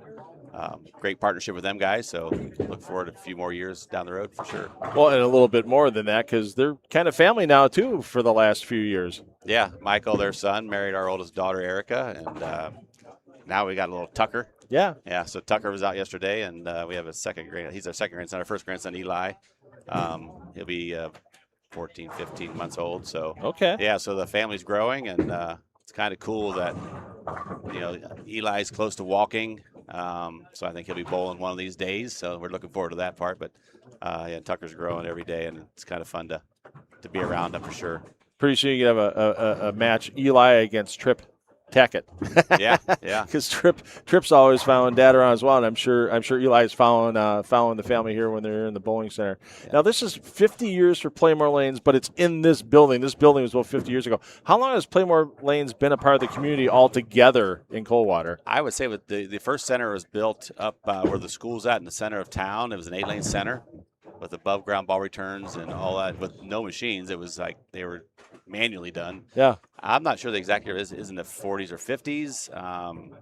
Changed hands a few times, I guess, but my parents and Joe Ramoklis and his wife bought that business in '73. Okay. So they had it for 3 years. And, you know, back in the 70s, there was a high demand for bowling. So they figured out that they were full every shift, 3 shifts, 2 shifts, whatever. Yeah. And it was time to go bigger. And so in 1976, the spring, they broke ground out here where we're at now. So Joe Ramoklis and my dad and mom, and they broke ground in that spring of the '76. And I think Dad said we opened in July 27th of '76. So Okay. we had our big celebration on the 25th and 26th of July this past month. So yeah, 50 years. Me and my wife Patty bought it for my parents 20 years ago. So when my dad turned 65, I was 40. That's when we started buying them out. And now I'll be 60 in October, and my dad will be 85, and he still works 7 days a week. Yes, he does. I see him every time I come in here for breakfast, and he's scrambling eggs and helping out in the kitchen, and he's always got a smile on his face. Linus is an incredible man. Yeah, he loves it when the PBA guys come to town. He just we all do love it, but he for sure really enjoys talking to the guys and just seeing everybody. You know, one thing that was pretty neat because somebody posted some old photos of the original Pla-Mor Lanes. And they had the Eagle's Nest by Lane 8 where they would have the foul line judge up above all the bowlers to keep an eye on the foul line. And for those people that wonder where Eagle's Nest comes from, that term, because sometimes with ABC you win Eagles, obviously, is the United States national bird, but they named those Eagle's Nests with that relation as well. So it was pretty neat to see an Eagle's Nest. I hadn't seen one in a bowling center like that and pictures of that in a long, long time. Yeah, I saw the pictures too. But I remember going there when I was in second, third, fourth grade when we owned that. You know, we just kind of messed around there as kids, and I did see it. I never really saw anybody sit in that, but I really wasn't there in the evenings during league if there was somebody. But it's kind of cool to have them do that, sit up there, and be a tough job. Yell at somebody if they went across the line. And they might yeah, not making friends easy, that's for sure. Exactly right. And this isn't a bowling center. A lot of people in urban areas nowadays, they're used to their bowling centers being open at 4 in the afternoon, 5 in the afternoon, that type of thing. You guys are open bright and early here pretty much almost every day of the year. There's only a couple days on holidays that you close, but what time do you open at every day? 7 a.m. we open. We have a full-service restaurant. We serve breakfast. And, it's we have a crew that comes in. Some people come in every day, retired people, but we have a good crew of groups, retired people and groups like bankers and different machine shops that come in once a month, every other week kind of thing. So, 7 a.m. Our first girls are here at 6, getting things prepped, ready to go, and then open at 7. And we're usually open until 11 during the week and midnight on Friday, Saturday. But once the season gets rolling here, we're open until midnight, 1 o'clock in the morning with the bowlers. You know, it was neat to see on Friday, too. I came in here to start getting all this live streaming equipment set up at 8 a.m. There were kids bowling already at 8 a.m. on a Friday. That was so awesome to see. And your great high school programs here and youth programs here, the wall of champions you have by Lane 1, I showed it yesterday, all the state championships, both team and individual, that have been won. It's more than a dozen, isn't it, over the years? Yeah, we have 9 team state titles. I think we have 4 now individual state champions. We just had one this past year, Brittany Bird. She was top in the Division II girls. The Kids Bowl free thing is the one that's got us going this summer. We've been doing it for probably 10, 12 years, and we open. I'm usually here by 7 or 8, so we have the lanes turned. I mean, the monitors are on, ready to go. But there's kids that ride their bikes out, and that's what gets our youth program, our junior program. We have a nice high school program in the fall, which will run 8 weeks up until the start of the season. But then we have a 16-week youth. We have peewees, juniors.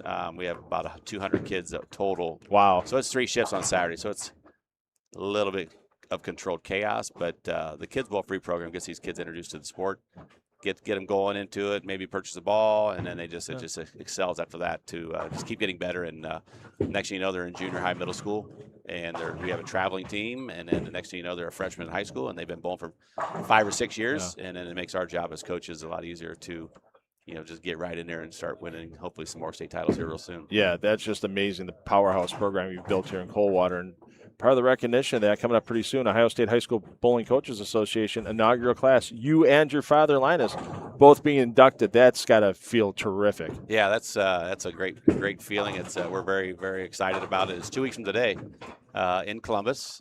This is the inaugural class. My dad was part of one of the 3 guys that kind of were knocking down the doors to the OHSA, trying to get bowling into the schools. Greg Coolis is our executive director of the Coaches Association, and he was kind of been there from day one. And then a couple of proprietors, Frank Rogerian and my dad. I remember my dad coming up for meetings, and things didn't go great, and they really weren't pursuing it, and he'd get mad, and but they just stuck with it. It took 2 or 3 years, and then they finally, Dan Ross was the commissioner of the OHSA, and I think he kind of believed in what we were trying to do, and they said in like the next season, which was 2007, that we were going to be recognized, and believe it or not, our team won the first one ever. And St. Henry was the runner-up, and they both bowl out of our center here, so that was a cool start of the OHSA bowling program. And yeah. Here's a surprise: Ethan Fiore throwing strikes in a row here in Coldwater. He had a 300 yesterday. He had a 290 in the advancers round. And now in the front 6, I'm a superstitious person a little bit when it comes to bowling, so I'm not gonna even ask you to come close to leaving until Fiore stops striking. You're the reason why he's striking right now. I'll stay right here. He's trying to impress the host here, and well, man, young kid, he's been staying in a mobile home parked across the street from the center all week long, and I'm sure he's coming here to practice quite a few days as well. He has, and they've been here for about a week and a half now. They came in super early. Straight from the Lucy in Houston, and then they've practiced over here, and they've got a little guy, Wesley David, with them. He's been practicing quite a bit also. He's bowling well. He's leading the Brunswick Cup. I think he enjoys. I mean, he was a senior in high school maybe the first time we've seen him here at Coldwater, and he's been here every year since. I think he likes this area, to tell you the truth. Yeah. And he's going to be going to Virginia after this, and then I think they're heading over to Sweden. Heading over to Sweden after, absolutely. So there we go. Oh, no. And the semi-wrap 10. He just got cold watered. You take pride in that term, don't you?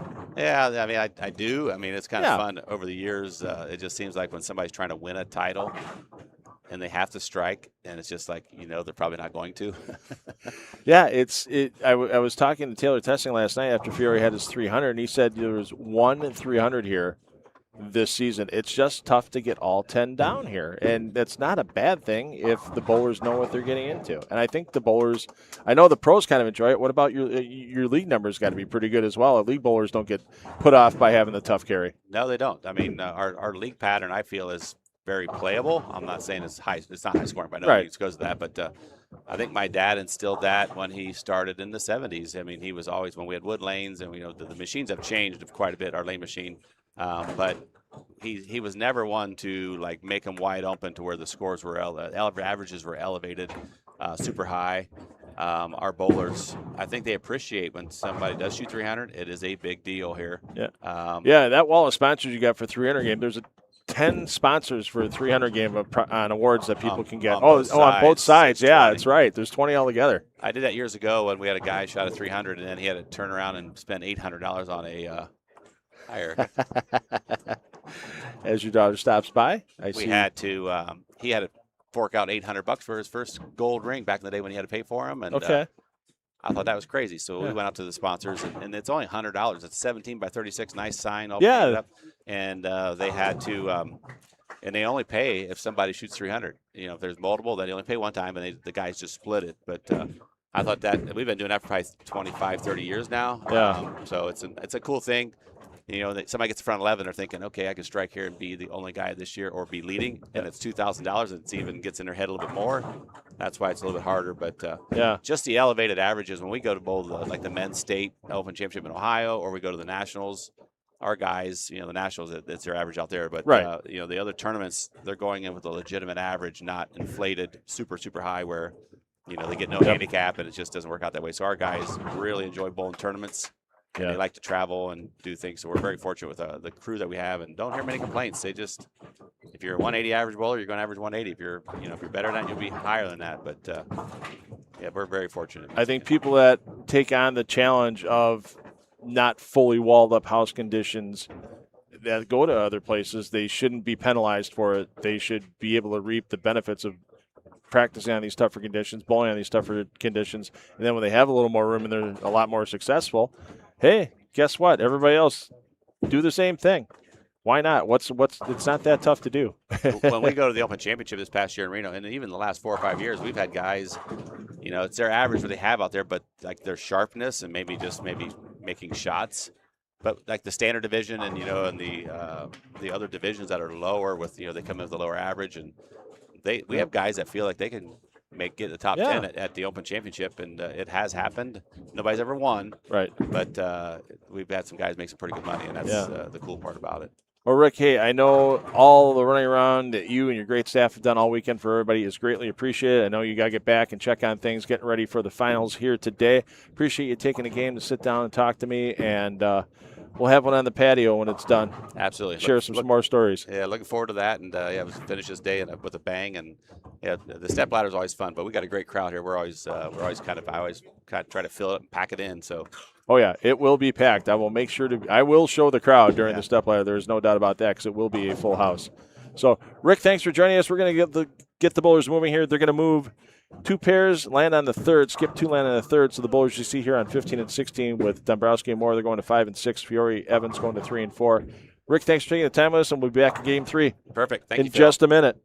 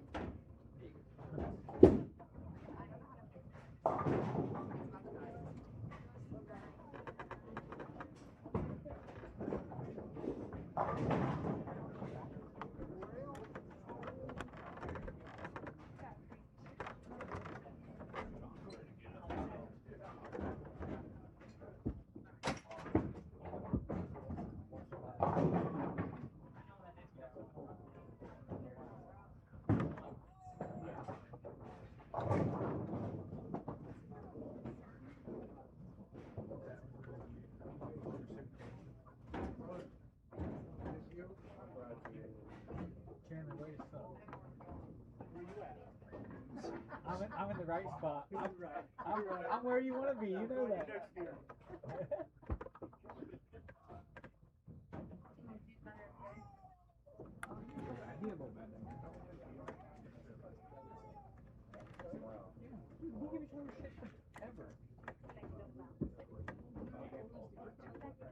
I don't bowl.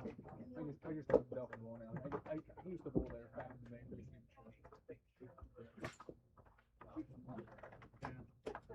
All right, we're going to stay here to start the coverage on our final game of this round of 16. Here on 5 through 8.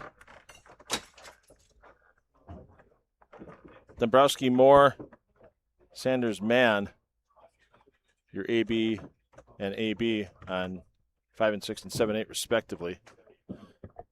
Starting this game 3. We'll get you a score update momentarily. The number after the first game of this round for 8th position as we're advancing the top 8 after this round. 13 games in total. That was Kai Evans at plus 123, and Evans had a pretty significant advantage.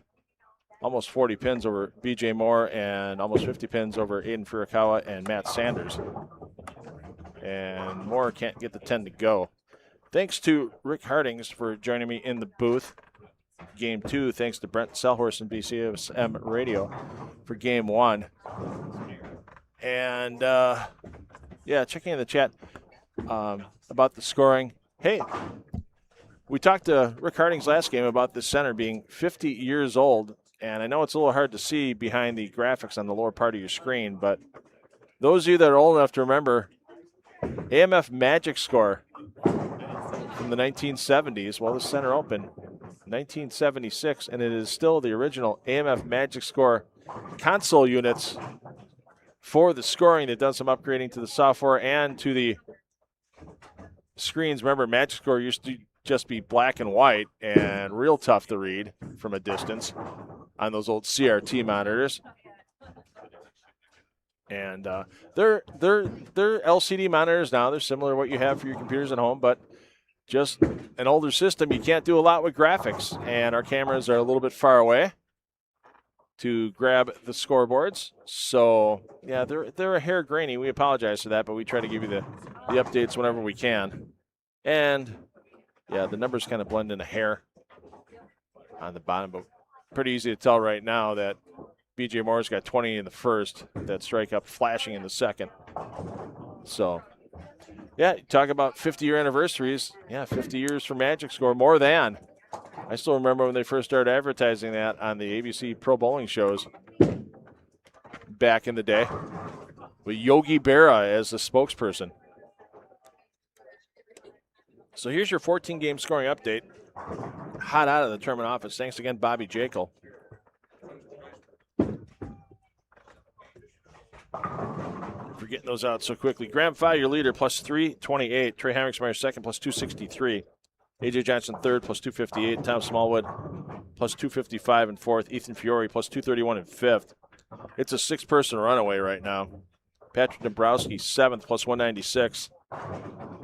And then you got to drop back almost 80 pins, actually 81 pins, to Kai Evans at plus 115. So everybody from sixth up, they're in. Jeff Mann having another solid block. 280 to start with, but then, whoops, 147 for Mann in the second game. Brings him right back to the field, and Mann is actually the number at this point in time at plus 94. BJ Moore just 7 pins behind. Hayden Hale 20 behind. Matt Sanders 26 behind. Chandler Stevens 37 behind. So we'll keep an eye on our players that are near the cut number.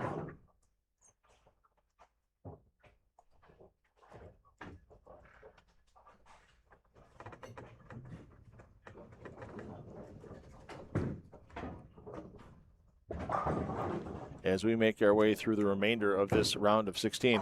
Once again, it'll be a short break. We're going to keep the streams active on the pair feeds and here in the Strike Central feed during that short break as we get all the scores verified. Our bowlers reassigned for the round of 8. And I'll let Bobby Jekyll know there's a scoring error. Thanks for bringing it up.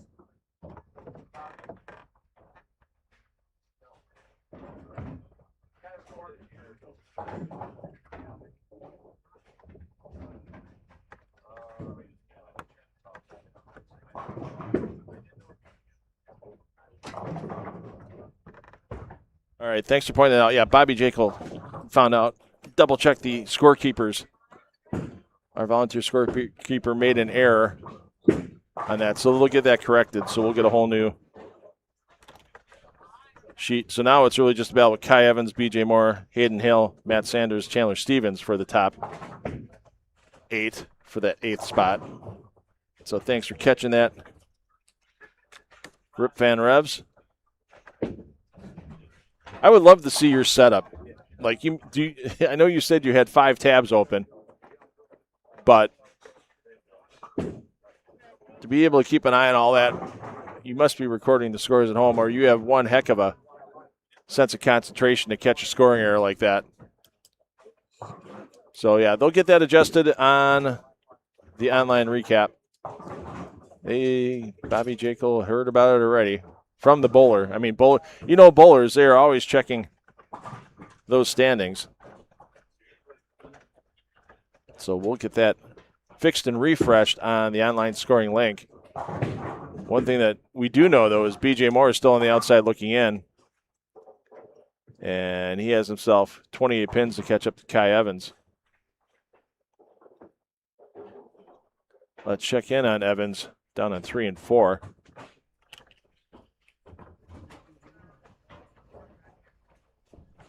You see Evans stepping up. Double spare to start. He knows BJ Moore is right next to him.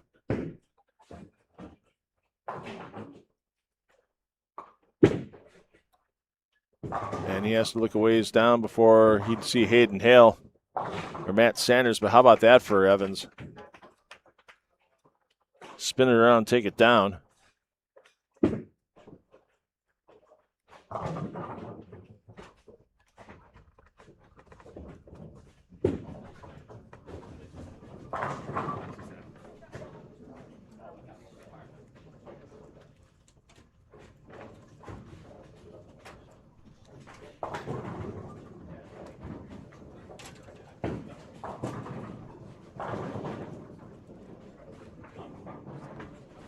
Fiore, as we mentioned earlier, advance out of this round, which he's going to do, and he is going to be your Brunswick Cup champion, regardless of what the other 4 players alive right now, with Hale, Fa, and Dombrowski.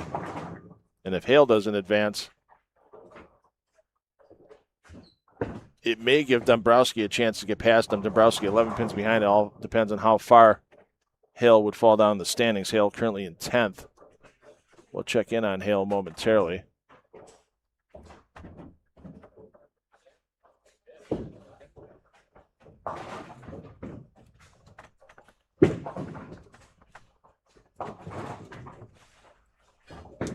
Errant shot there for Fiore. Fiore's battle is to try to get in the top 4 for the step ladder and then do some climbing. Matt Kuba, 59 out. And at how he's pacing, he's not going to have a chance to get there.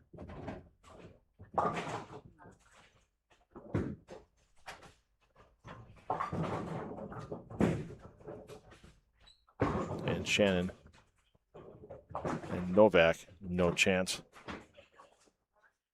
Hale looking for his first double of the game here in the 5th. Open frame in the 2nd. And a big break there after going high.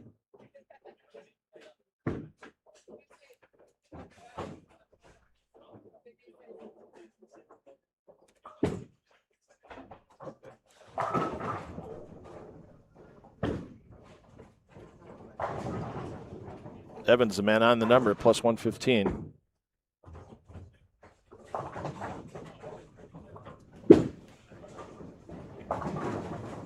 Ew, just can't get the 4 down. And pardon me, with a correction on the score, Evans actually now plus 124. So we've had a wholesale correction on the, and it happens, volunteer scorekeeper, they don't know the bowler or bowlers well enough, and it happens in these events. That's why Bobby Jake will double check scores. So here we go. So we got Evans at plus 124.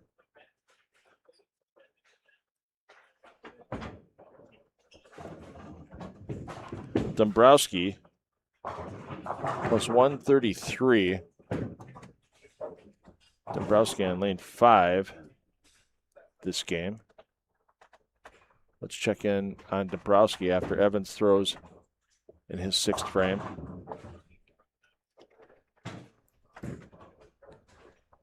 Everyone else from Mann, Smallwood, Heimersmeyer, Fiore, Johnson, and Fau way up there.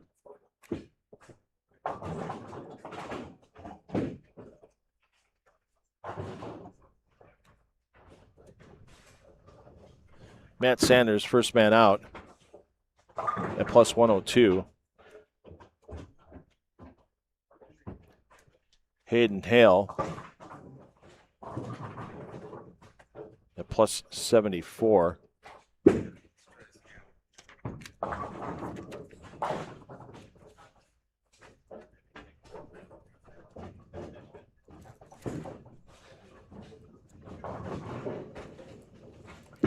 And Chandler Stevens on down. Yeah, they're not going to have a chance to get there.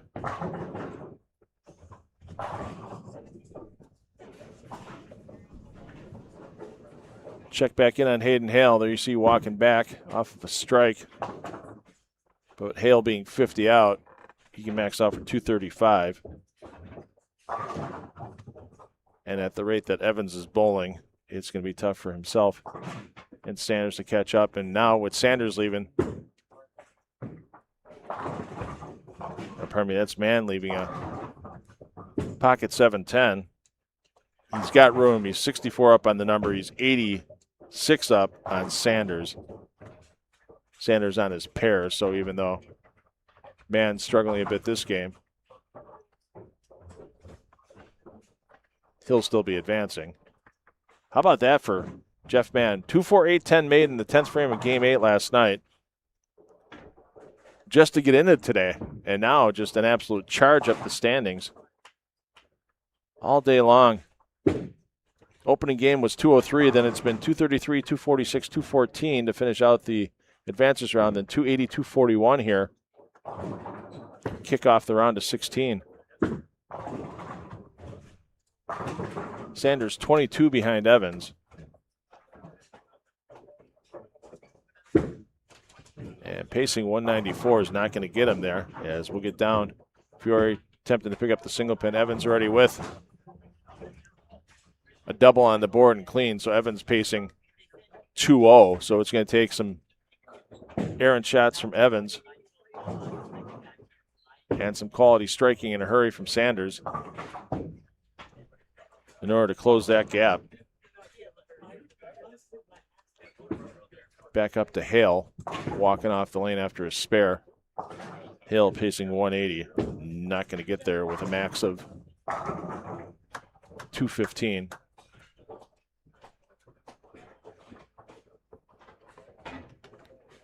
Dombrowski, Dutch through 7, and that's not a bad way to be. He's 31 up on Sanders right next to him, so he knows he has at least a 6-pin advantage through 7 frames, and now increase that as Sanders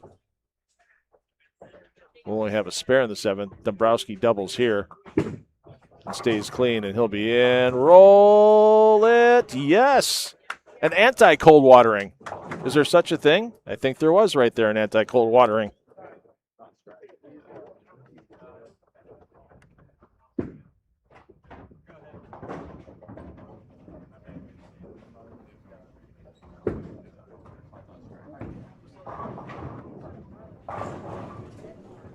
So Sanders with the spare, but he knows he's in trouble.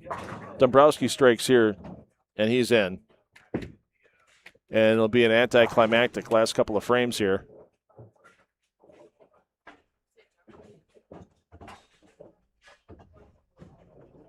In this round of 16. And the round of 8, it's starting to look like it's going to be a battle of 5 bowlers for 4 spots with the gaps that are developing on the score sheets. So once again, man, even though he's got a whopping 78 in the 6th, it's still going to have enough if he just fills frames. Still get to 158 for the game. He's only going to lose 40 to his plus. And he's 80. Yeah, he's 86 pins up on his lane mate there, so there's no way Matt Sanders is going to make that up.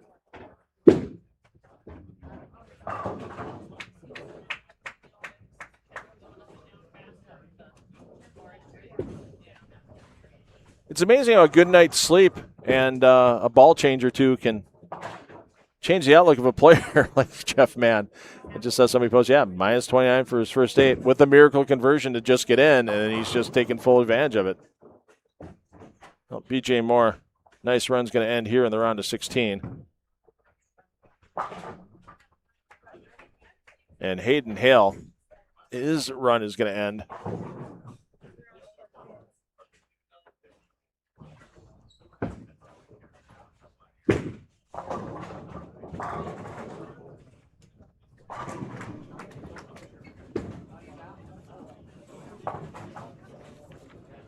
In this round of 16, but Hale should have enough points to finish 4th in the Brunswick Cup points list. Yeah, Sanders 223 only gets in the plus 125, and we'll go to Evans first because Evans can make it interesting if he opens again. Well, Sanders fired first. Sanders, wow. Stuffed 10 pin. Evans can't get the 7 to go. Evans needs to make this. And marking the 10th to make sure he advances over Sanders.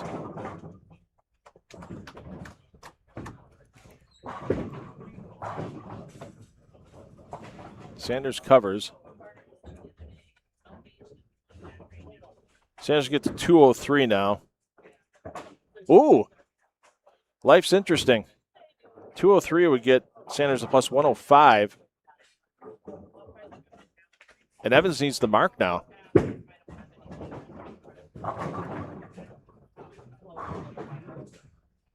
And good count. Evans needs to get to 182 to assure he advances. He's at 164.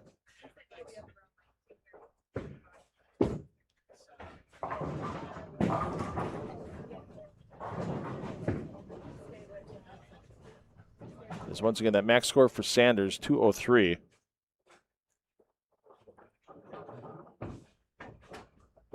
They put him plus 105.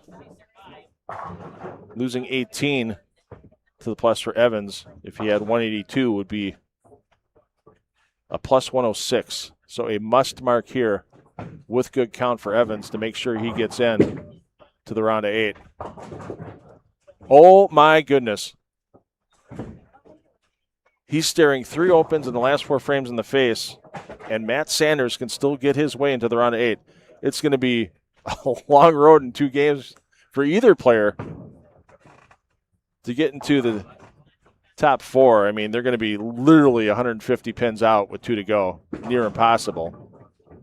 They're just going to try to improve their finishing positions. So 171. Evans loses 29. That leaves him at plus 95.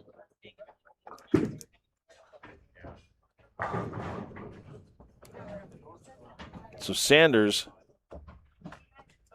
who shoots 193, if Sanders needs a strike on the first ball in the 10th. If Sanders goes strike spare,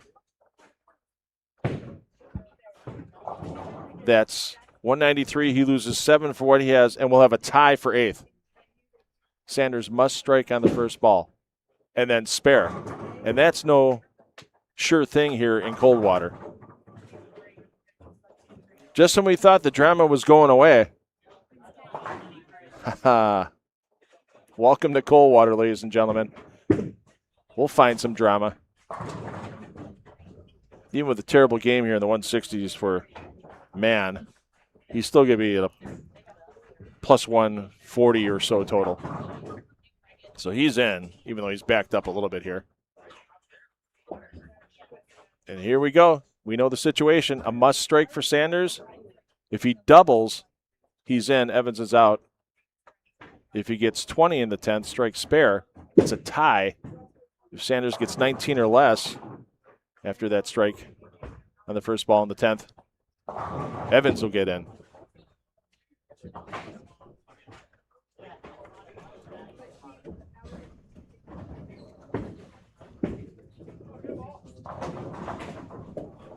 And the 10 stands. And Evans advances by the skin of his teeth.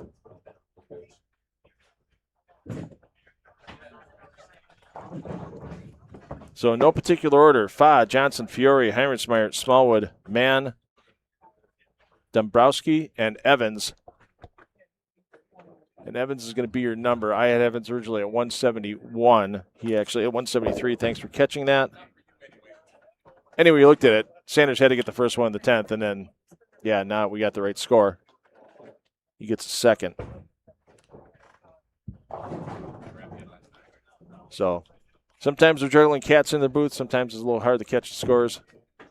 But thanks for catching that in the chat. It's appreciated. It'll be a little easier for us here in the round of 8. Now, we will have a bit of a break here in the round of 8 as the bowlers are going to be assigned their lanes. Bobby Jekyll will be catching the scores and verifying them once again. Unofficially, Hayden Hale will be 4th in the Brunswick Cup points list. And Ethan Fiore, with advancing in the top 8, will be your Brunswick Cup champion for $4,000. Now it's just a matter of between Graham Fa and Patrick Dombrowski. And I think at this point in time, Fa has an 11-point lead on Dombrowski. So full Brunswick Cup final will be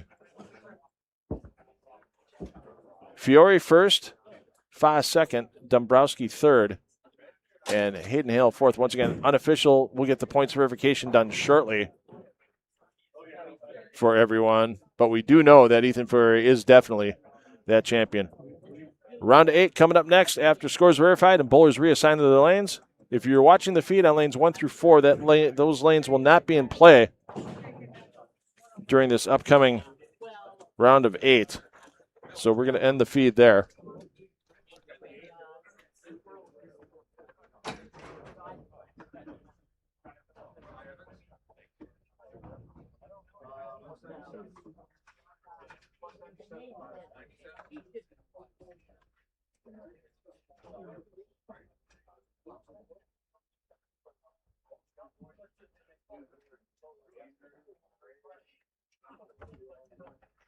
Okay, PBA players, that concludes your round of 16 three-game semis of 2026 PBA BowlerStore.com Central Classic.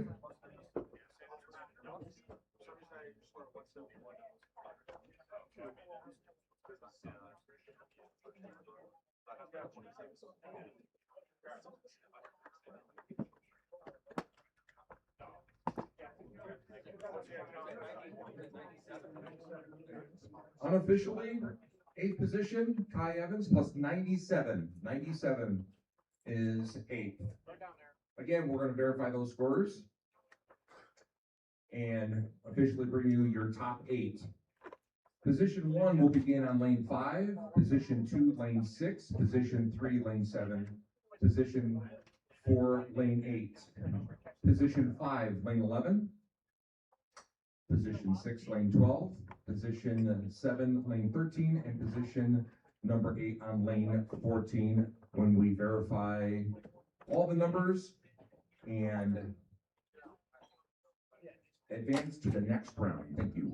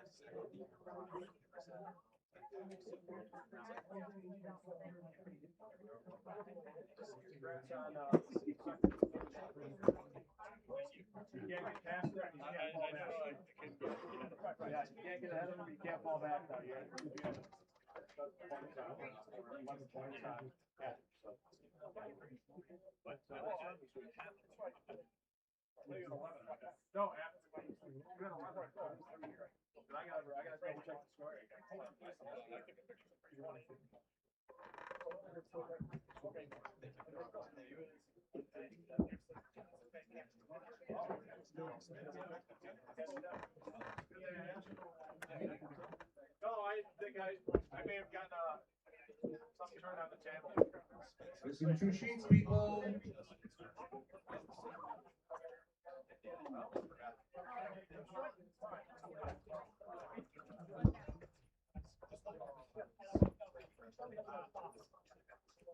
Crap. I had it before Patrick was up this round. That's what it was. So you're right.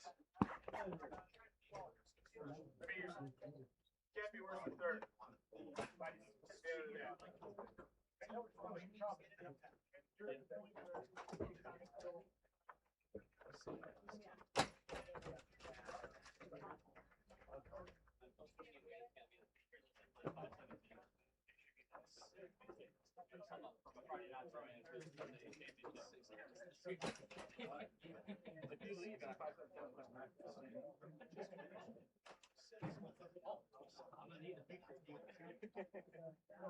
I'm the only one to take sugar.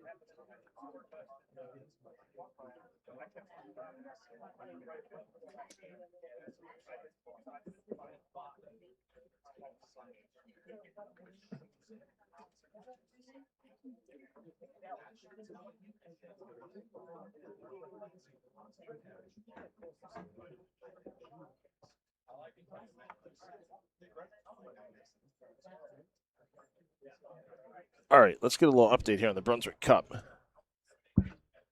Hayden Hale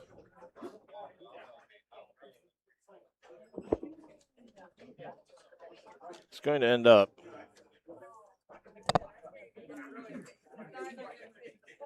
after having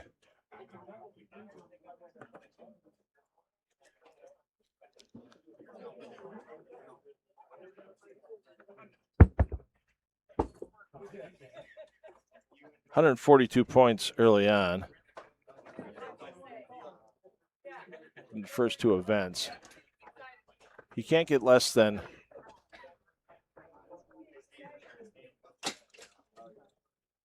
let's see, he'll get 85 points here.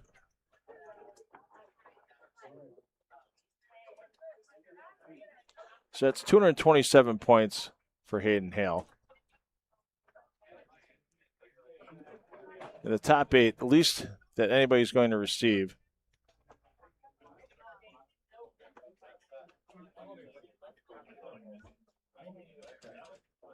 Actually, it's 86 points that Hale received, so 228 points.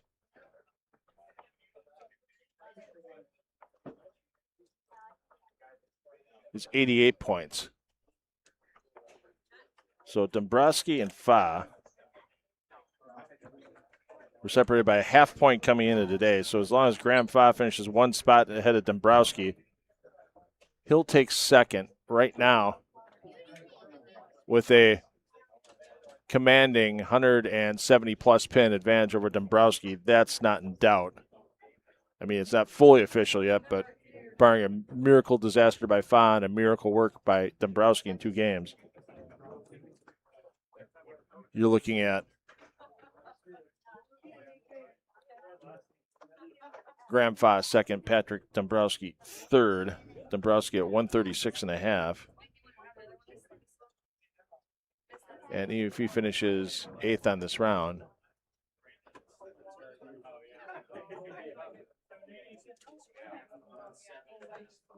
yeah, he needs to move up a little bit. Hayden Hale not necessarily in 4th place.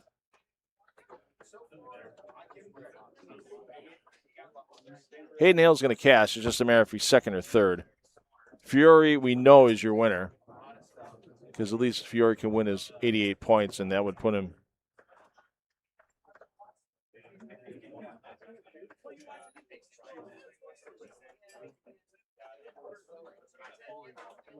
at 239.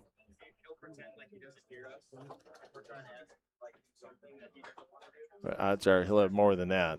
So even with a win,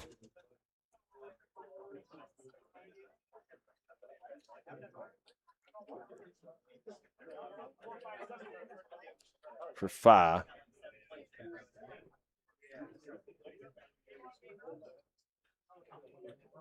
he would be short. He only have 232.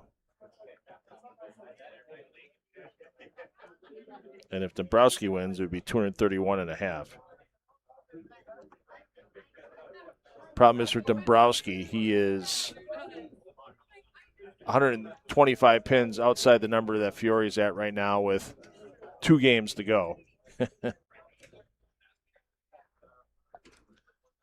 But if Dombrowski has to finish at least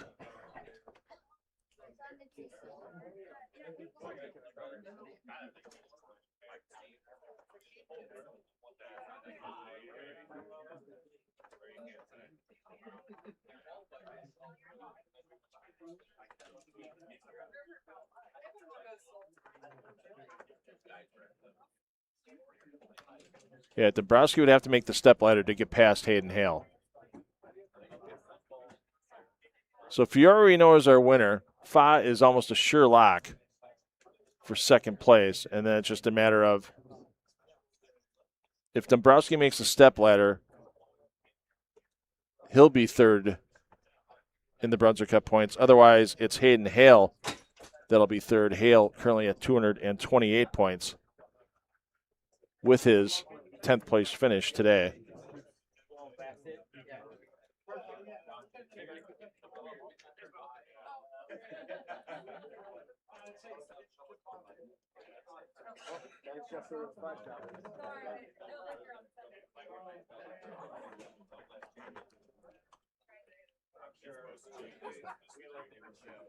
Hale ends up with a total of 228 points. That is a lock for a cash. As the next closest, even with E.J. Tackett missing the cut, shows you how dominant he was in the other 2 events. Tackett still finished 5th in the points list. as anybody that could have passed him, Sam DeWitt, Ethan McDonald, Brett Lloyd, Ethan McDonald, Lance Morris, are the players that could have passed him and did not do so.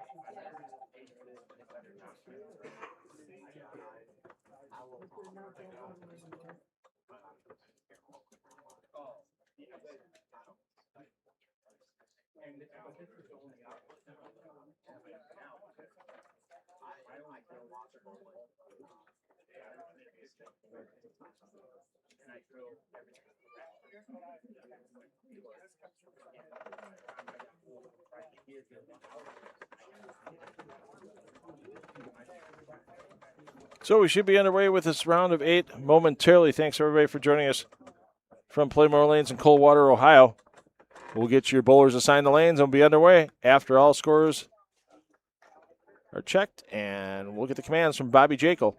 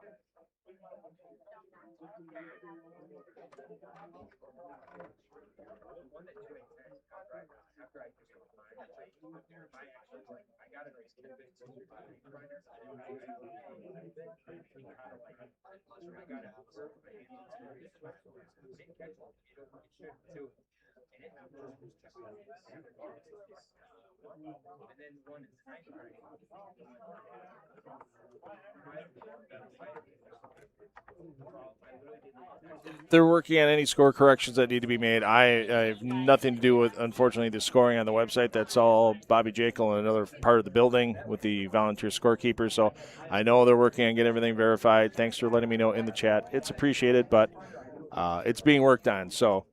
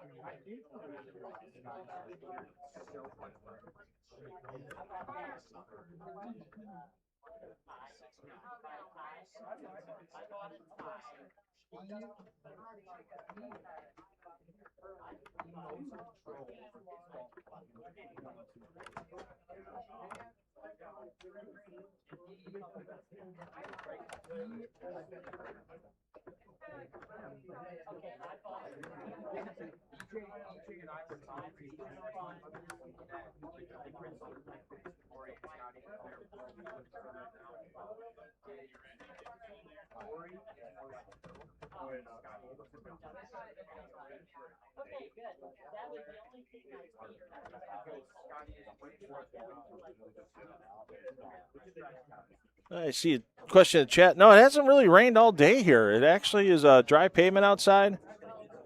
There's some dark clouds moving in, but not necessarily rain clouds, it looks like. Taking a peek out the entrance door here by lane 1.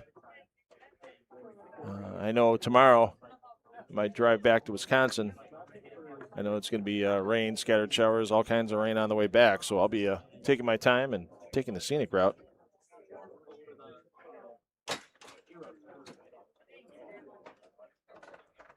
But rain or shine, there's always a crowd here for the stepladder finals, and that'll be starting.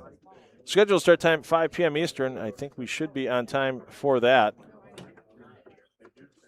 They'll reel the lanes at this time for the stepladder, or at that time for the stepladder. At this time, it's the remnants of what was applied for this Earl Anthony 42-foot pattern earlier today.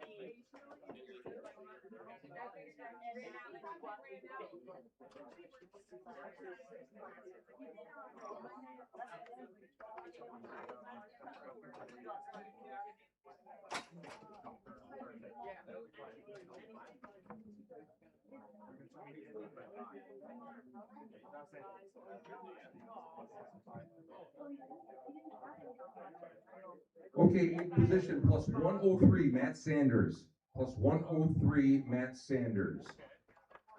Players finishing in 9th through 16th. I have your checks here at the counter.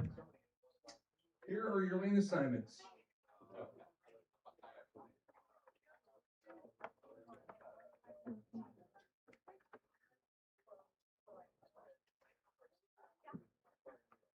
I think Matt left.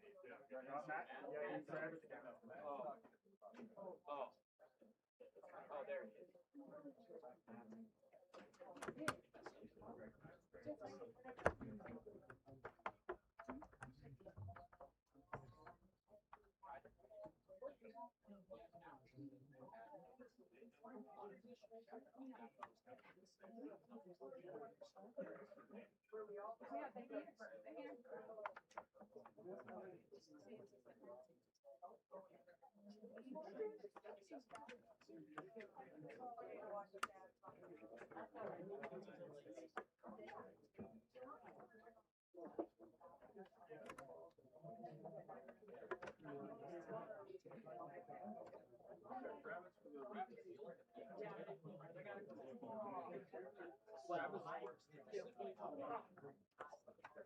Just said Travis up front.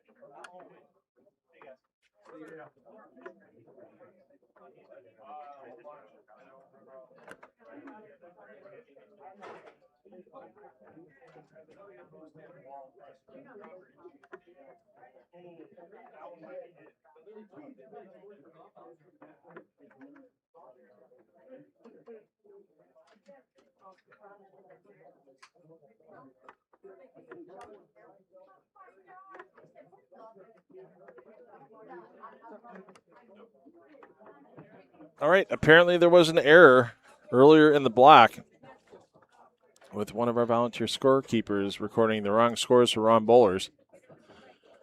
Again, sometimes it happens. And it is official now. They made the announcement. Matt Sanders at plus 103. Apparently earlier in the block they had him with a lower score than he achieved on one of his games.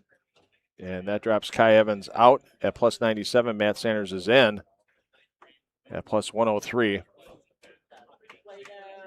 Hayden Hale ends up 10th, plus 77. BJ Moore 11th, plus 33. Isaiah Shannon plus 23 and 12th. Aiden Furukawa 13th at plus 11. Chandler Stevens minus 2. For 14th, Matt Kuba 15th minus 33. And Steve Novak falls back to minus 70.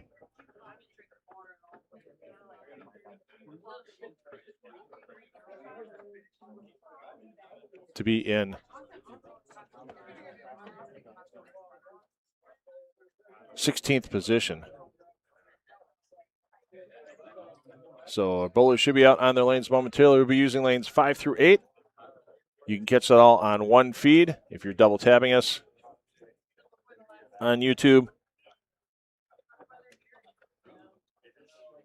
We'll have bowlers on 11 and 12 and on 13 and 14. So just one pair in play on each of those remaining feeds.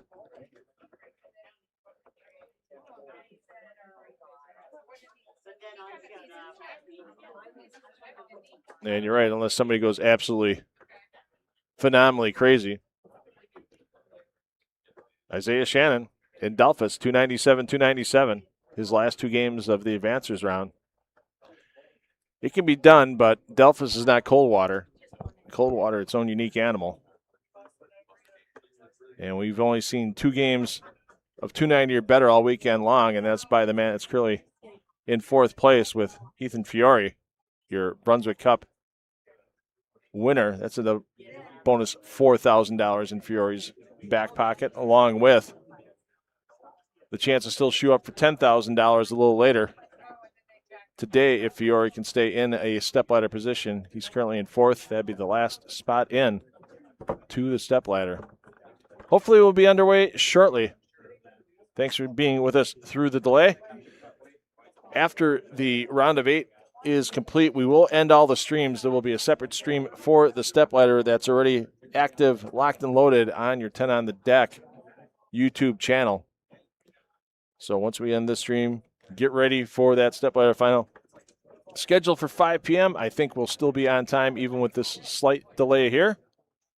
And we hope to be underway momentarily.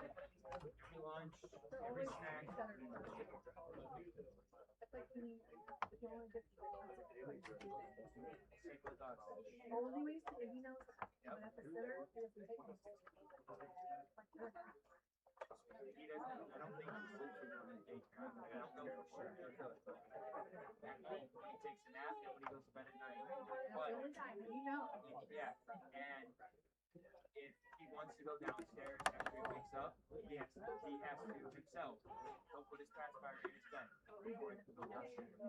I'm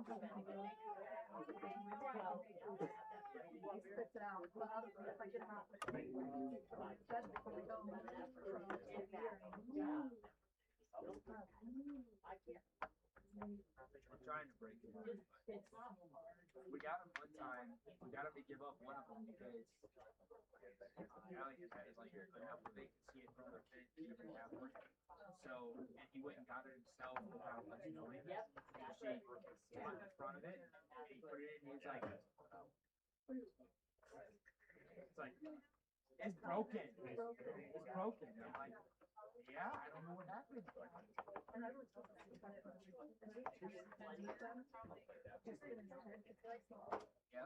My husband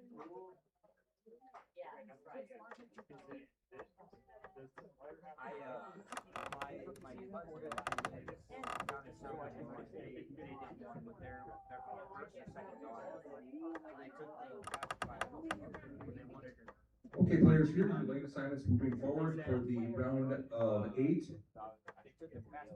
Lane 5, Graham Fa. Lane 6, A.J. Johnson. Lane 7, Tom Smallwood. Lane 8, Ethan Fiore.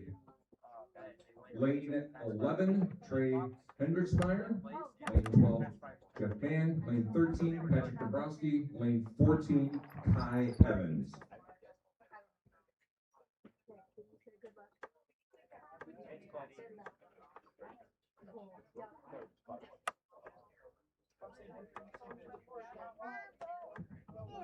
Matt Hayden, and Matt Sanders. Your checks are up here at the counter. Players, please report to your starting pair.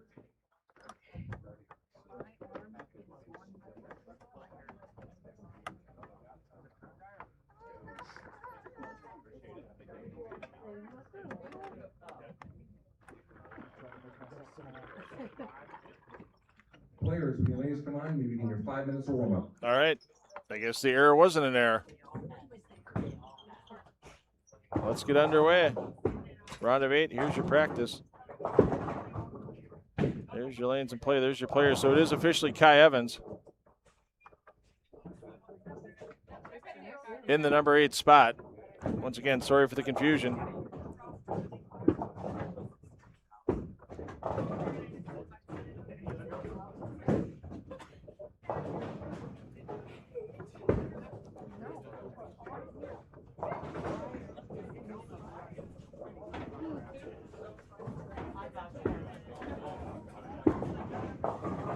And a little later today, this will be our championship pair lanes, 9 and 10 here in Coldwater.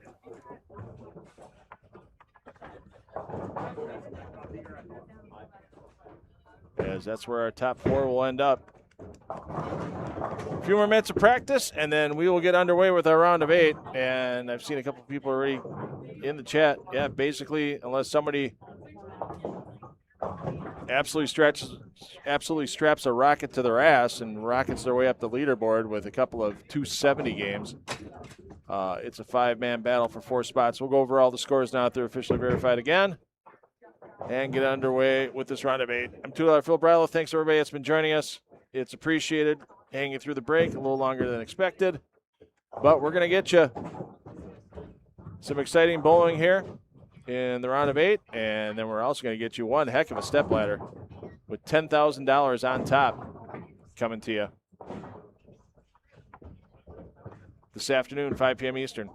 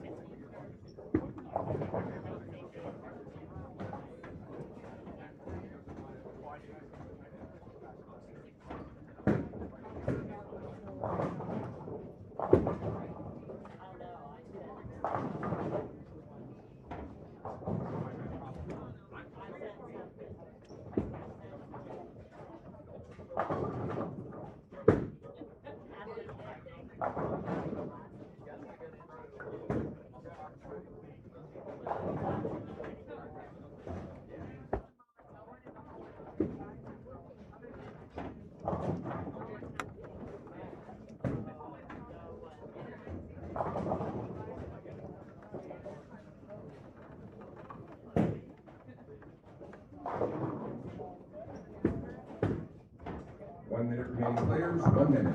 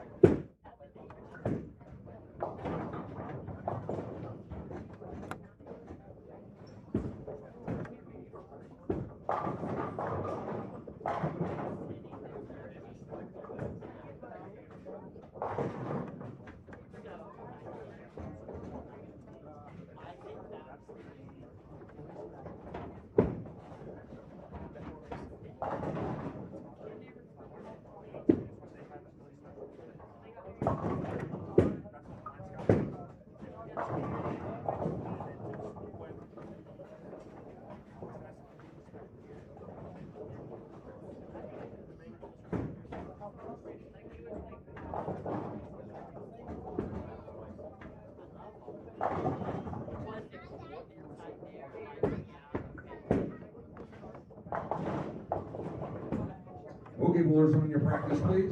Recycle those pin setters at the first ball cycle. Spectators and fans, a reminder, please turn off those cell phones.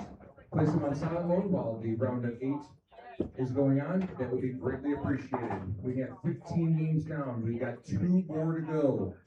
Pitfall is not dropped until the step ladder, so anything can happen in these 2 games. We'll go ahead and introduce unofficially our step ladder as soon as this round is completed, and we'll oil lanes, and we're going to begin that step ladder as close to 5 o'clock as possible. Okay, bowlers, when your arrows come up, any local racket pins in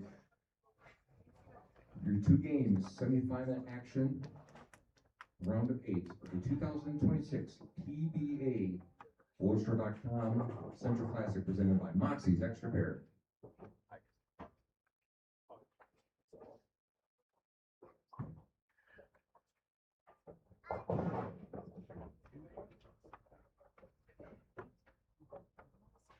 All right, let's set them up. Let's knock them down. Graham Fa, AJ Johnson, your bowlers, and 5 and 6. Fa, 38 pin advantage over Johnson, 332 the plus, 294 the plus for Johnson. Smallwood third, 17 pins behind AJ at plus 277. Just 3 pins behind that, Ethan Fiore plus 273. Up on 11 and 12, Trey Heinrichsmeyer and Jeff Mann. Heinrichsmeyer at plus 260, so only 13 out of a step ladder spot. Jeff Mann, though, a lot of work to do, 123 out at plus 150. Dombrowski plus 148, Evans plus 97 round out your action on 13 and 14. We'll check in on Heinrichsmeyer and Mann after a couple of frames.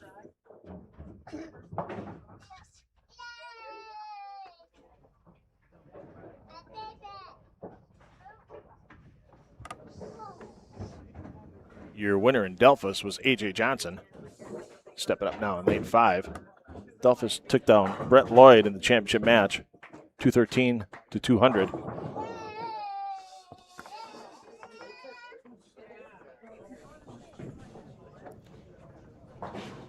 To take that title, A.J. missed the event in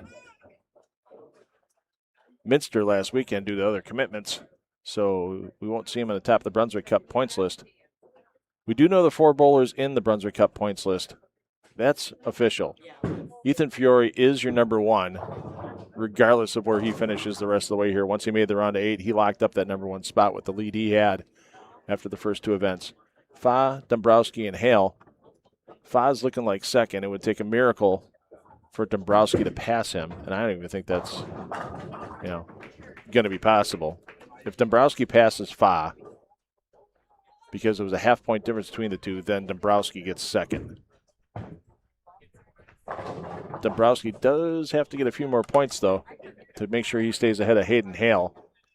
Dombrowski needs to finish 4th or better, otherwise Hayden Hale gets 3rd on the points list. Dombrowski gets 4th. So Dombrowski, as we said, he'd have to get in the stepladder and then win it. And Dombrowski right now is 112 back. Actually, 112 back. I mean, we can check in on him in a moment here as A.J. Johnson with the open. Well, Dombrowski, we got a foul for Kai Evans. Spare to start for Dombrowski.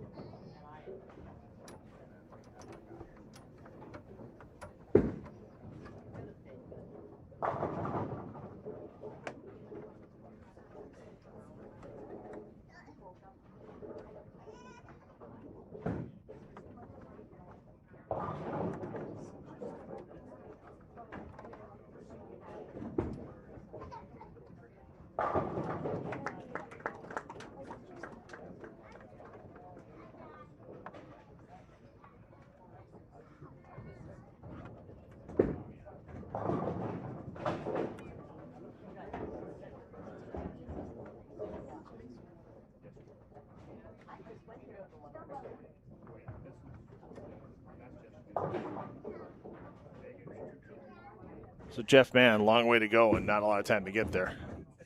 279 here, maybe an outside chance. Heinrichsmeyer, as we mentioned, he's your bowler A on your scoreboard on lane 11.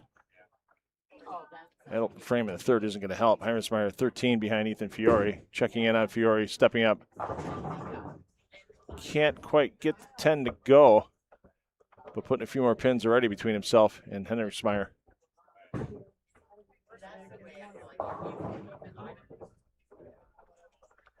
And far from a lock on the top spot.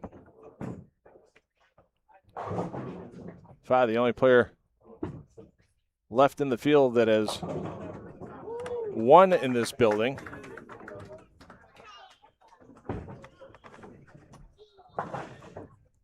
Did so in 2022.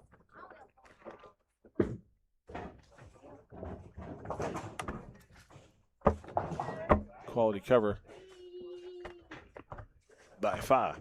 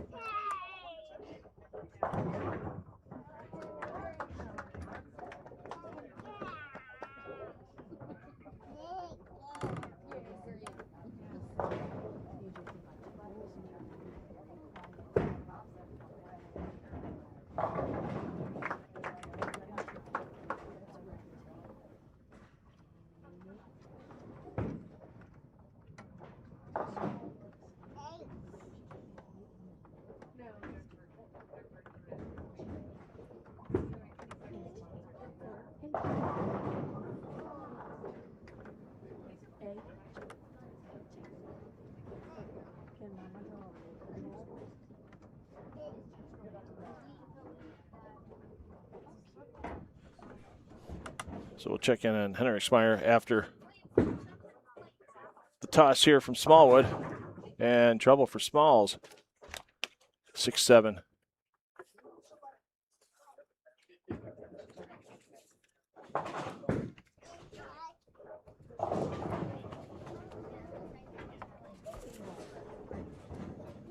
Trouble for Heinrichsmeyer. He's going to need to find something in a hurry.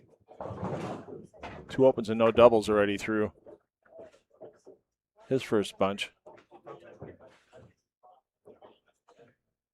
Let's check in on trouble here for Dombrowski. As you see a bunch on the end of the lane, so not looking like our bowlers in 6th and 7th are going to make a charge, but you know these bowlers have put that target right in the middle of Graham Fa's back.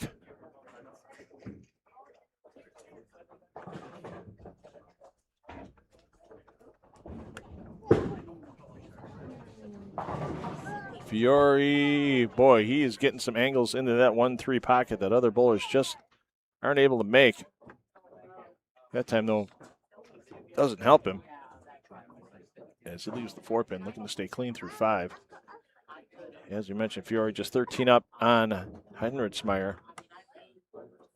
in the number 4 position for Fiore, but only 4 pins behind Smallwood and only 21 pins behind A.J. Johnson to try to get into the number 2 seed in the stepladder. Every position you bump yourself up is more guaranteed money. And one less win you're going to need to take home that $10,000 first place prize if you can take it all the way up the ladder.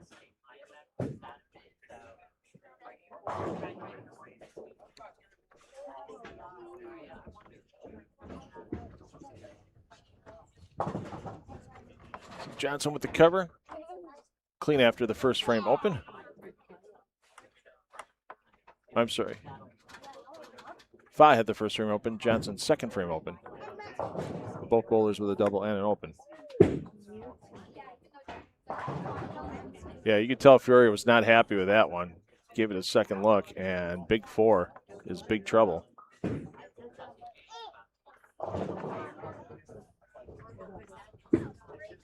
The good news for Fiore is Henriksmeyer hasn't found anything. Fa coming back a little bit now as he's staring another open frame in the face.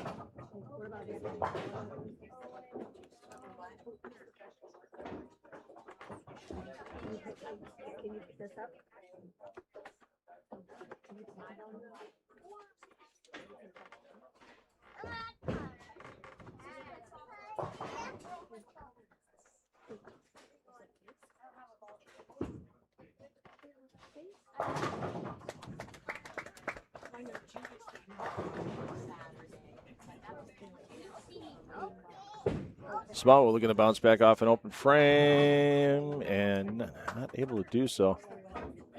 Henriksmeyer still going to be looking for a double even after this frame.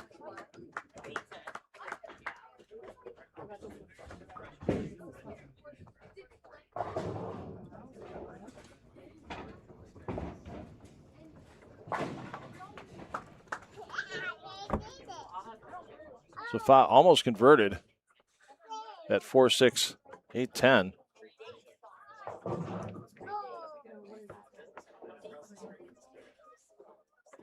But now maxing at 213.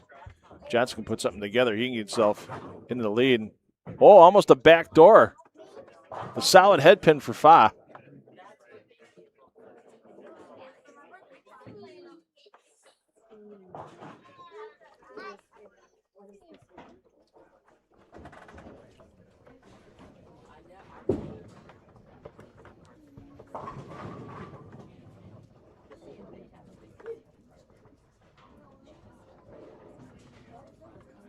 And Smalls, boy, these bowlers just can't get anything off and running here in this opening round of 8 game. Johnson, though, finally gets another double on the board, and he's cut into Fa's advantage, trying to hold on to that number 1 seed. Smalls looking at maxing at 2-0. 230 still possible for Fiore, 232. Graham Fa 1 for 1 on head pins for their spare conversion here at the bowlerstar.com Central Classic presented by Moxy's Xtra Pair. And Henriksmeyer just fired in the 8th frame, and 10-pin prevents him from getting a double, and it's starting to look a little bit tougher for Henriksmeyer to make the stepladder 2nd year in a row.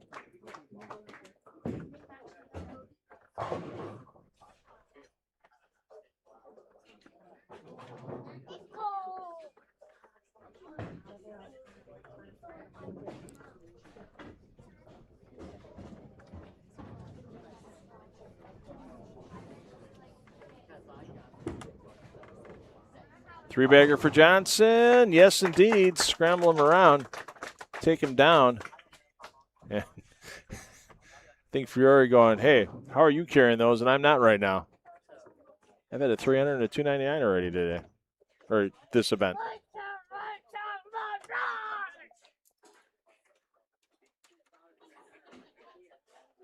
Pardon the little monster there, as he's kind of thrown the whole low end off.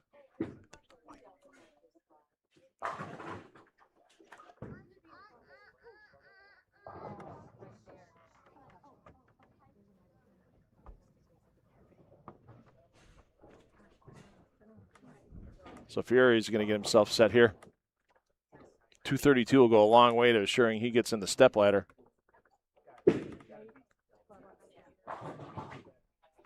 And the 10 pin says not this time. I don't know what weight Smallwood is throwing if he gets to the step ladder. I'll ask him during the break. Honestly, I haven't had a chance to cover a lot of these regional events this year. This is only my fourth one. One of those being a senior event, so I really haven't had a chance to converse with the players last weekend and this, just because 3 squads a day and all the technical stuff that goes into the live streaming kind of keeps me tied up to the booth here, as I am your one-man production crew, your one-man announce crew, your one-man camera crew, and your one-man snack crew.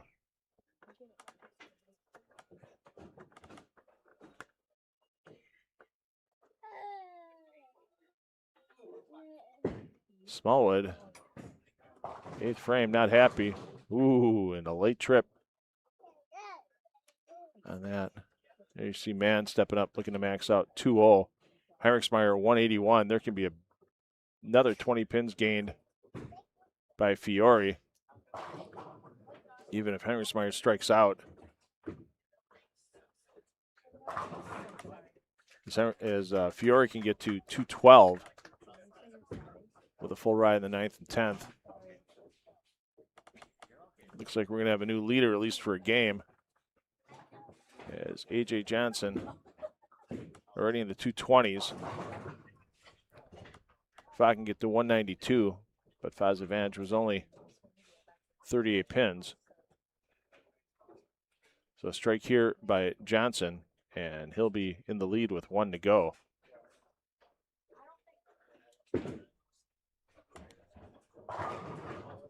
And Smallwood, Aaron shot in the 8th on the spare attempt.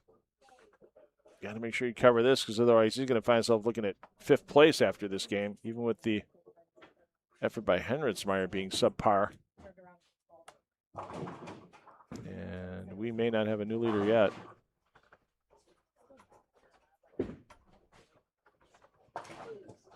Smallwood's going to peak out here at 168. There you see, man, yeah, he's just going to not have enough to get there. Same for Dombrowski and Evans. So we're going to focus on our top 5 the rest of the way out.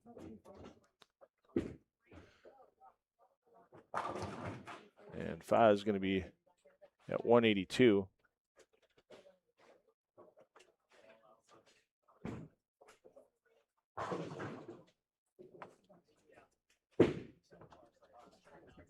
So we'll have a new leader with A.J. Johnson, but by less than a mark. We're going to cut to Heinrichsmeyer. We'll give you the radio call on A.J.'s fill ball. And Heinrichsmeyer gets them all to go. So, yeah, 181 here is going to be huge, as Heinrichsmeyer was only 17 behind Smallwood coming into this game. Smallwood's going to drop to 5th.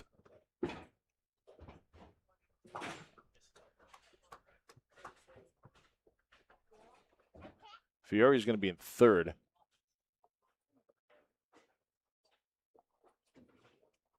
As he doesn't have enough to catch up to Fa right now. But he's going to be right on Fa's tail, depending on the results of the 10th frame. There you go. Using loft effectively is Fiore. Oh, a big break there for Trey on the crossover, so he'll be in the 180s. So your bowlers are going to flip-flop sides here. So the bowlers you see on 5 through 8 going to run down to 11 through 14. And vice versa. We're going to get a little housekeeping done. We'll be back with your 16-game score update and get you ready for that stepladder happening 5 p.m. Eastern time. That scheduled start time for the stepladder.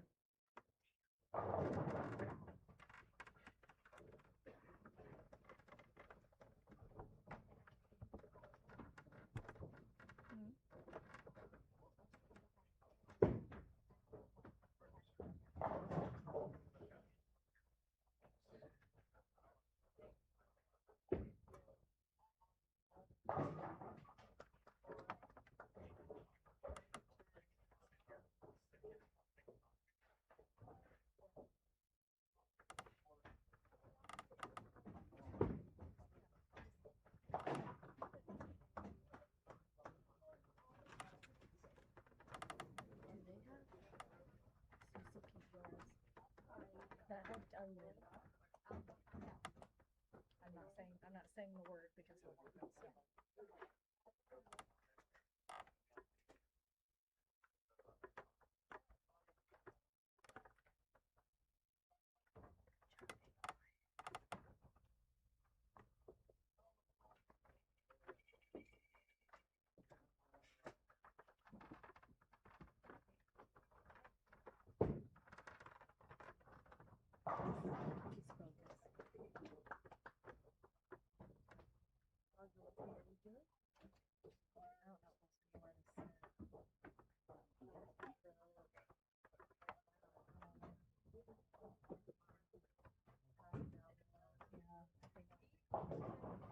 he's calm, so I might just keep him right here.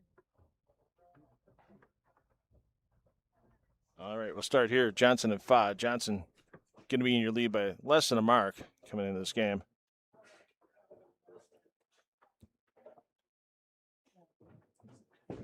We'll keep an eye on Henriksmeyer as he's moved up to 5 and 6. And of course, Smallwood struggles ending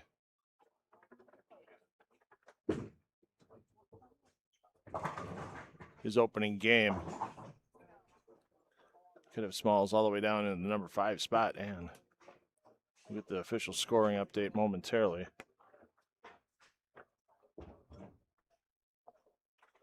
And $2 for Brawler taking you through the day here in Coldwater.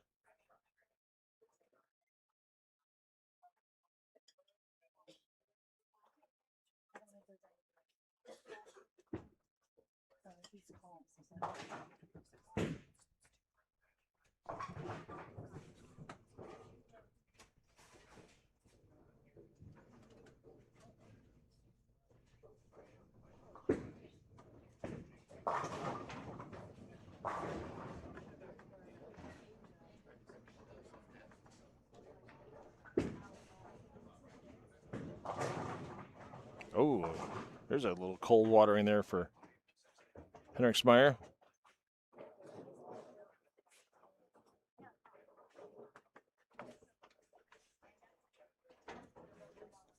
Down to Johnson. So Johnson is your leader by 2 pins over 5, plus 316 to plus 314.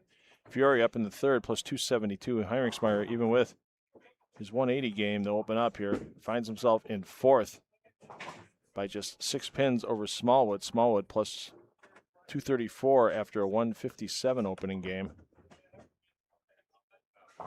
Yeah, it would take a miracle for Jeff Mann. It's basically going to take 300 for Jeff Mann to have any chance to even have a sniff at the stepladder. He's on the same pair with Henriksmeyer, so we'll keep an eye on him because 300s can happen even in Coldwater. And Johnson, boy, when you're staring at that spare a second time after the ball's released your hand, that's not having some confidence in the spare game. Slow roll doesn't take the 10. Thanks, Bobby Jekyll. You've been a hell of a man all week long. Appreciate everything Bobby does for us here in the booth.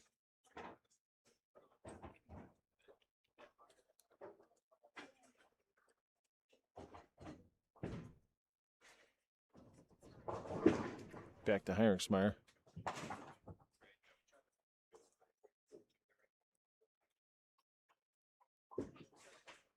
Dombrowski's sitting back. He's in the bottom spot, plus 112. That's not going to help. And now Graham Foss staring at a mess at the end of the lane.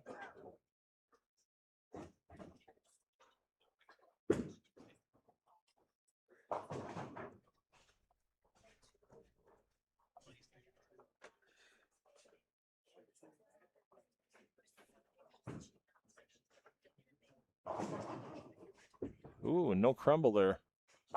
Johnson with 4-8 remaining.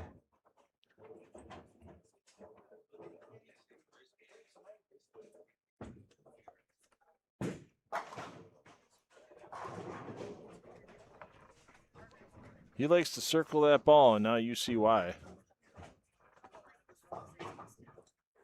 It's Fa open frame after the opening double. Good news for him currently is he's still a couple pins up on A.J. Johnson. Fa needs to beat Johnson by 3, and then, of course, keep the rest of the field behind in order to hold on to the top spot for the stepladder. No match play in this event. It's been straight pinfall all the way through for those of you joining us late. Cover made by Johnson. There you see Fiore creeping into your picture. Barely in the left edge here on lane 13. He is so far. He's actually sliding in the right gutter on lane 12 with the big wheel he's tossing at the moment.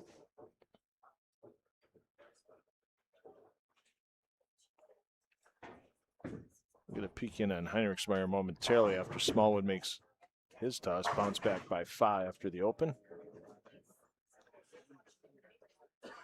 Smallwood 6 behind Heinrichsmeyer. 38 behind Fiore in third. And he's just looking to try to get into a stepladder spot here. As Fa 80 up, Johnson 82 up on Smallwood. So getting a 3-4 match to open the stepladder and then run it is the goal for Smallwood at the moment. Johnson kicks that 10 down. Heinrichsmeyer can't get the corners to go at a very inopportune time. Smalls walks off after converting the spare.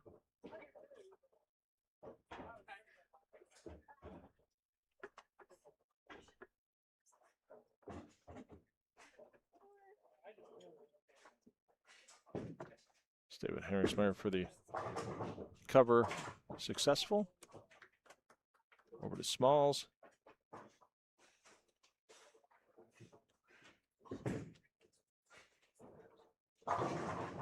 All 10 go. Don't count Fiore out yet for making the number 1 spot in the stepladder.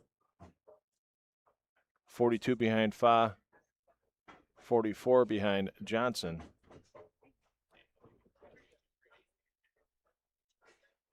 But Fa's going to have to slow down, and Fiore's going to have to keep striking for that to happen.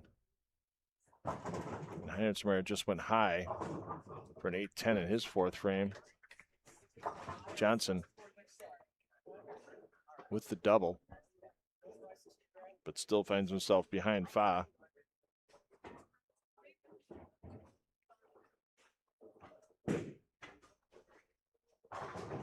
And Fiore making the run. When he's been striking, it's been in bunches. So Heinrichsmeyer starts with 4 spares, trying to hold off Smallwood.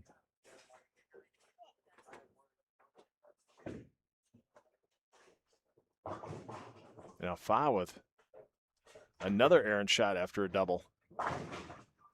And Johnson with a strike here can get himself right back in. The Lewis P. Stein system is bowling scoring, adopted by the ABC in 1895.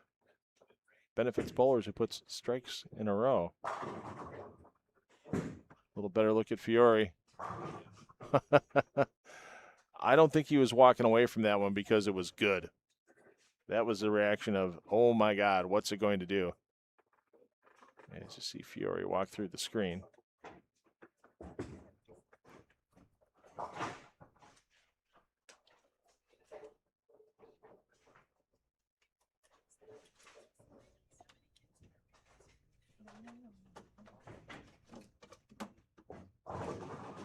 And the string ends for Johnson at dos. And he's going to be shooting at dos with the 2-8. Smallwood looking for that double. Oh, wow. Oof. The 8 stands and the 10 was the last to actually fall. Interesting, I guess you can say, lack of reaction.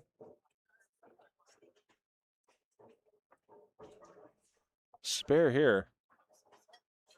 And Johnson keeps himself in the lead, and he only gets 1. And now Graham Fa back in the lead of the tournament. 2-pin disadvantage coming into the game for Fa. Now he finds himself up by 4 pins with 4 frames remaining in this round of 8.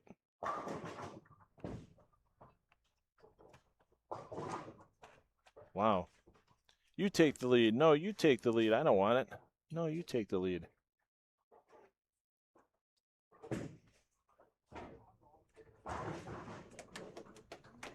Smallwood struck on that attempt, as you saw in lane 13. And the problems keep staying on the lane for Heinrichsmeyer, and those problems being single pins. 4 single pins, this time a solid 9 in his first 5 frames.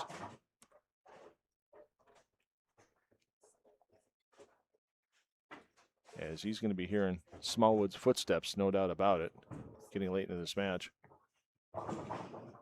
Well, you leave a 6 count, I'll leave a 6 count. This is just going to show how tough late in these blocks these lanes here in Coldwater can be.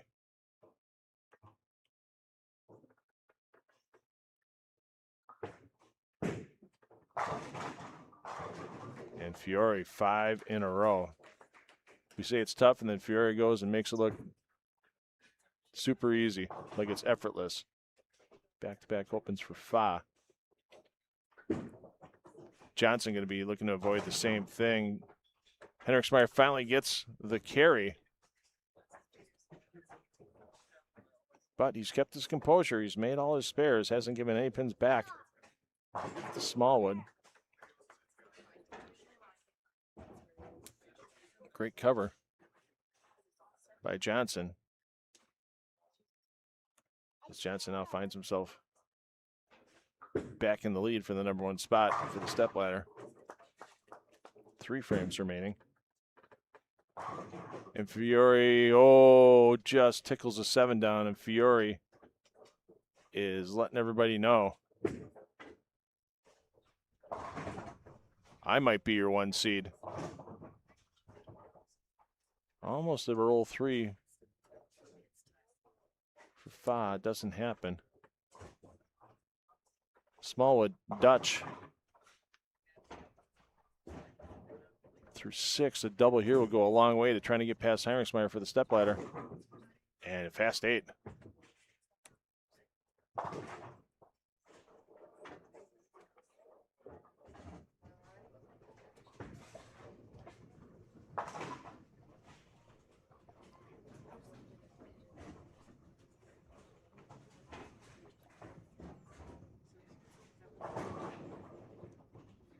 Wow.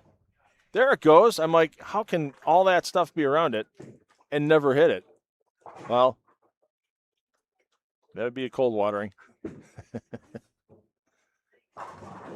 You just see some things here, sometimes at pinfall, you just don't see anywhere else in the bowling world. It's part of the charm of this place for a guy like me. It's part of the frustration. And why I call it the house of misery for players like Tom Smallwood, because you just never know when misery is going to appear.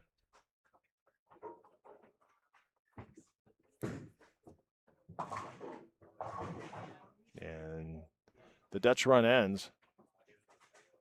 Staying clean. A necessity for Smallwood. As Heinrichsmeyer is going to be working on a strike. He's going to be stepping up shortly. On lane 6. looking to double and keep Smallwood in the rearview mirror for now. There's the cover. Henriksmeyer looking for the double. Oh, and a crossover. They say breaks even out. Let's see if he can parlay that and really put the pain to Smallwood.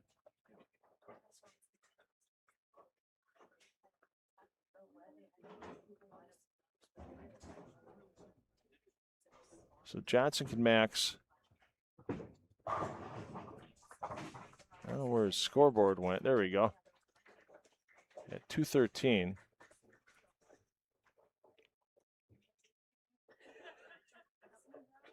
But he cannot prevent Fiore from passing him if Fiore just keeps striking. Just like that. Henriksmeyer trying to secure himself in the step ladder. Parlays the crossover. We know Fa is in, but we know Fa will no longer be the #1 seed.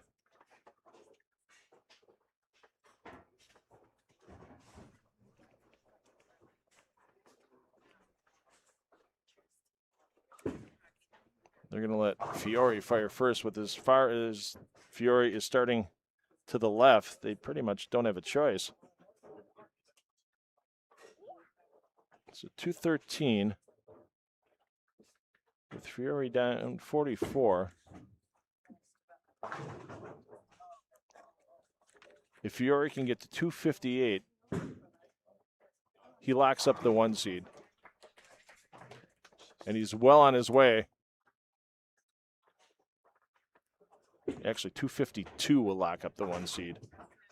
No, 258. It is 258.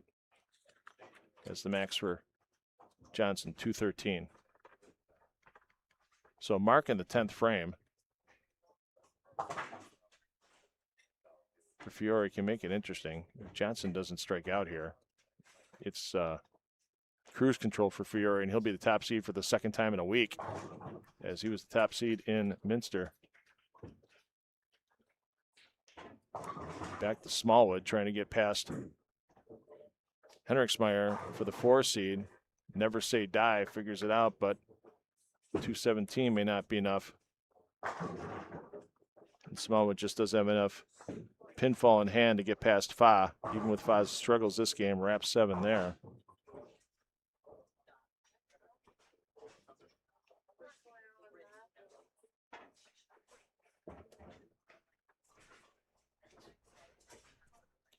Henriksmeyer stepping up. Smallwood stepping up. Henriksmeyer 9th frame. Smallwood 10th frame. Henriksmeyer gets 6. Smalls needs this one. Oh, and a flat 10. It'll max at 197.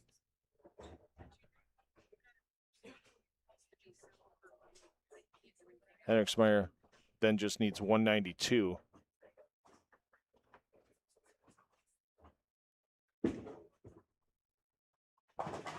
Henriksmeyer gets the spare, so Henriksmeyer. Oh, that makes the road a hair bit easier for Fiore to get the top seed.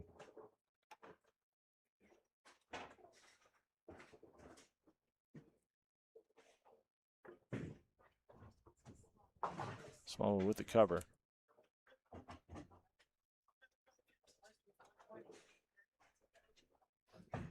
So Johnson with the cover would be plus 318 total.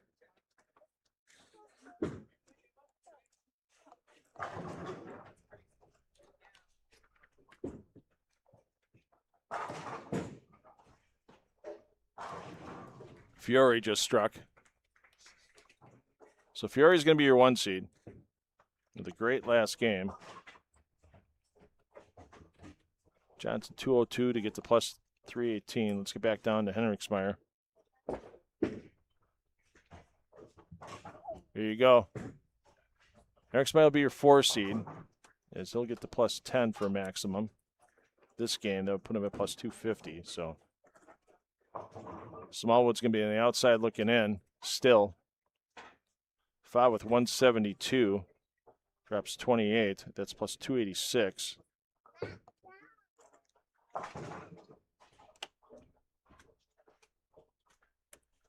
And let's show you as Fiore going for 279. There's your number 1 seed in the stepladder. So, fully unofficial. Harricksmeyer, your number 4 seed, will open up against Graham Fa. AJ Johnson waiting in the wings as the 2 seed, your top seed for the second time in a week. Ethan Fiore. What a great finish by Fiore to jump from 3rd to 1st in this final game. We are going to get to our stepladder finals here from Coldwater, Ohio. There is your championship pair. You're going to see the stepladder on momentarily. Once again, we'll be back at 5 p.m. Eastern Time for that stepladder finals. Thanks, everybody, for joining us here from Pla-Mor Lanes in Coldwater, Ohio for this BowlerStore.com Central Classic presented by Moxy's Xtra Pair. We'll have our bowlers march out the lanes 9 and 10 for the official announcement of the standings for the stepladder, and we'll see you back at 5 p.m. Eastern.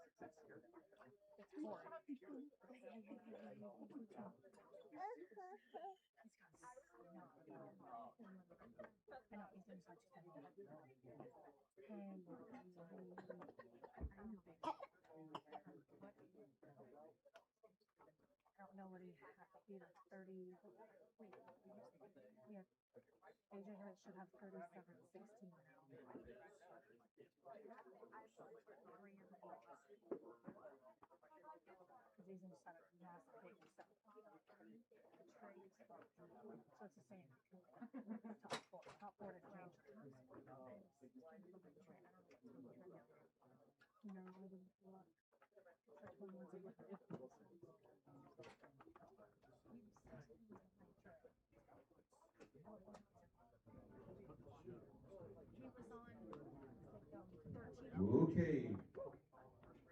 Officially, let's meet your stepladder.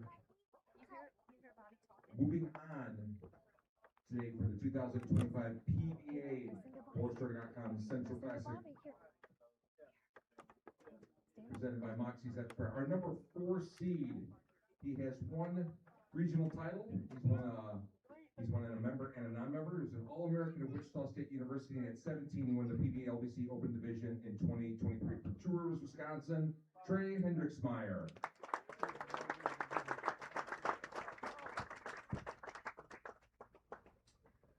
His opponent will face a 3-time PBA champion with 1 major, 5-time Central Region Player of the Year, member of Team Canada, and he won here in Coldwater in 2022 from Urbana, Ohio, Graham Fa.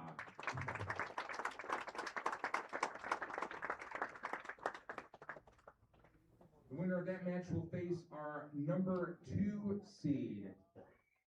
13-time champion, regional champion, 1-time national champion, won the Storm Lucky Larson Masters in 2023. Won Delphus a few days ago. He's from Kenosha, Wisconsin. AJ Johnson.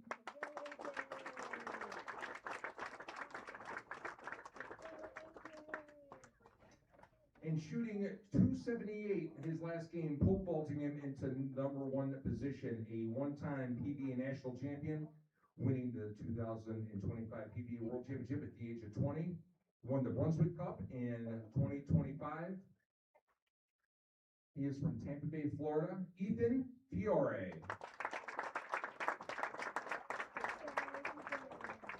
Okay, Coldwater, that is your lineup. We're gonna go ahead and oil some lanes.